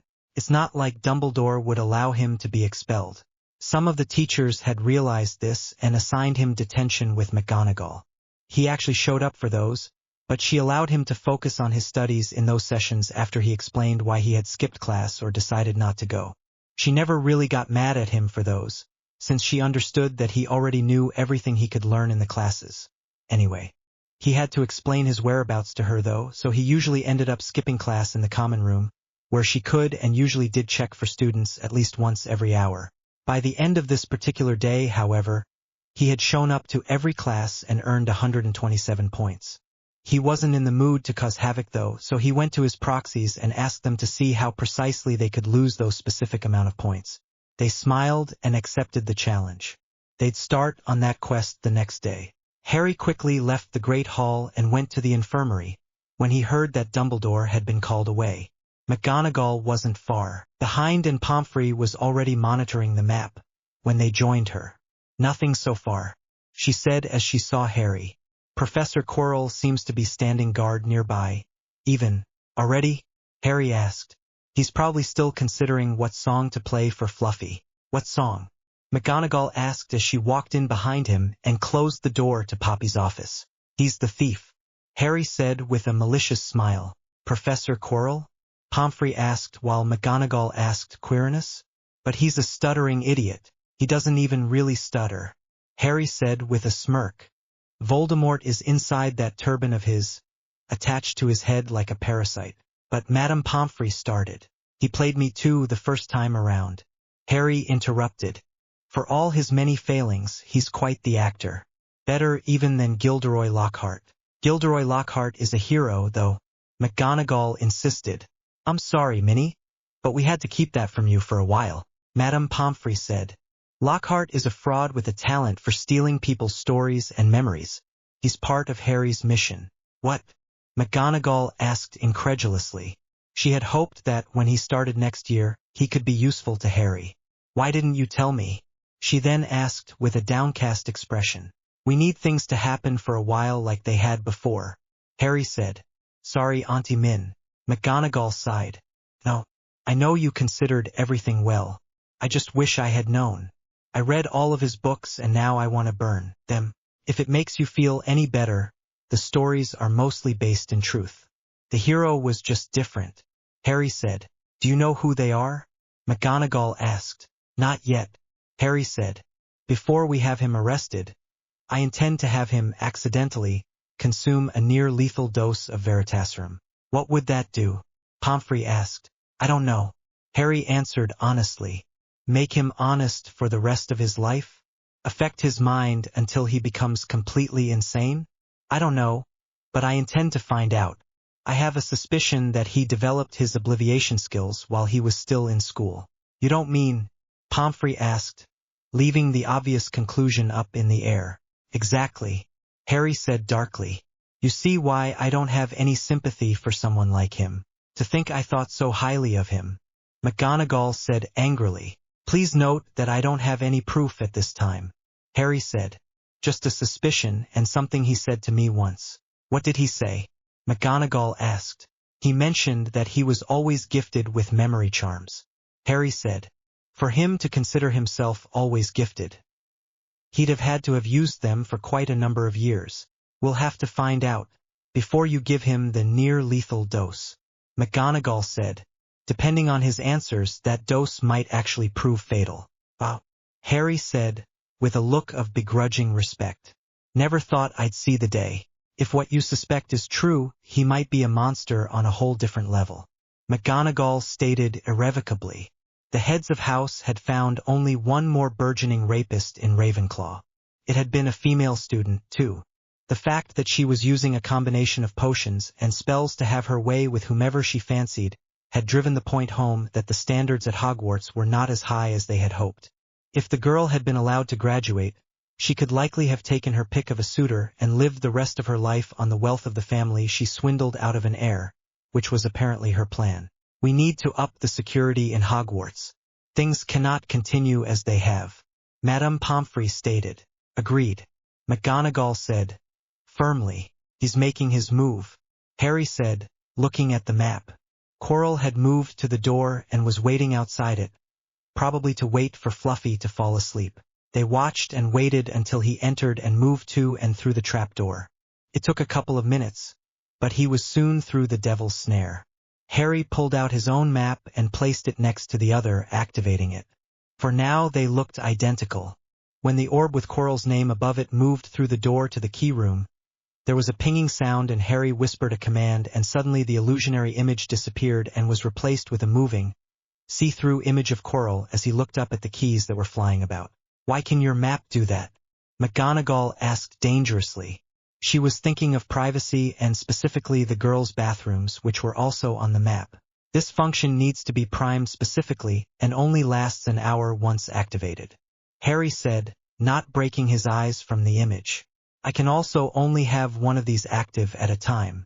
I'd tell you how, but that would reveal how the map works and as you know, that's family magic. That answer will not suffice. McGonagall said, if this is some form of scrying magic that allows you to watch people in private moments, it raises all sorts of other questions.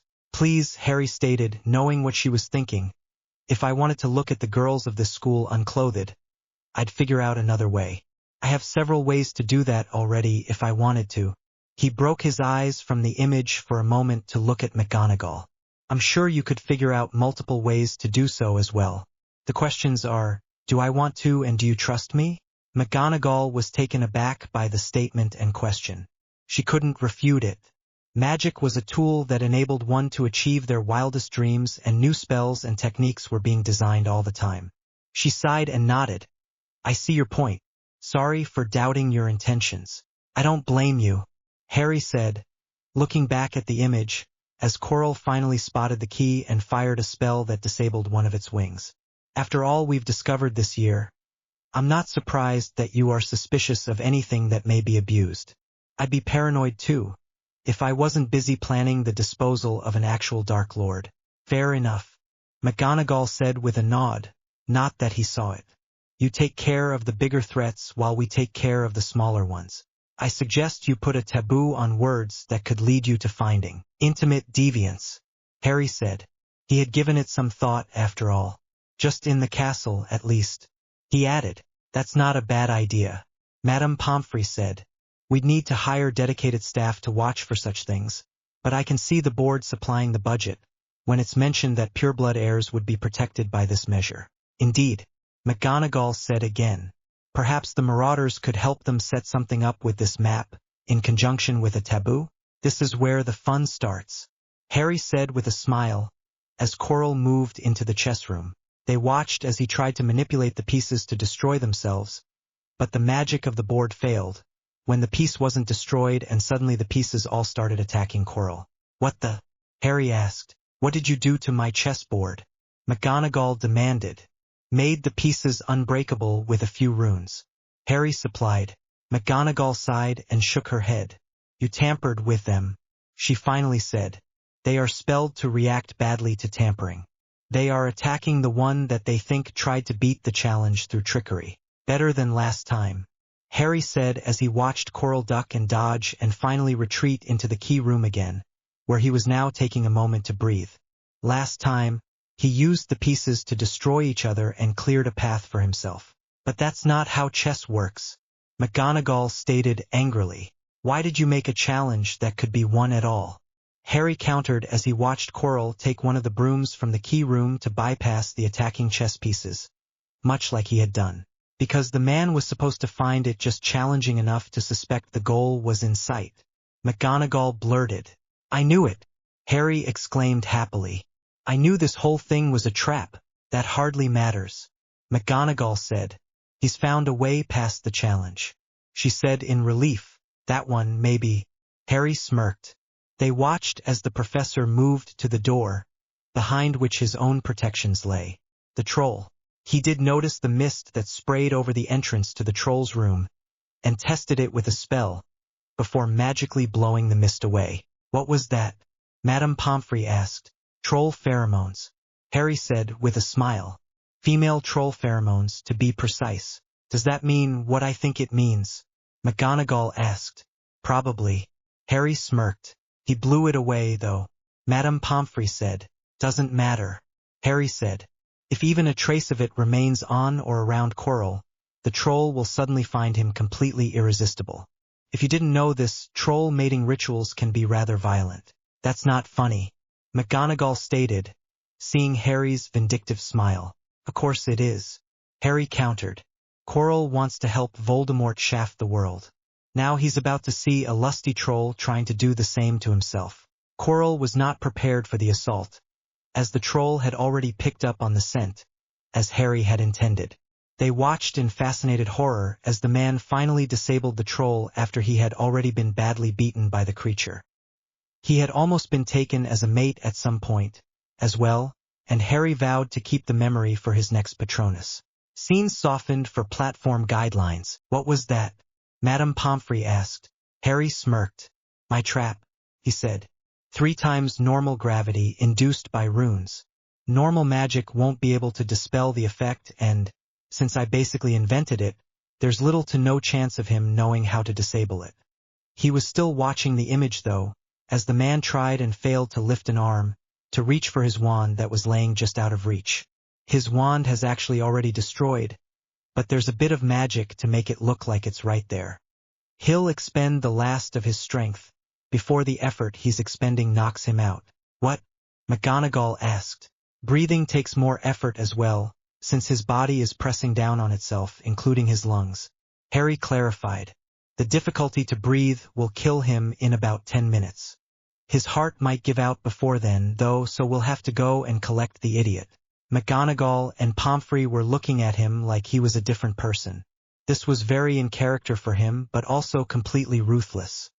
He'd completely disabled the man and didn't seem to care that he might die, if left alone for too long. Harry Pomfrey started. I needed to be sure the stone was safe, Harry said. I don't intend to let go of Voldemort either, now that I know where he is. Quirrell is already dying anyway. He's rotting from the inside out, due to the possession and the continued use of unicorn blood. Can't we still try to save him? Pomfrey asked. You can try if you want, but he chose the current situation willingly. Harry said. Then he got up from his seat and floated himself up. Are you coming with me? He asked. Of course.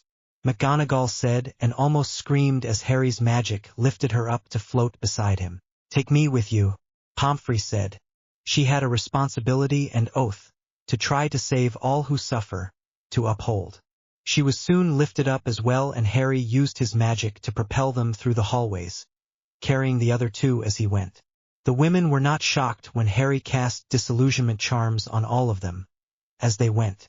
It took them only a couple of minutes to reach the last room, since nothing could stand in Harry's way. He'd taken out his broom to go through the flames though, keeping his guests close to him. Stay here, he told them as he placed them down gently. I have to handle the parasite first. He walked closer to just outside the gravity field, and proceeded to pelt the man with 5 simultaneous stunning spells twice. He then sent a diagnostic spell to confirm the man was out. Before he undid the runes, he placed a bit of pressure on the man's throat and kept it there for 5 seconds. He wouldn't care if the man was in a coma or legally brain-dead later, since what was left of his life would be spent in suffering agony as he died slowly. Harry then approached him and took out what looked like a glass container of some sort. It looked almost like a lantern and had a window that he now opened, right above the fallen man's head. The amulet Horcrux was built into the top of the container, completely isolated, and the magic involved with the phylactery would draw the spirit of the Dark Lord into its new prison. There was an unholy wail, and a dark shadow was sucked from the man's head, through the turban.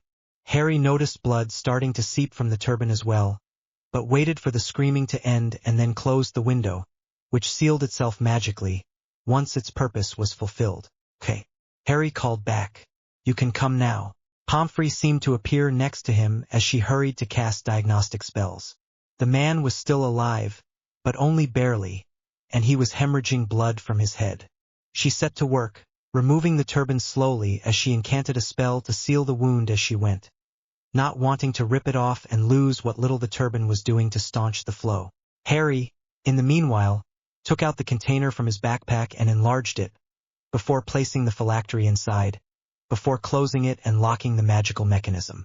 They intended to only open it once more, when they were ready to deliver all of the other Horcruxes to their new permanent home. What have you done to me? A voice asked from beside him. Harry jumped as Minerva screamed. Next to him stood a translucent image of a man with dark hair and features that looked familiar. Tom Riddle? Is that you? Harry asked as he realized something had gone wrong. What have you done to me? The spirit demanded as it tried to grab Harry, and his hands passed through him. Still it seemed to hurt him as he howled in pain and jumped back and away. Is that who I think it is? A new voice said from off to the side. When Dumbledore's trap was sprung, he quickly returned to Hogwarts, which had been the idea. Imagine his shock when the traps had been modified and he had needed to bypass them with apparition. He was the only one that could do so in the castle after all. He was shocked to find 2 staff members there with young Harry. Then he saw the spirit of the Dark Lord cradling his hands in seeming pain. Freaking. Harry swore under his breath. Trust the old goat to show up now. He looked up and at Dumbledore. No, this is not the spirit of Tom Riddle, trapped in a phylactery and somehow projecting his spirit out of its container. Harry lied then, shrinking the container and placing it back in his backpack. You've trapped me? Voldemort demanded, his face showing fear for the first time, the pain and confusion having left. Phylactery, you say? Dumbledore asked. Is it the Mauritanian soul trap, by any chance? He was still not sure what was going on, but it seemed young Harry had brought a very rare and useful type of magical object with him to school. Never mind not knowing why, he was just glad for the boy's forethought. Harry shrugged. Didn't ask. Don't care, he said. It was what Dumbledore suspected, but he wasn't likely to admit it. Aunties, are we about ready to leave? He asked. I need a bit more time to stabilize him, Madame Pomfrey said, still working on the man. It was taking a lot of power. She'd have to start Harry on healer training soon if this was going to be a regular occurrence, which she hoped wasn't the case. I'm afraid I can't let you leave with that, Dumbledore said, indicating the backpack. Why? Harry asked. Caught him. I get to ensure he is kept safe. My guardians have already set up a safe location and are waiting in Hogsmeade. They are not qualified, Dumbledore tried, only to be interrupted. Are you? Harry asked. We already have a safe place to keep him. The castle is also obviously not a safe place. Dumbledore didn't like hearing this. The castle is very secure as long as I am here. Tell that to entire generations of unknowing rape victims. Harry said irrevocably. Then he turned back to McGonagall, who was shocked at Harry's statement, even if she knew it was likely true. Auntie Min, could you please help Auntie Poppy with Quirrell? I have this important errand to run and suddenly I think speed is a necessity. He said as he pointed at the spirit who had already tried to leave, but seemed to be tethered to the phylactery. Harry was studiously ignoring Tom, who was now yelling at him and demanding to be released. I'd prefer to accompany you, McGonagall said, before turning to Poppy. If you can handle this with the headmaster, I'll accompany him. Albus interrupted. If you could please assist Poppy? McGonagall looked at the old man. We can't go through the fire without Harry's magic, so I'm afraid you'll have to help Poppy, she said in a calm tone. I'm afraid that I must insist we both accompany him then. Dumbledore said, then, allowing no argument. I refuse to leave the boy alone with that monster for any period of time. Harry sighed, realizing the headmaster wouldn't change his mind. Fine, but you are operating us to the infirmary, and you are not going to go where they take him. The less people who know, the better. Dumbledore did not answer, and Harry suspected that he was going to become a nuisance but would leave that up to Sirius and Remus. They'd learned some specialized skills with wandless magic since they started living together. Remus could even do what he did and knock people out. Sirius wasn't as precise and needed to throttle a person's entire neck. Shut up, Tom! Harry yelled then, looking at the ethereal being, who had started increasing his volume at the people who were ignoring him. If you don't shut up, right now, I'm reconsidering keeping you alive. I'm the Dark Lord, boy. I have powers you cannot understand. Cannot be killed. I could teach you though. Voldemort offered, trying a different tactic. Together we could bring back your parents. We could fix everything. Do the words Horcrux, Basilisk Venom and Fiendfire mean anything to you? Harry asked. How did you? Voldemort started. Dumbledore also lost some color and looked interested in his answer. Oh, don't worry, Tom, Harry said. We don't intend to kill you. We're going to grant you your wish. Immortality and an eternity to spend pondering the wonders of the universe.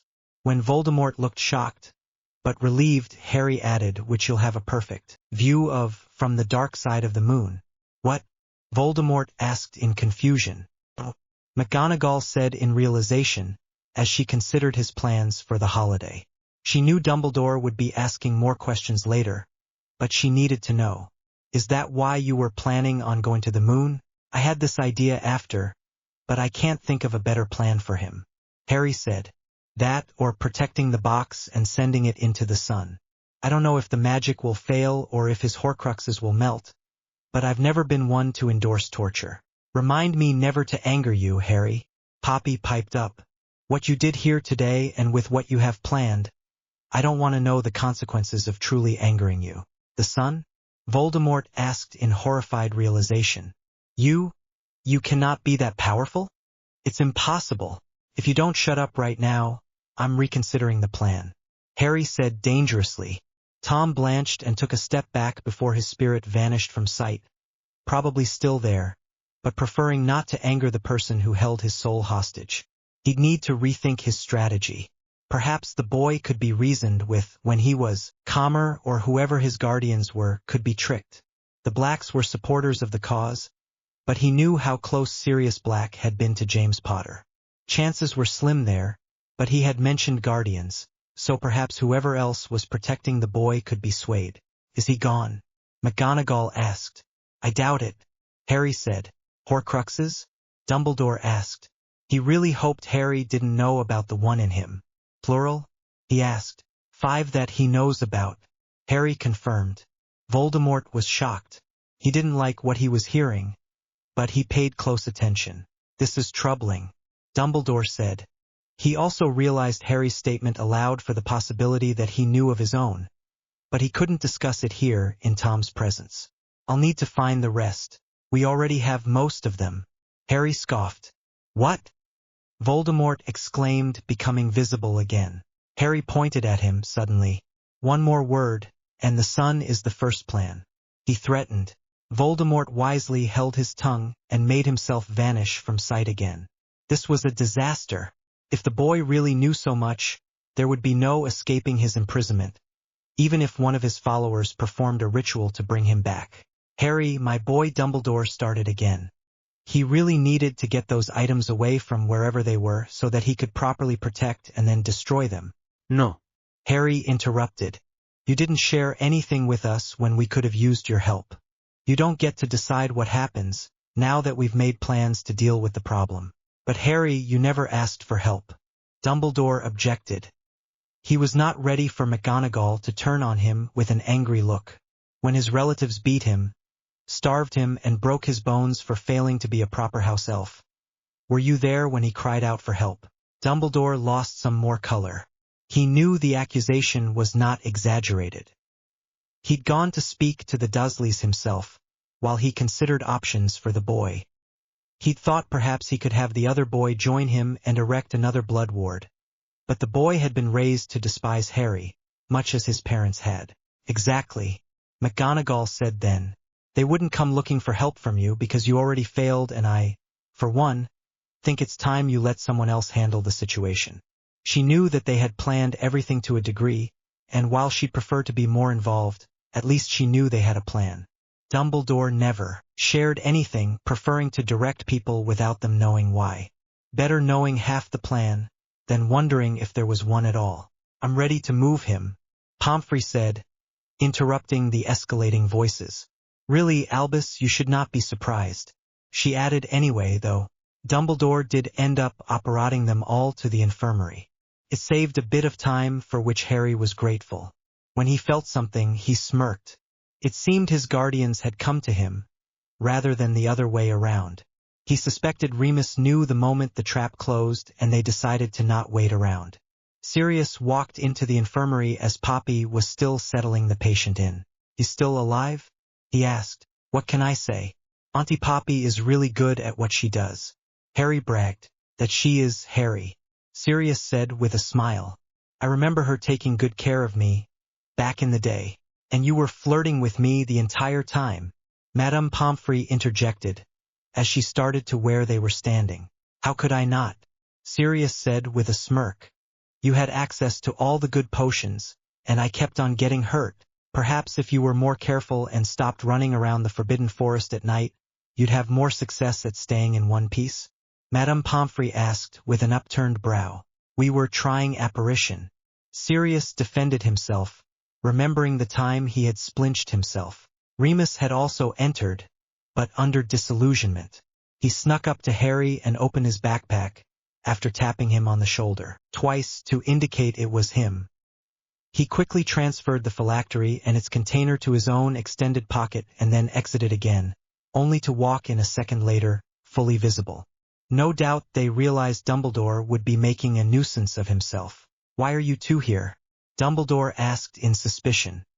He had been casting his own diagnostic spells at Quirrell, to see if there was anything of the monster remaining, or perhaps discover another form of containment. Harry didn't know. That's marauder business, Headmaster, Remus said. Marauder business? Minerva asked, having a suspicion. Marauders Incorporated, Remus said proudly. The company we started. How are things going there? Harry asked out of interest. Oh, the wolves are very happy. We had a couple of attempts to infiltrate, but fortunately we could pick up on the scent of the people they associated with. Remus said. The Aurors have been singing our praises, since one of the people they recently received, somehow having ingested Veritaserum, confessed to knowing the location of Fenrir Greyback. They picked him up the other day. Sirius added with a happy smile. His body anyway. He didn't go down without a fight. As he said it, he massaged his still sore ribs, threw me against a tree and was about to go for the kill, before Moony beat him to the punch. Still hurts, he finished. Poppy just shook her head with an air of exasperation and started scanning him, before walking off and returning with a tub of lotion and a roll of bandaging, directing him to remove his shirt so that she could handle the injury properly. "You killed him?" Dumbledore asked, looking at Remus incredulously. "He was wanted dead or alive, and I had a score to settle," Remus said darkly. It wasn't a good look on the man who was usually the gentle type. "Good riddance," Poppy said as she wrapped Sirius's ribs tightly, and he winced. "I've seen too many of the people he's infected in my time." When she was done wrapping, she nodded at Sirius, who put back on his shirt. She then turned to Remus. "Have you been able to contact everyone on the list I sent you?" she asked. "We were, and they were more than happy to point us to the wolves, who have all elected to become couriers for us." Remus nodded in agreement. "The delivery business has been up for a couple of months now. You really should come visit more often, you know. There are a couple of people who want to thank you for getting us in contact with them. It's difficult during the school year," Madame Pomfrey said, "especially now with the recent revelations." "I understand." Remus nodded along. "There is a lot being said here which I don't understand," Dumbledore said. He had been listening intently and would be asking questions later, but for now he had other issues to concentrate on. "But I would like to know what you intend on doing with the Dark Lord's soul." He had heard Harry's statement about the moon, but thought it was a fanciful dream and empty threat. Harry pointedly ignored the man and took his backpack off, holding it out to Sirius to continue their charade. "Here you go," he said. As they had suspected, the bag was suddenly ripped from his grip and flew into Dumbledore's waiting hand. Harry took the opportunity to disarm the headmaster with a wandless disarming spell, catching the wand as it flew through the air to him. Dumbledore was shocked, but clutched the bag tightly with both hands, not intending to let anyone summon it away from him. "I'll have to insist that you return that to me," he said dangerously. The Elder Wand was not a toy after all. Harry shrugged and placed it on a nearby table. He knew the wand would only respond properly to him now, but he didn't like wands anyway. "Let Dumbledore have it." "I could say the same," Sirius interjected. He looked angry, but Harry knew he was in on the subterfuge they had performed. "Give my godson his backpack back," he insisted. "I'll do so, just as soon as I have extracted the item," Dumbledore assured him. He was worried about the wand. He knew how its loyalties worked. He couldn't focus on that just then, though. "Are you a thief now as well?" McGonagall, not in on the switch, demanded in real anger. "Taking something that doesn't belong to you and have no right to? Minerva, you must see that I need to protect this until a viable way to dispose of it can be found," Dumbledore pleaded. "He's really trying to help." Harry defended the old man, to everyone's shock. "He just doesn't know that the backpack has protections against theft, since we didn't intend to ever lose it." He turned to Dumbledore. "You must understand that we must protect it, since we have a viable way to dispose of it." He threw the headmaster's words back in his teeth, making Sirius smile in pride and Minerva sigh in understanding. "You had me worried." Sirius complimented the obvious prank. "Good on you, Harry. This is no joking matter," Dumbledore exclaimed after he had opened the bag and confirmed the item was nowhere to be seen. "I will not allow the Dark Lord to escape, now that we have him properly contained." No. Sirius said. "We have him contained," he corrected, indicating between himself, Remus and Harry. "You are trying to take what we have done and most likely intend to free the monster so that the prophecy can be fulfilled." "How do you know about that?" Dumbledore demanded. "We've known about it for years," Remus scoffed. "Harry isn't a Horcrux anymore. We took care of that long ago. He doesn't need to die anymore. The prophecy is already inactive. Go check for yourself." "This cannot be true," Dumbledore said sadly. "Only the Dark Lord can remove the connection from Harry." "Whatever you want to believe, Headmaster," Harry said flippantly. "Fortunately, you can go to the Hall of Prophecy and see for yourself. In the meanwhile, we'll hold on to Tom." "How do you know these things?" Dumbledore asked. "Trade secret," Minerva shocked herself in saying, along with everyone, besides Dumbledore and Quirrell. "Why did I say that?" she asked. Pavlovian response. Harry said, "When you hear something enough, your mind makes the connection automatically." It's a form of neural-linguistic programming. You've been brainwashing the school? Madame Pomfrey asked. She had studied psychology, after all. I prefer the word training, Harry corrected. While they tend to go down the same route, NLP is more about creating positive responses, due to conditioning. Brainwashing might work the same, but is usually enforced with a whole other form of conditioning. I see your point, Madame Pomfrey allowed. When did you start studying psychology? She asked. When you left one of the books at the house. Harry chuckled. It's amazing what a simple couple of words at the right time can do to create just a little bit of chaos. I've already got the twins so well trained that it took me one sentence to start a food fight and they've not bullied anyone in months. They still prank, but they are finding more enjoyment from it now because they are flourishing inside a set of rules, rather than making them up as they go. That sounds like the theory where Madame Pomfrey started really getting into the subject. Can we discuss the philosophy of raising children at some other time? Dumbledore asked. He too knew a thing or two about different forms of manipulation and control, after all. There was something to be said for techniques that made people happy at following rules you set. He was more worried about Harry knowing such techniques and already implementing them on students older than himself. He would need to spend some time with the boy to ensure he wasn't going down the same path as Tom. He carefully avoided the thought that he too knew and used the techniques. Fair enough, Harry said, summoning the bag back from Dumbledore without even a gesture. Dumbledore allowed the bag to leave his hands, considering he couldn't access the item he had wanted to, but asked anyway, "How are you doing that?" Harry and his guardians just smiled as the other two adults refused to say what they now knew was a programmed response.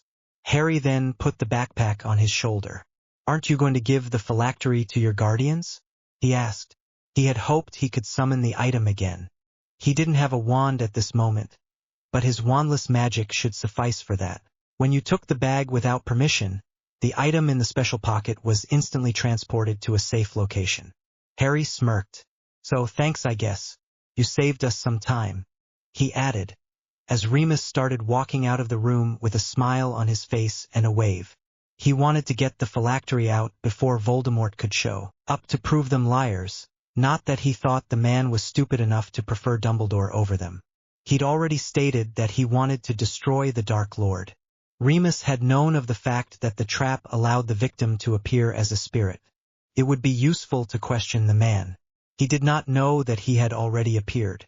"We'll need to go place it in the more secure location," Sirius informed Harry, glancing at Dumbledore. "We don't want undesirables to try and free the Dark Lord," he said as he quickly hugged Harry and then hurried off after Remus. Dumbledore was about to rush after them, when the infirmary doors closed and sealed themselves. "Madame Pomfrey," Dumbledore exclaimed, "I need to go after them." "You will do no such thing," Madame Pomfrey said. "They are obviously more interested in protecting Harry than you are. I'll not risk him so that you can go off and prove that you've finally gone around the bend." "You don't understand," Dumbledore tried. "Don't I?" Madame Pomfrey asked. "So that wasn't a flash of guilt crossing your face when they said you'd be releasing the Dark Lord to kill Harry?" "I will do what must be done to stop Tom Riddle," Dumbledore insisted, not meeting her gaze. He didn't like it, but if there was no other choice, he'd have to do it. "How about I offer you a deal?" Harry offered as he considered the old man. He really had tried to help him in a previous life, even he was a bit of a paranoid control freak. Dumbledore saw this as the olive branch it was meant as and stopped looking for a way out of the infirmary. Even though he knew Poppy was in complete control of the wards in her domain and could easily keep him there. "What did you have in mind?" he asked. He was still not looking the boy in the eyes. "If you can prove to us that the prophecy is still active, we'll give you the phylactery and I'll commit suicide in a public location, proclaiming to the world that you were and always are right," Harry said. "If, however, the prophecy is no longer active, you must promise to leave me and my family out of your schemes from now on. I don't like being used." "You cannot promise me that," Dumbledore said, even as he made eye contact and tried to enter the boy's mind. He failed, of course, like he had failed all year, but he could actually feel that Harry was being honest, as Harry allowed him just far enough in to confirm it before ejecting the man again. "Surely your guardians would not agree to this." "I would not agree to this. I don't want you to die, Harry. But the Horcrux must be destroyed. I'm not a Horcrux anymore, Professor, Harry said with a sigh. This was becoming too bothersome and he was tired. He hadn't slept well the previous evening. How can you be sure? Dumbledore pressed. When I was small, I could speak to snakes. After the Horcrux was destroyed, I couldn't anymore, and the constant headaches I had had for most of my life suddenly disappeared. Harry said. This time he was lying, but only kind of.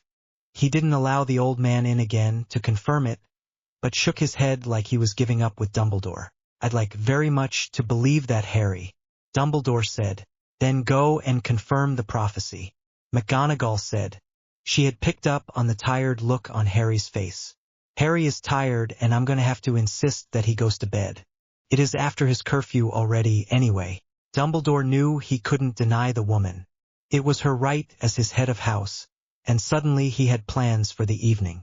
He'd be going to the Hall of Prophecy. Harry was escorted by McGonagall to the Gryffindor Tower and was shocked to find his entire study group waiting in the common room. For him. What are you all doing up at this hour? McGonagall asked. We knew Harry was doing something, Professor. Susan Bones, Hufflepuff, said as she got up to approach the professor. We were worried and decided to wait for him to make sure he was okay. Daphne Greengrass, Slytherin, said as she joined the others. Harry is our friend, Professor. Padma Patil Ravenclaw said as she nodded along with Daphne and the rest. Well, while I appreciate that you are all good friends and care for Mr. Black, I can't condone you all being here, outside of curfew. McGonagall said sternly. I'll have to inform your heads of house, who are likely already looking for you. She finished, thinking she probably had many messages in her book. We asked a prefect to inform the other prefects about where we are and inform the heads. We also accept that there will be punishments, but we were not going to leave until we knew he was safe. Susan Bones said. McGonagall was considering her words carefully, before finally nodding. That was a good idea, Miss Bones, she said. It was Pansy's idea, Professor. Susan said instantly, not wanting to take credit for her friend's idea. We all had a say. Pansy said easily, never losing the determined look on her face. Well, you are all a credit to your houses and I, for one, am happy to see so many houses come together for a common goal. McGonagall said, even if it is because Harry is endearing himself to all of you on purpose. She finished in her head. Thank you, Professor. Hermione Granger spoke up for the first time. I offered to stay up, but the others insisted on joining me. I'll send a couple of prefects to come fetch the rest of you to escort you back to your common rooms. McGonagall said as she turned to leave. They can sleep in our rooms. Faye Dunbar, Gryffindor and the quietest of the lot, said, in just above a whisper. We have already discussed sleeping arrangements. We didn't think it would be safe to have our friends in the halls at night. Is that so? McGonagall asked with a calculating look. No doubt the girls just wanted a sleepover. She still remembered the joy she felt in her own childhood at such simple displays of friendship. Very well, she decided. I'll inform your heads of house so that you don't get into trouble, but I want you girls to sleep. No talking into the wee hours of the morning, understood? She asked sternly. Yes, Professor McGonagall. The girls chorused. McGonagall noticed a lone figure off to the side. And you, Mr. Longbottom? I was just keeping the ladies company, as is a gentleman's duty. Neville said earnestly. McGonagall was quite proud of the boy. He had come a long way in 1 year and he seemed to be making some real progress in overcoming the shy boy he had been when he arrived at the school. Indeed, 20 points to all of you. For your loyalty, thoughtfulness, and support of your friend. Daphne couldn't hide her smirk. Yes, Miss Greengrass? I just realized that you have 5 representatives here, while the other houses all have 2 or less. That was quite Slytherin of you, Professor, she said. Coming from you, I suspect that was meant as a compliment. McGonagall said, and you are quite right. I can't let Professor Snape have the house cup again, but with the points as they are, I think Slytherin is winning again by the end of the year. She lamented, unless you give Ravenclaw 35 more points, Professor. Hermione said instantly, then they will have a 5-point lead. It would be nice not to come second for once. Padma groused. She'd heard the others in their house lamenting that it seemed they would be in second place again. I'm certain you ladies can devise a way to help her out with that. Then, Professor McGonagall said with a wink and a smile, before she turned to the common room door. And Mr. Black, no losing points for no reason. Okay? We're already in last place in the standings. I'll strive to only lose points I have earned, Professor. Harry called after her. Or have the twins do it for you. McGonagall scowled at him. What can I say? I've been busy. Harry smirked at her. She left with her eyes narrowed and closed the door with a last call of, off to bed with you now. When she was gone, all of them turned to Harry and looked at him expectantly. What? Harry asked. What were you up to all night? Hermione asked exasperatedly. Pansy thinks you were on the 3rd floor. Daphne said. I like to think you were busy with something more important than just breaking school rules. Both actually, Harry said. Though I suppose technically I was with staff members, so I didn't actually end up breaking the rules. Not really anyway. Answer the question, Harry. Hermione insisted. The bossy was coming out, but she didn't care at the moment. Her curiosity was driving her crazy. I captured Voldemort's immortal soul and threatened to send him to eternal torture on the surface of the sun. Harry said, smirking at them, knowing that the truth was sometimes the best way to lie. He was at the school. Hermione asked in horror. Of course. Dumbledore left for some important meeting right after dinner, and he's obviously protecting something in the forbidden corridor. Apparently Harry had underestimated how much faith his friends had in him. So his smile faded and he sighed. He was under Quirrell's turban, possessing him. He held up a hand then to stall their questions. This is all a secret, okay? He asked. He received many different forms of affirmation, but the incredulous looks that he even had to ask were universal. Neville had finally approached. So you defeated the Dark Lord again? He asked. Don't call him that. His name is Tom Riddle and he was a half-blood. The only hereditary titles he really had a claim on was a branch of the Slytherin line through his mother's family and a minor lordship from his Muggle father. Harry scoffed. But yes, I captured his spirit and we're still planning on the best way to dispose of him, but my current thinking is to put his container on the far side of Moon, so that he can't even come close to Earth or his followers again. How far away is the Moon? Padma asked, the statement having tickled her intellectual side.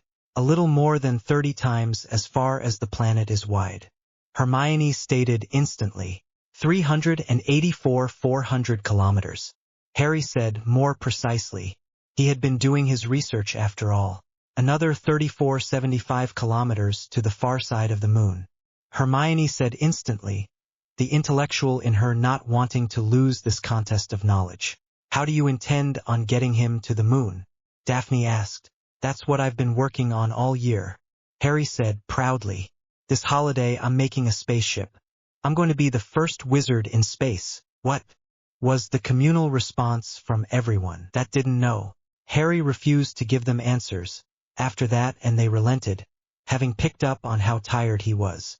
The girls all left to the Gryffindor girls' dormitory and Harry and Neville walked up to their own. Harry? Neville asked as they ascended the stairs. Yes, Neville? Harry asked. Can I come with you when you go to the Moon? Neville asked. The idea scared him, but something told him this was the chance of a lifetime. I don't know, Neville. Harry said honestly. I intend to be the first wizard in space, so that will be a solo trip this holiday. The Moon will only come after we've had an opportunity to finish another project we have ongoing. More important that the Tom Riddle? Neville corrected himself. Equally important, actually. Harry said. There's something else as important? Neville asked. 2 other things, actually. Harry said, thinking of the cup and the diary. They already had a plan for the cup. The diary, though, would need to wait. Harry didn't want to risk their other plans somehow affecting Malfoy Sr.'s plans. But you don't need to worry about that. It's being handled. Neville's face showed some relief. Thanks, Harry, he said. For what? Harry asked as they reached the door and stood there to finish the conversation. For being a hero, Neville said. You are making a difference at school and stopped the Tom Riddle again. Everyone knows you had a hand in stopping what those boys in Slytherin were doing as well. And a girl in Ravenclaw. Harry added. But to be honest, I just helped with the first few. I set up the heads of house with a way to monitor their domains, and they've taken care of the rest. As for Voldemort, he was always my problem, so don't worry about it. He's mostly harmless now, besides the fact that he can talk to people from his current prison. Neville nodded as Harry opened the door, and the two of them snuck in to go to bed. The next day, Harry was called to the headmaster's office. It was expected, but Harry called in the cavalry, and Sirius and Remus was there within minutes to accompany him. When they entered, Dumbledore seemed unsurprised at all of their presence. "Good morning, my friends, Mr. Black," he said. "Please have a seat. We have much to discuss this morning." They sat down, and Sirius reached into a pocket to retrieve a packet of sweets, offering some to Harry and Remus. Harry took one and popped it in his mouth, while Remus declined and Sirius placed the packet back in his pocket, not offering any to the old jerk that had left him to rot. It was done purposely, to both insult the headmaster and to avoid the lemon drops, which they suspected were laced with some sort of calming draught or truth potion. "What do you want?" Sirius asked. "I'm a busy man." "Well, I would think that is obvious," Dumbledore said.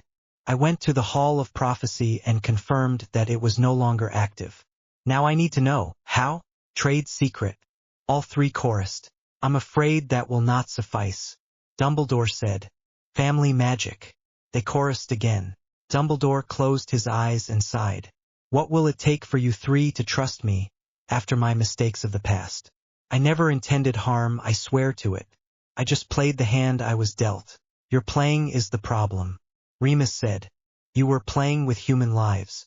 Years lost to your scheming and keeping secrets. The only way we tell you anything is if you reveal all your cards to us," Sirius said. "We know enough to know if you're lying to us." "What do that say? Tit for tat?" Dumbledore looked at the men before him. He tried to enter their minds before and realized they weren't letting him in. They likely knew he was trying to. The thought was worrying, but he could explain that away if necessary. What bothered him was that Harry seemed perfectly calm about all this. Had they been teaching Harry to hate him all along, after everything he did to them? "What do you want to know?" Dumbledore asked. Sirius reached into a pocket and produced a vial with a crystal-clear liquid inside. "No offense, but you've lied before," he said.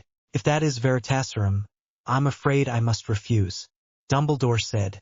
Harry was ignoring the man, looking around the room instead and casting about to find out what all the gizmos and doodads did. He was unfortunately disappointed to realize they were all protected, much like their family magic was. He noticed the Elder Wand lying on the headmaster's table. More than likely the old man wanted to hand it to Harry, so he could disarm him and win its loyalty back. Harry had no intention of touching it. "Fine," Remus said, getting up. "Come on, Harry. I'm afraid the headmaster has decided to expel you." "Okay," Harry said, shrugging and getting up. "You would threaten to leave Hogwarts, because I don't want to be manipulated into revealing secrets that I have no right to reveal?" Dumbledore asked. "I have protected many generations of students at this school. I cannot allow you free access to that information. I've made unbreakable vows to protect some of that information." "I can understand that," Remus said. "Unfortunately, that leaves us with two closed doors and no bridges to cross. We can't trust you to tell the truth, since in our experience your word is not trustworthy. We also cannot compel you to tell us the truth by vow or potion. It's easy to make an unbreakable vow to never talk about something," Sirius said. "For example, I propose that the three of us make an unbreakable vow to never reveal the location of Tom Riddle, or anything that we have gathered," he suggested to Remus and Harry. They seemed to be considering it. "You would doom the world, just to spite me?" Dumbledore asked. "No, we'd protect the world from the Dark Lord currently in the room with us, by ensuring you never get your hands on the other," Remus said. "That's not fair, Uncle Remus," Harry said. "He probably doesn't even know he's acting like one." "I am no Dark Lord," Dumbledore exploded and slapped his hands on the table. "No offense, Professor, but if you were, would you not need to say that to keep it secret?" Harry said with a smirk. "The fact that we already think you're a liar would only support that theory. I will swear an unbreakable vow to it right now," Dumbledore challenged. "No need," Harry said. I don't believe you're a Dark Lord. What I do believe is that you would use any information we give you against us at some point, for your own perceived greater good, much like your old friend Gellert would have. It is what you do after all. Dumbledore looked between them with narrowed eyes. He knew what they were leading him to, and he didn't like the feeling. He realized it was hypocritical to not like being manipulated, but he had been in the position of power so long, he couldn't give up control so easily. Don't speak of things you know nothing about. He warned instead. Don't like talking about the X? Sirius asked. I know the feeling. Things are never as simple as they appear when you read about them. Dumbledore said. Fair enough. Harry said. But tell me anyway, how is he doing these days? I hear Nurmengard is a desolate place. When was the last time you visited him? I haven't seen him since I defeated him. Dumbledore admitted. The Elder Wand was his first, correct? But sometime after my great-great-great-grandfather's eldest brother? Harry asked conversationally. How do you? Never mind, I already know. Trade secret, right? Dumbledore asked with some disappointment, realizing they were driving him to do exactly what they wanted. He didn't like being led around by the nose though, so decided to head them off. You're trying to get me to make an unbreakable vow to protect your information and not use it against you. It wasn't a question. See? Sirius said with a smile, holding his hand out for Remus to deposit some coins into. He can't stand not being in control. He'd rather take control and cut the game short. This is no game. Dumbledore exclaimed again. Was he that predictable, isn't it? Remus asked, as he placed the coins in Sirius's hands. Because you have yet to admit that you played with our lives and we already know that it's true. I'm sorry that it was necessary. Dumbledore started. Freaking. You. Harry said, surprising the professor. Do you think there's ever such a thing as acceptable losses? Do you think that we've forgotten about Pettigrew? Harry took a step forward and pointed a hand at Dumbledore. Do you think we don't know you allowed Voldemort to kill my parents? Harry didn't have a choice. Dumbledore said with downcast eyes. I believe that you believe that. Harry said, after taking a moment to rein his emotions in. I honestly think you believe in the power of prophecy. So much so, in fact, that you made the prophecy happen. Did you ever think that the person mentioned in the prophecy could have been born on the 7th month of a different calendar, or 7 months after the prophecy was given, or perhaps a couple of years in the future? What about marking anyone who he has ever attacked? Surely you've seen the scars of lives lived without parents or loved ones. Prophecies could be taken to mean anything. By the very nature of them, someone could see all your manipulation from the shadows and decide it was their mission in life to kill you, based on the wording. I would fall into that category too, if I truly believed you evil. I'm still not sure he's not. Sirius said. Leaving me to rot in prison wasn't the act of a good man. Nor was denying me the opportunity to be part of Harry's life. Remus said. I could have at least visited and ensured he was treated better, but you refused to tell me where he was. I thought I was doing the only thing I could. I didn't want to leave Harry there either. I would have wanted anyone else to raise him. Minerva would have accepted it instantly, had I allowed the thought to occur to her. I would have done it myself if I could. Dumbledore burst with an agonized expression on his old face. But the Blood Wards would always protect him better than I could.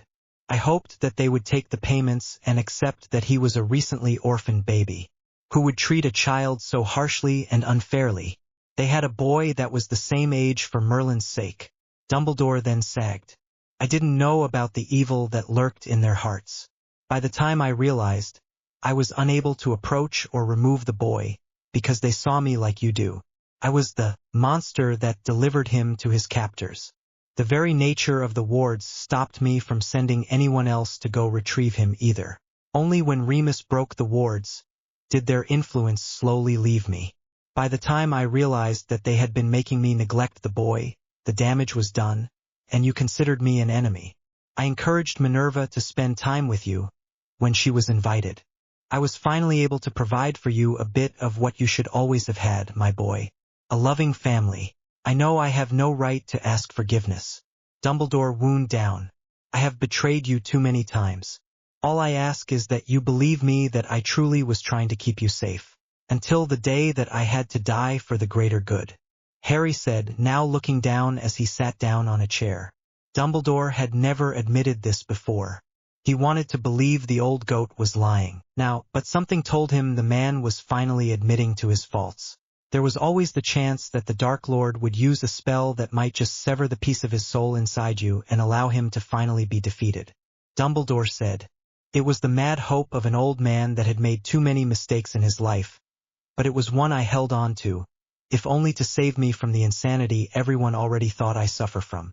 Knowing your mistakes doesn't forgive your actions," Sirius said. "The same wards that kept me from Harry refused me the actions I could take to free you, Sirius. I knew you would go search for and find Harry. You would take him away and be the father he was denied. Knowing my actions would lead to Harry's escape from them made you as impossible to help as he was." Dumbledore said, "I hate that you have such a convenient excuse," Remus said. Unfortunately, he knew enough about blood magic to know what Dumbledore said could very well be the case. Dumbledore said nothing. "You win, you old goat," Harry said. "For the price of an unbreakable vow, not to interfere with us or our plans, we'll tell you some of them." Dumbledore had grilled him about the future and what had happened. He was not surprised that Harry had allowed himself to be killed, but he was saddened when he found out what he had lost along the way, finally realizing that Harry really wasn't a child. Of course he was acting differently. Had it been him, he'd have done everything in his power to avoid what had happened as well.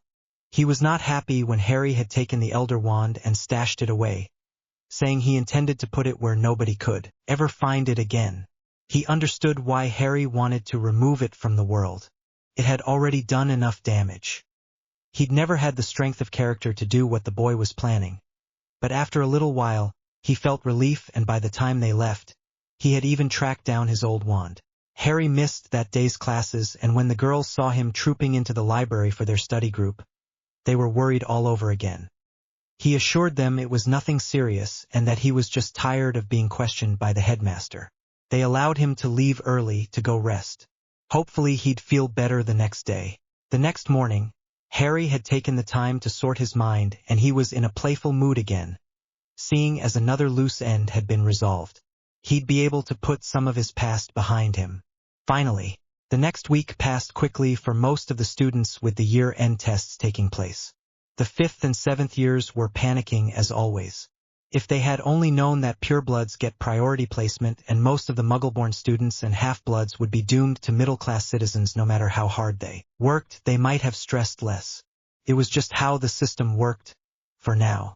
Harry was already working on testing the spells and runes he needed to, and was often asked where he disappeared off to. He wouldn't soon explain that he was often off in the room of requirement, since he still wanted to keep that secret. It was just too darn useful to share, and without anyone on his level of understanding, they'd just be sitting around anyway. He knew it was selfish, but reasoned that they hadn't discovered the room by that point in the previous timeline. So far, he'd used the storage room to start producing devices he'd need. A speedometer was both an easy concept and a difficult application. He was finally able to figure it out, though, by having it measure the distance from his current location. Said location would reset every time he made a course correction or accelerated. The magic then showed you the distance measured every second and give you a meter and kilometer per second indication on a display. Next to it, it showed you the per hour rating as well so that he could more easily quantify it. An overall distance was also shown and would work like an odometer. That one could be reset for individual trips, though. He was still working on a control interface and working on his finer control. Every time he realized he needed more control, he'd add another function and train until he could wandlessly activate it. The idea that this could be as simple as riding a broom was laughable, but until he could figure out how to negate gravitational forces completely, he had to simultaneously increase gravity in the opposite direction as the acceleration, especially when accelerating at massive speeds. He'd need to fine-tune that before he decided to test the resultant vehicle out, but he was having fun with the theory so long. The end of the year feast was soon upon them, and the final meeting of the study group was held in an empty classroom the afternoon of the day before they were to leave, which Harry had arranged with McGonagall. She had even allowed him to go get some snacks and drinks from the Muggle world. That trip only took half an hour, since Harry had operated to Grimmauld Place and gone to the local grocer. When everyone was there, Harry presented them all with a new device. "What is this?" Padma asked, looking at the flat piece of white plastic, once Harry had handed them out. "Welcome to the future, my friends," Harry said with a smirk. "These are like your diaries, except it has a couple of different features." He took a whiteboard marker, which was stuck to the side with some Velcro, and popped the top. He wrote the word hello, and it appeared on their boards with a small pinging sound. They all looked between him and the board with frowns. Then he moved his hand over the board, not touching it, and the board was erased. "Awesome," Hermione said. "It's like a pager." "Exactly," Harry said. He had seen the concept on movies a few times. "With this, we can send each other short messages and stay up to date with each other." "What's a pager?" Susan asked. "Muggle doctors and other people with jobs that require immediate contact carry small devices that can receive messages to tell them about emergencies and stuff," Hermione explained. "They can then be contacted and get to the emergency, even if they were at home or unable to make a call." She finished. There were some frowns at the word call. So she added, "Like a flu call? So we can use these to tell each other things?" Parvati asked. She wasn't getting it. "Let me demonstrate," Harry said as he left the room. "You stay here." A couple of minutes later, they saw writing appear. "Look outside the window." They looked and saw Harry, sitting on a disc of some sort, just floating there and holding his whiteboard. Another message appeared. "No matter where you are, you can quickly find something out." The message disappeared and new handwriting appeared. "What are you sitting on?" Hermione's neat handwriting said, and the others looked up to see her with her marker in hand.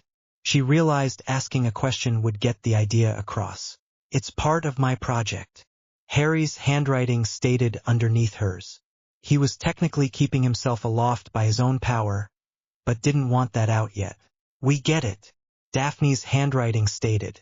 "Come back," she added. The writing disappeared again and Harry's message responded, "See you just now." When Harry returned, there was a cheer and Hermione hugged him impulsively. "This is amazing," she enthused. "It's like the diaries, only without space limitations, since we can use it over and over again," Pansy said. Harry had given one to each of the study group in the end, since mentioning messages that people got from their parents were difficult when they could communicate all throughout the day and not just in the evenings by sending owls and receiving post back in the mornings.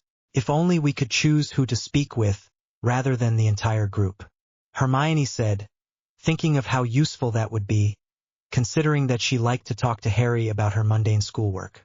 "Funny you should mention that," Harry said. He took the board in hand and held it in front of his face and said, "Hermione Granger." The board flashed and Harry wrote "Hi there" on his. Only Hermione's board pinged this time, but her board was still blank. "Tap it with your wand. It will switch over to whatever message you haven't seen yet." Hermione did as instructed and the writing suddenly appeared. "Study group," Harry then said to his board and it flashed again. "Good," he wrote and everyone's pinged again. "This is a marvelous piece of magic," Susan stated. "If only the Auror office had something like this. Imagine the response times if people could send messages for immediate assistance. Or if operatives had a way of communicating that couldn't be traced." "Yeah, Muggles have all sorts of nifty toys," Harry said with a smile. "I basically just copied something they already have. But this is so cool," Neville interjected for the first time. The girls all nodded with excited looks on their faces. Neville was feeling quite connected to this group and was thinking it would be very cool indeed to be able to stay in contact with their friends from school over the long holiday. "These markers are just normal whiteboard markers from a Muggle store," Harry warned. "Don't use ink and quill on these and don't replace them with anything other than whiteboard markers. Okay? You won't be able to erase the messages otherwise." "Could we maybe use different color markers?" Hermione asked as she had an idea. "I don't see why not," Harry said with a shrug. All of their markers were black like his right now. "Good idea, Hermione," Padma said. "If we all had different colors, it would be easier to see who is writing what." Neville suddenly looked crestfallen. "My Gran will never let me go to a Muggle shop," he lamented. "Will she let you visit friends?" Harry asked. I don't know, actually, Neville said. I've never had friends. That was never going to last. Parvati stated. You're way too nice not to make friends. She insisted. The other girls and Harry all nodded. I'm sure she'd be overjoyed to find out you have friends. Padma added. You'll have to just come visit. Harry said. We'll go to a shopping center and watch a couple of movies and maybe play a couple of games at an arcade. I'm sure you'll love it. And what about the rest of us? Pansy asked in a huff. I didn't think a pure-blood Slytherin, such as yourself, would be interested in the entertainments of the Muggle world. Harry said with a wink. Of course, if you want to go slumming with us lowly Muggle lovers, I would never object to your lovely company, Pansy. He finished with a mock bow and a smirk. I am not just a pure-blood, you know, Pansy said. I'm also intelligent enough to look at things and see that there are some changes coming. Yes, Daphne added. What's this I hear about a company called Marauders Incorporated, hiring all the werewolves in every country and buying parts of Muggle companies? Yeah. Harry said, scratching at the back of his head. Muggles have some awesome ways of making money. We're just investing in the future. I heard Lord Malfoy was annoyed when Marauders Incorporated made more money in a month than they did in the last 4 years. Pansy persisted. It's got all sorts of people all stressed out that the werewolves are part of that. Friaking, Harry said easily. The wolves are our employees and friends. We made them an offer they couldn't refuse, and now we have a very successful import-export business. Then Harry smiled. The fact that they all ride Harley-Davidsons and started a bike gang that's become notorious for how widespread and ruthless they are is just a bonus. Harley? Bike gang. One of the girls asked. Is a famous brand of motorcycle. Hermione explained.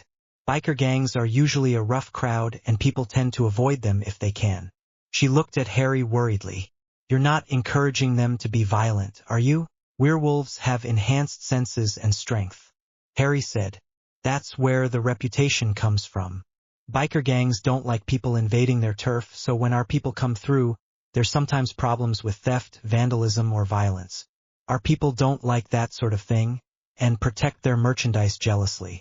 The fact that their deliveries are all shrunken and magically protected doesn't change a thing. They are all very proud of their jobs and take good care of their equipment. But what if they change? Hermione asked, worried that they are sending infected werewolves out into the world. Scenes softened for platform guidelines.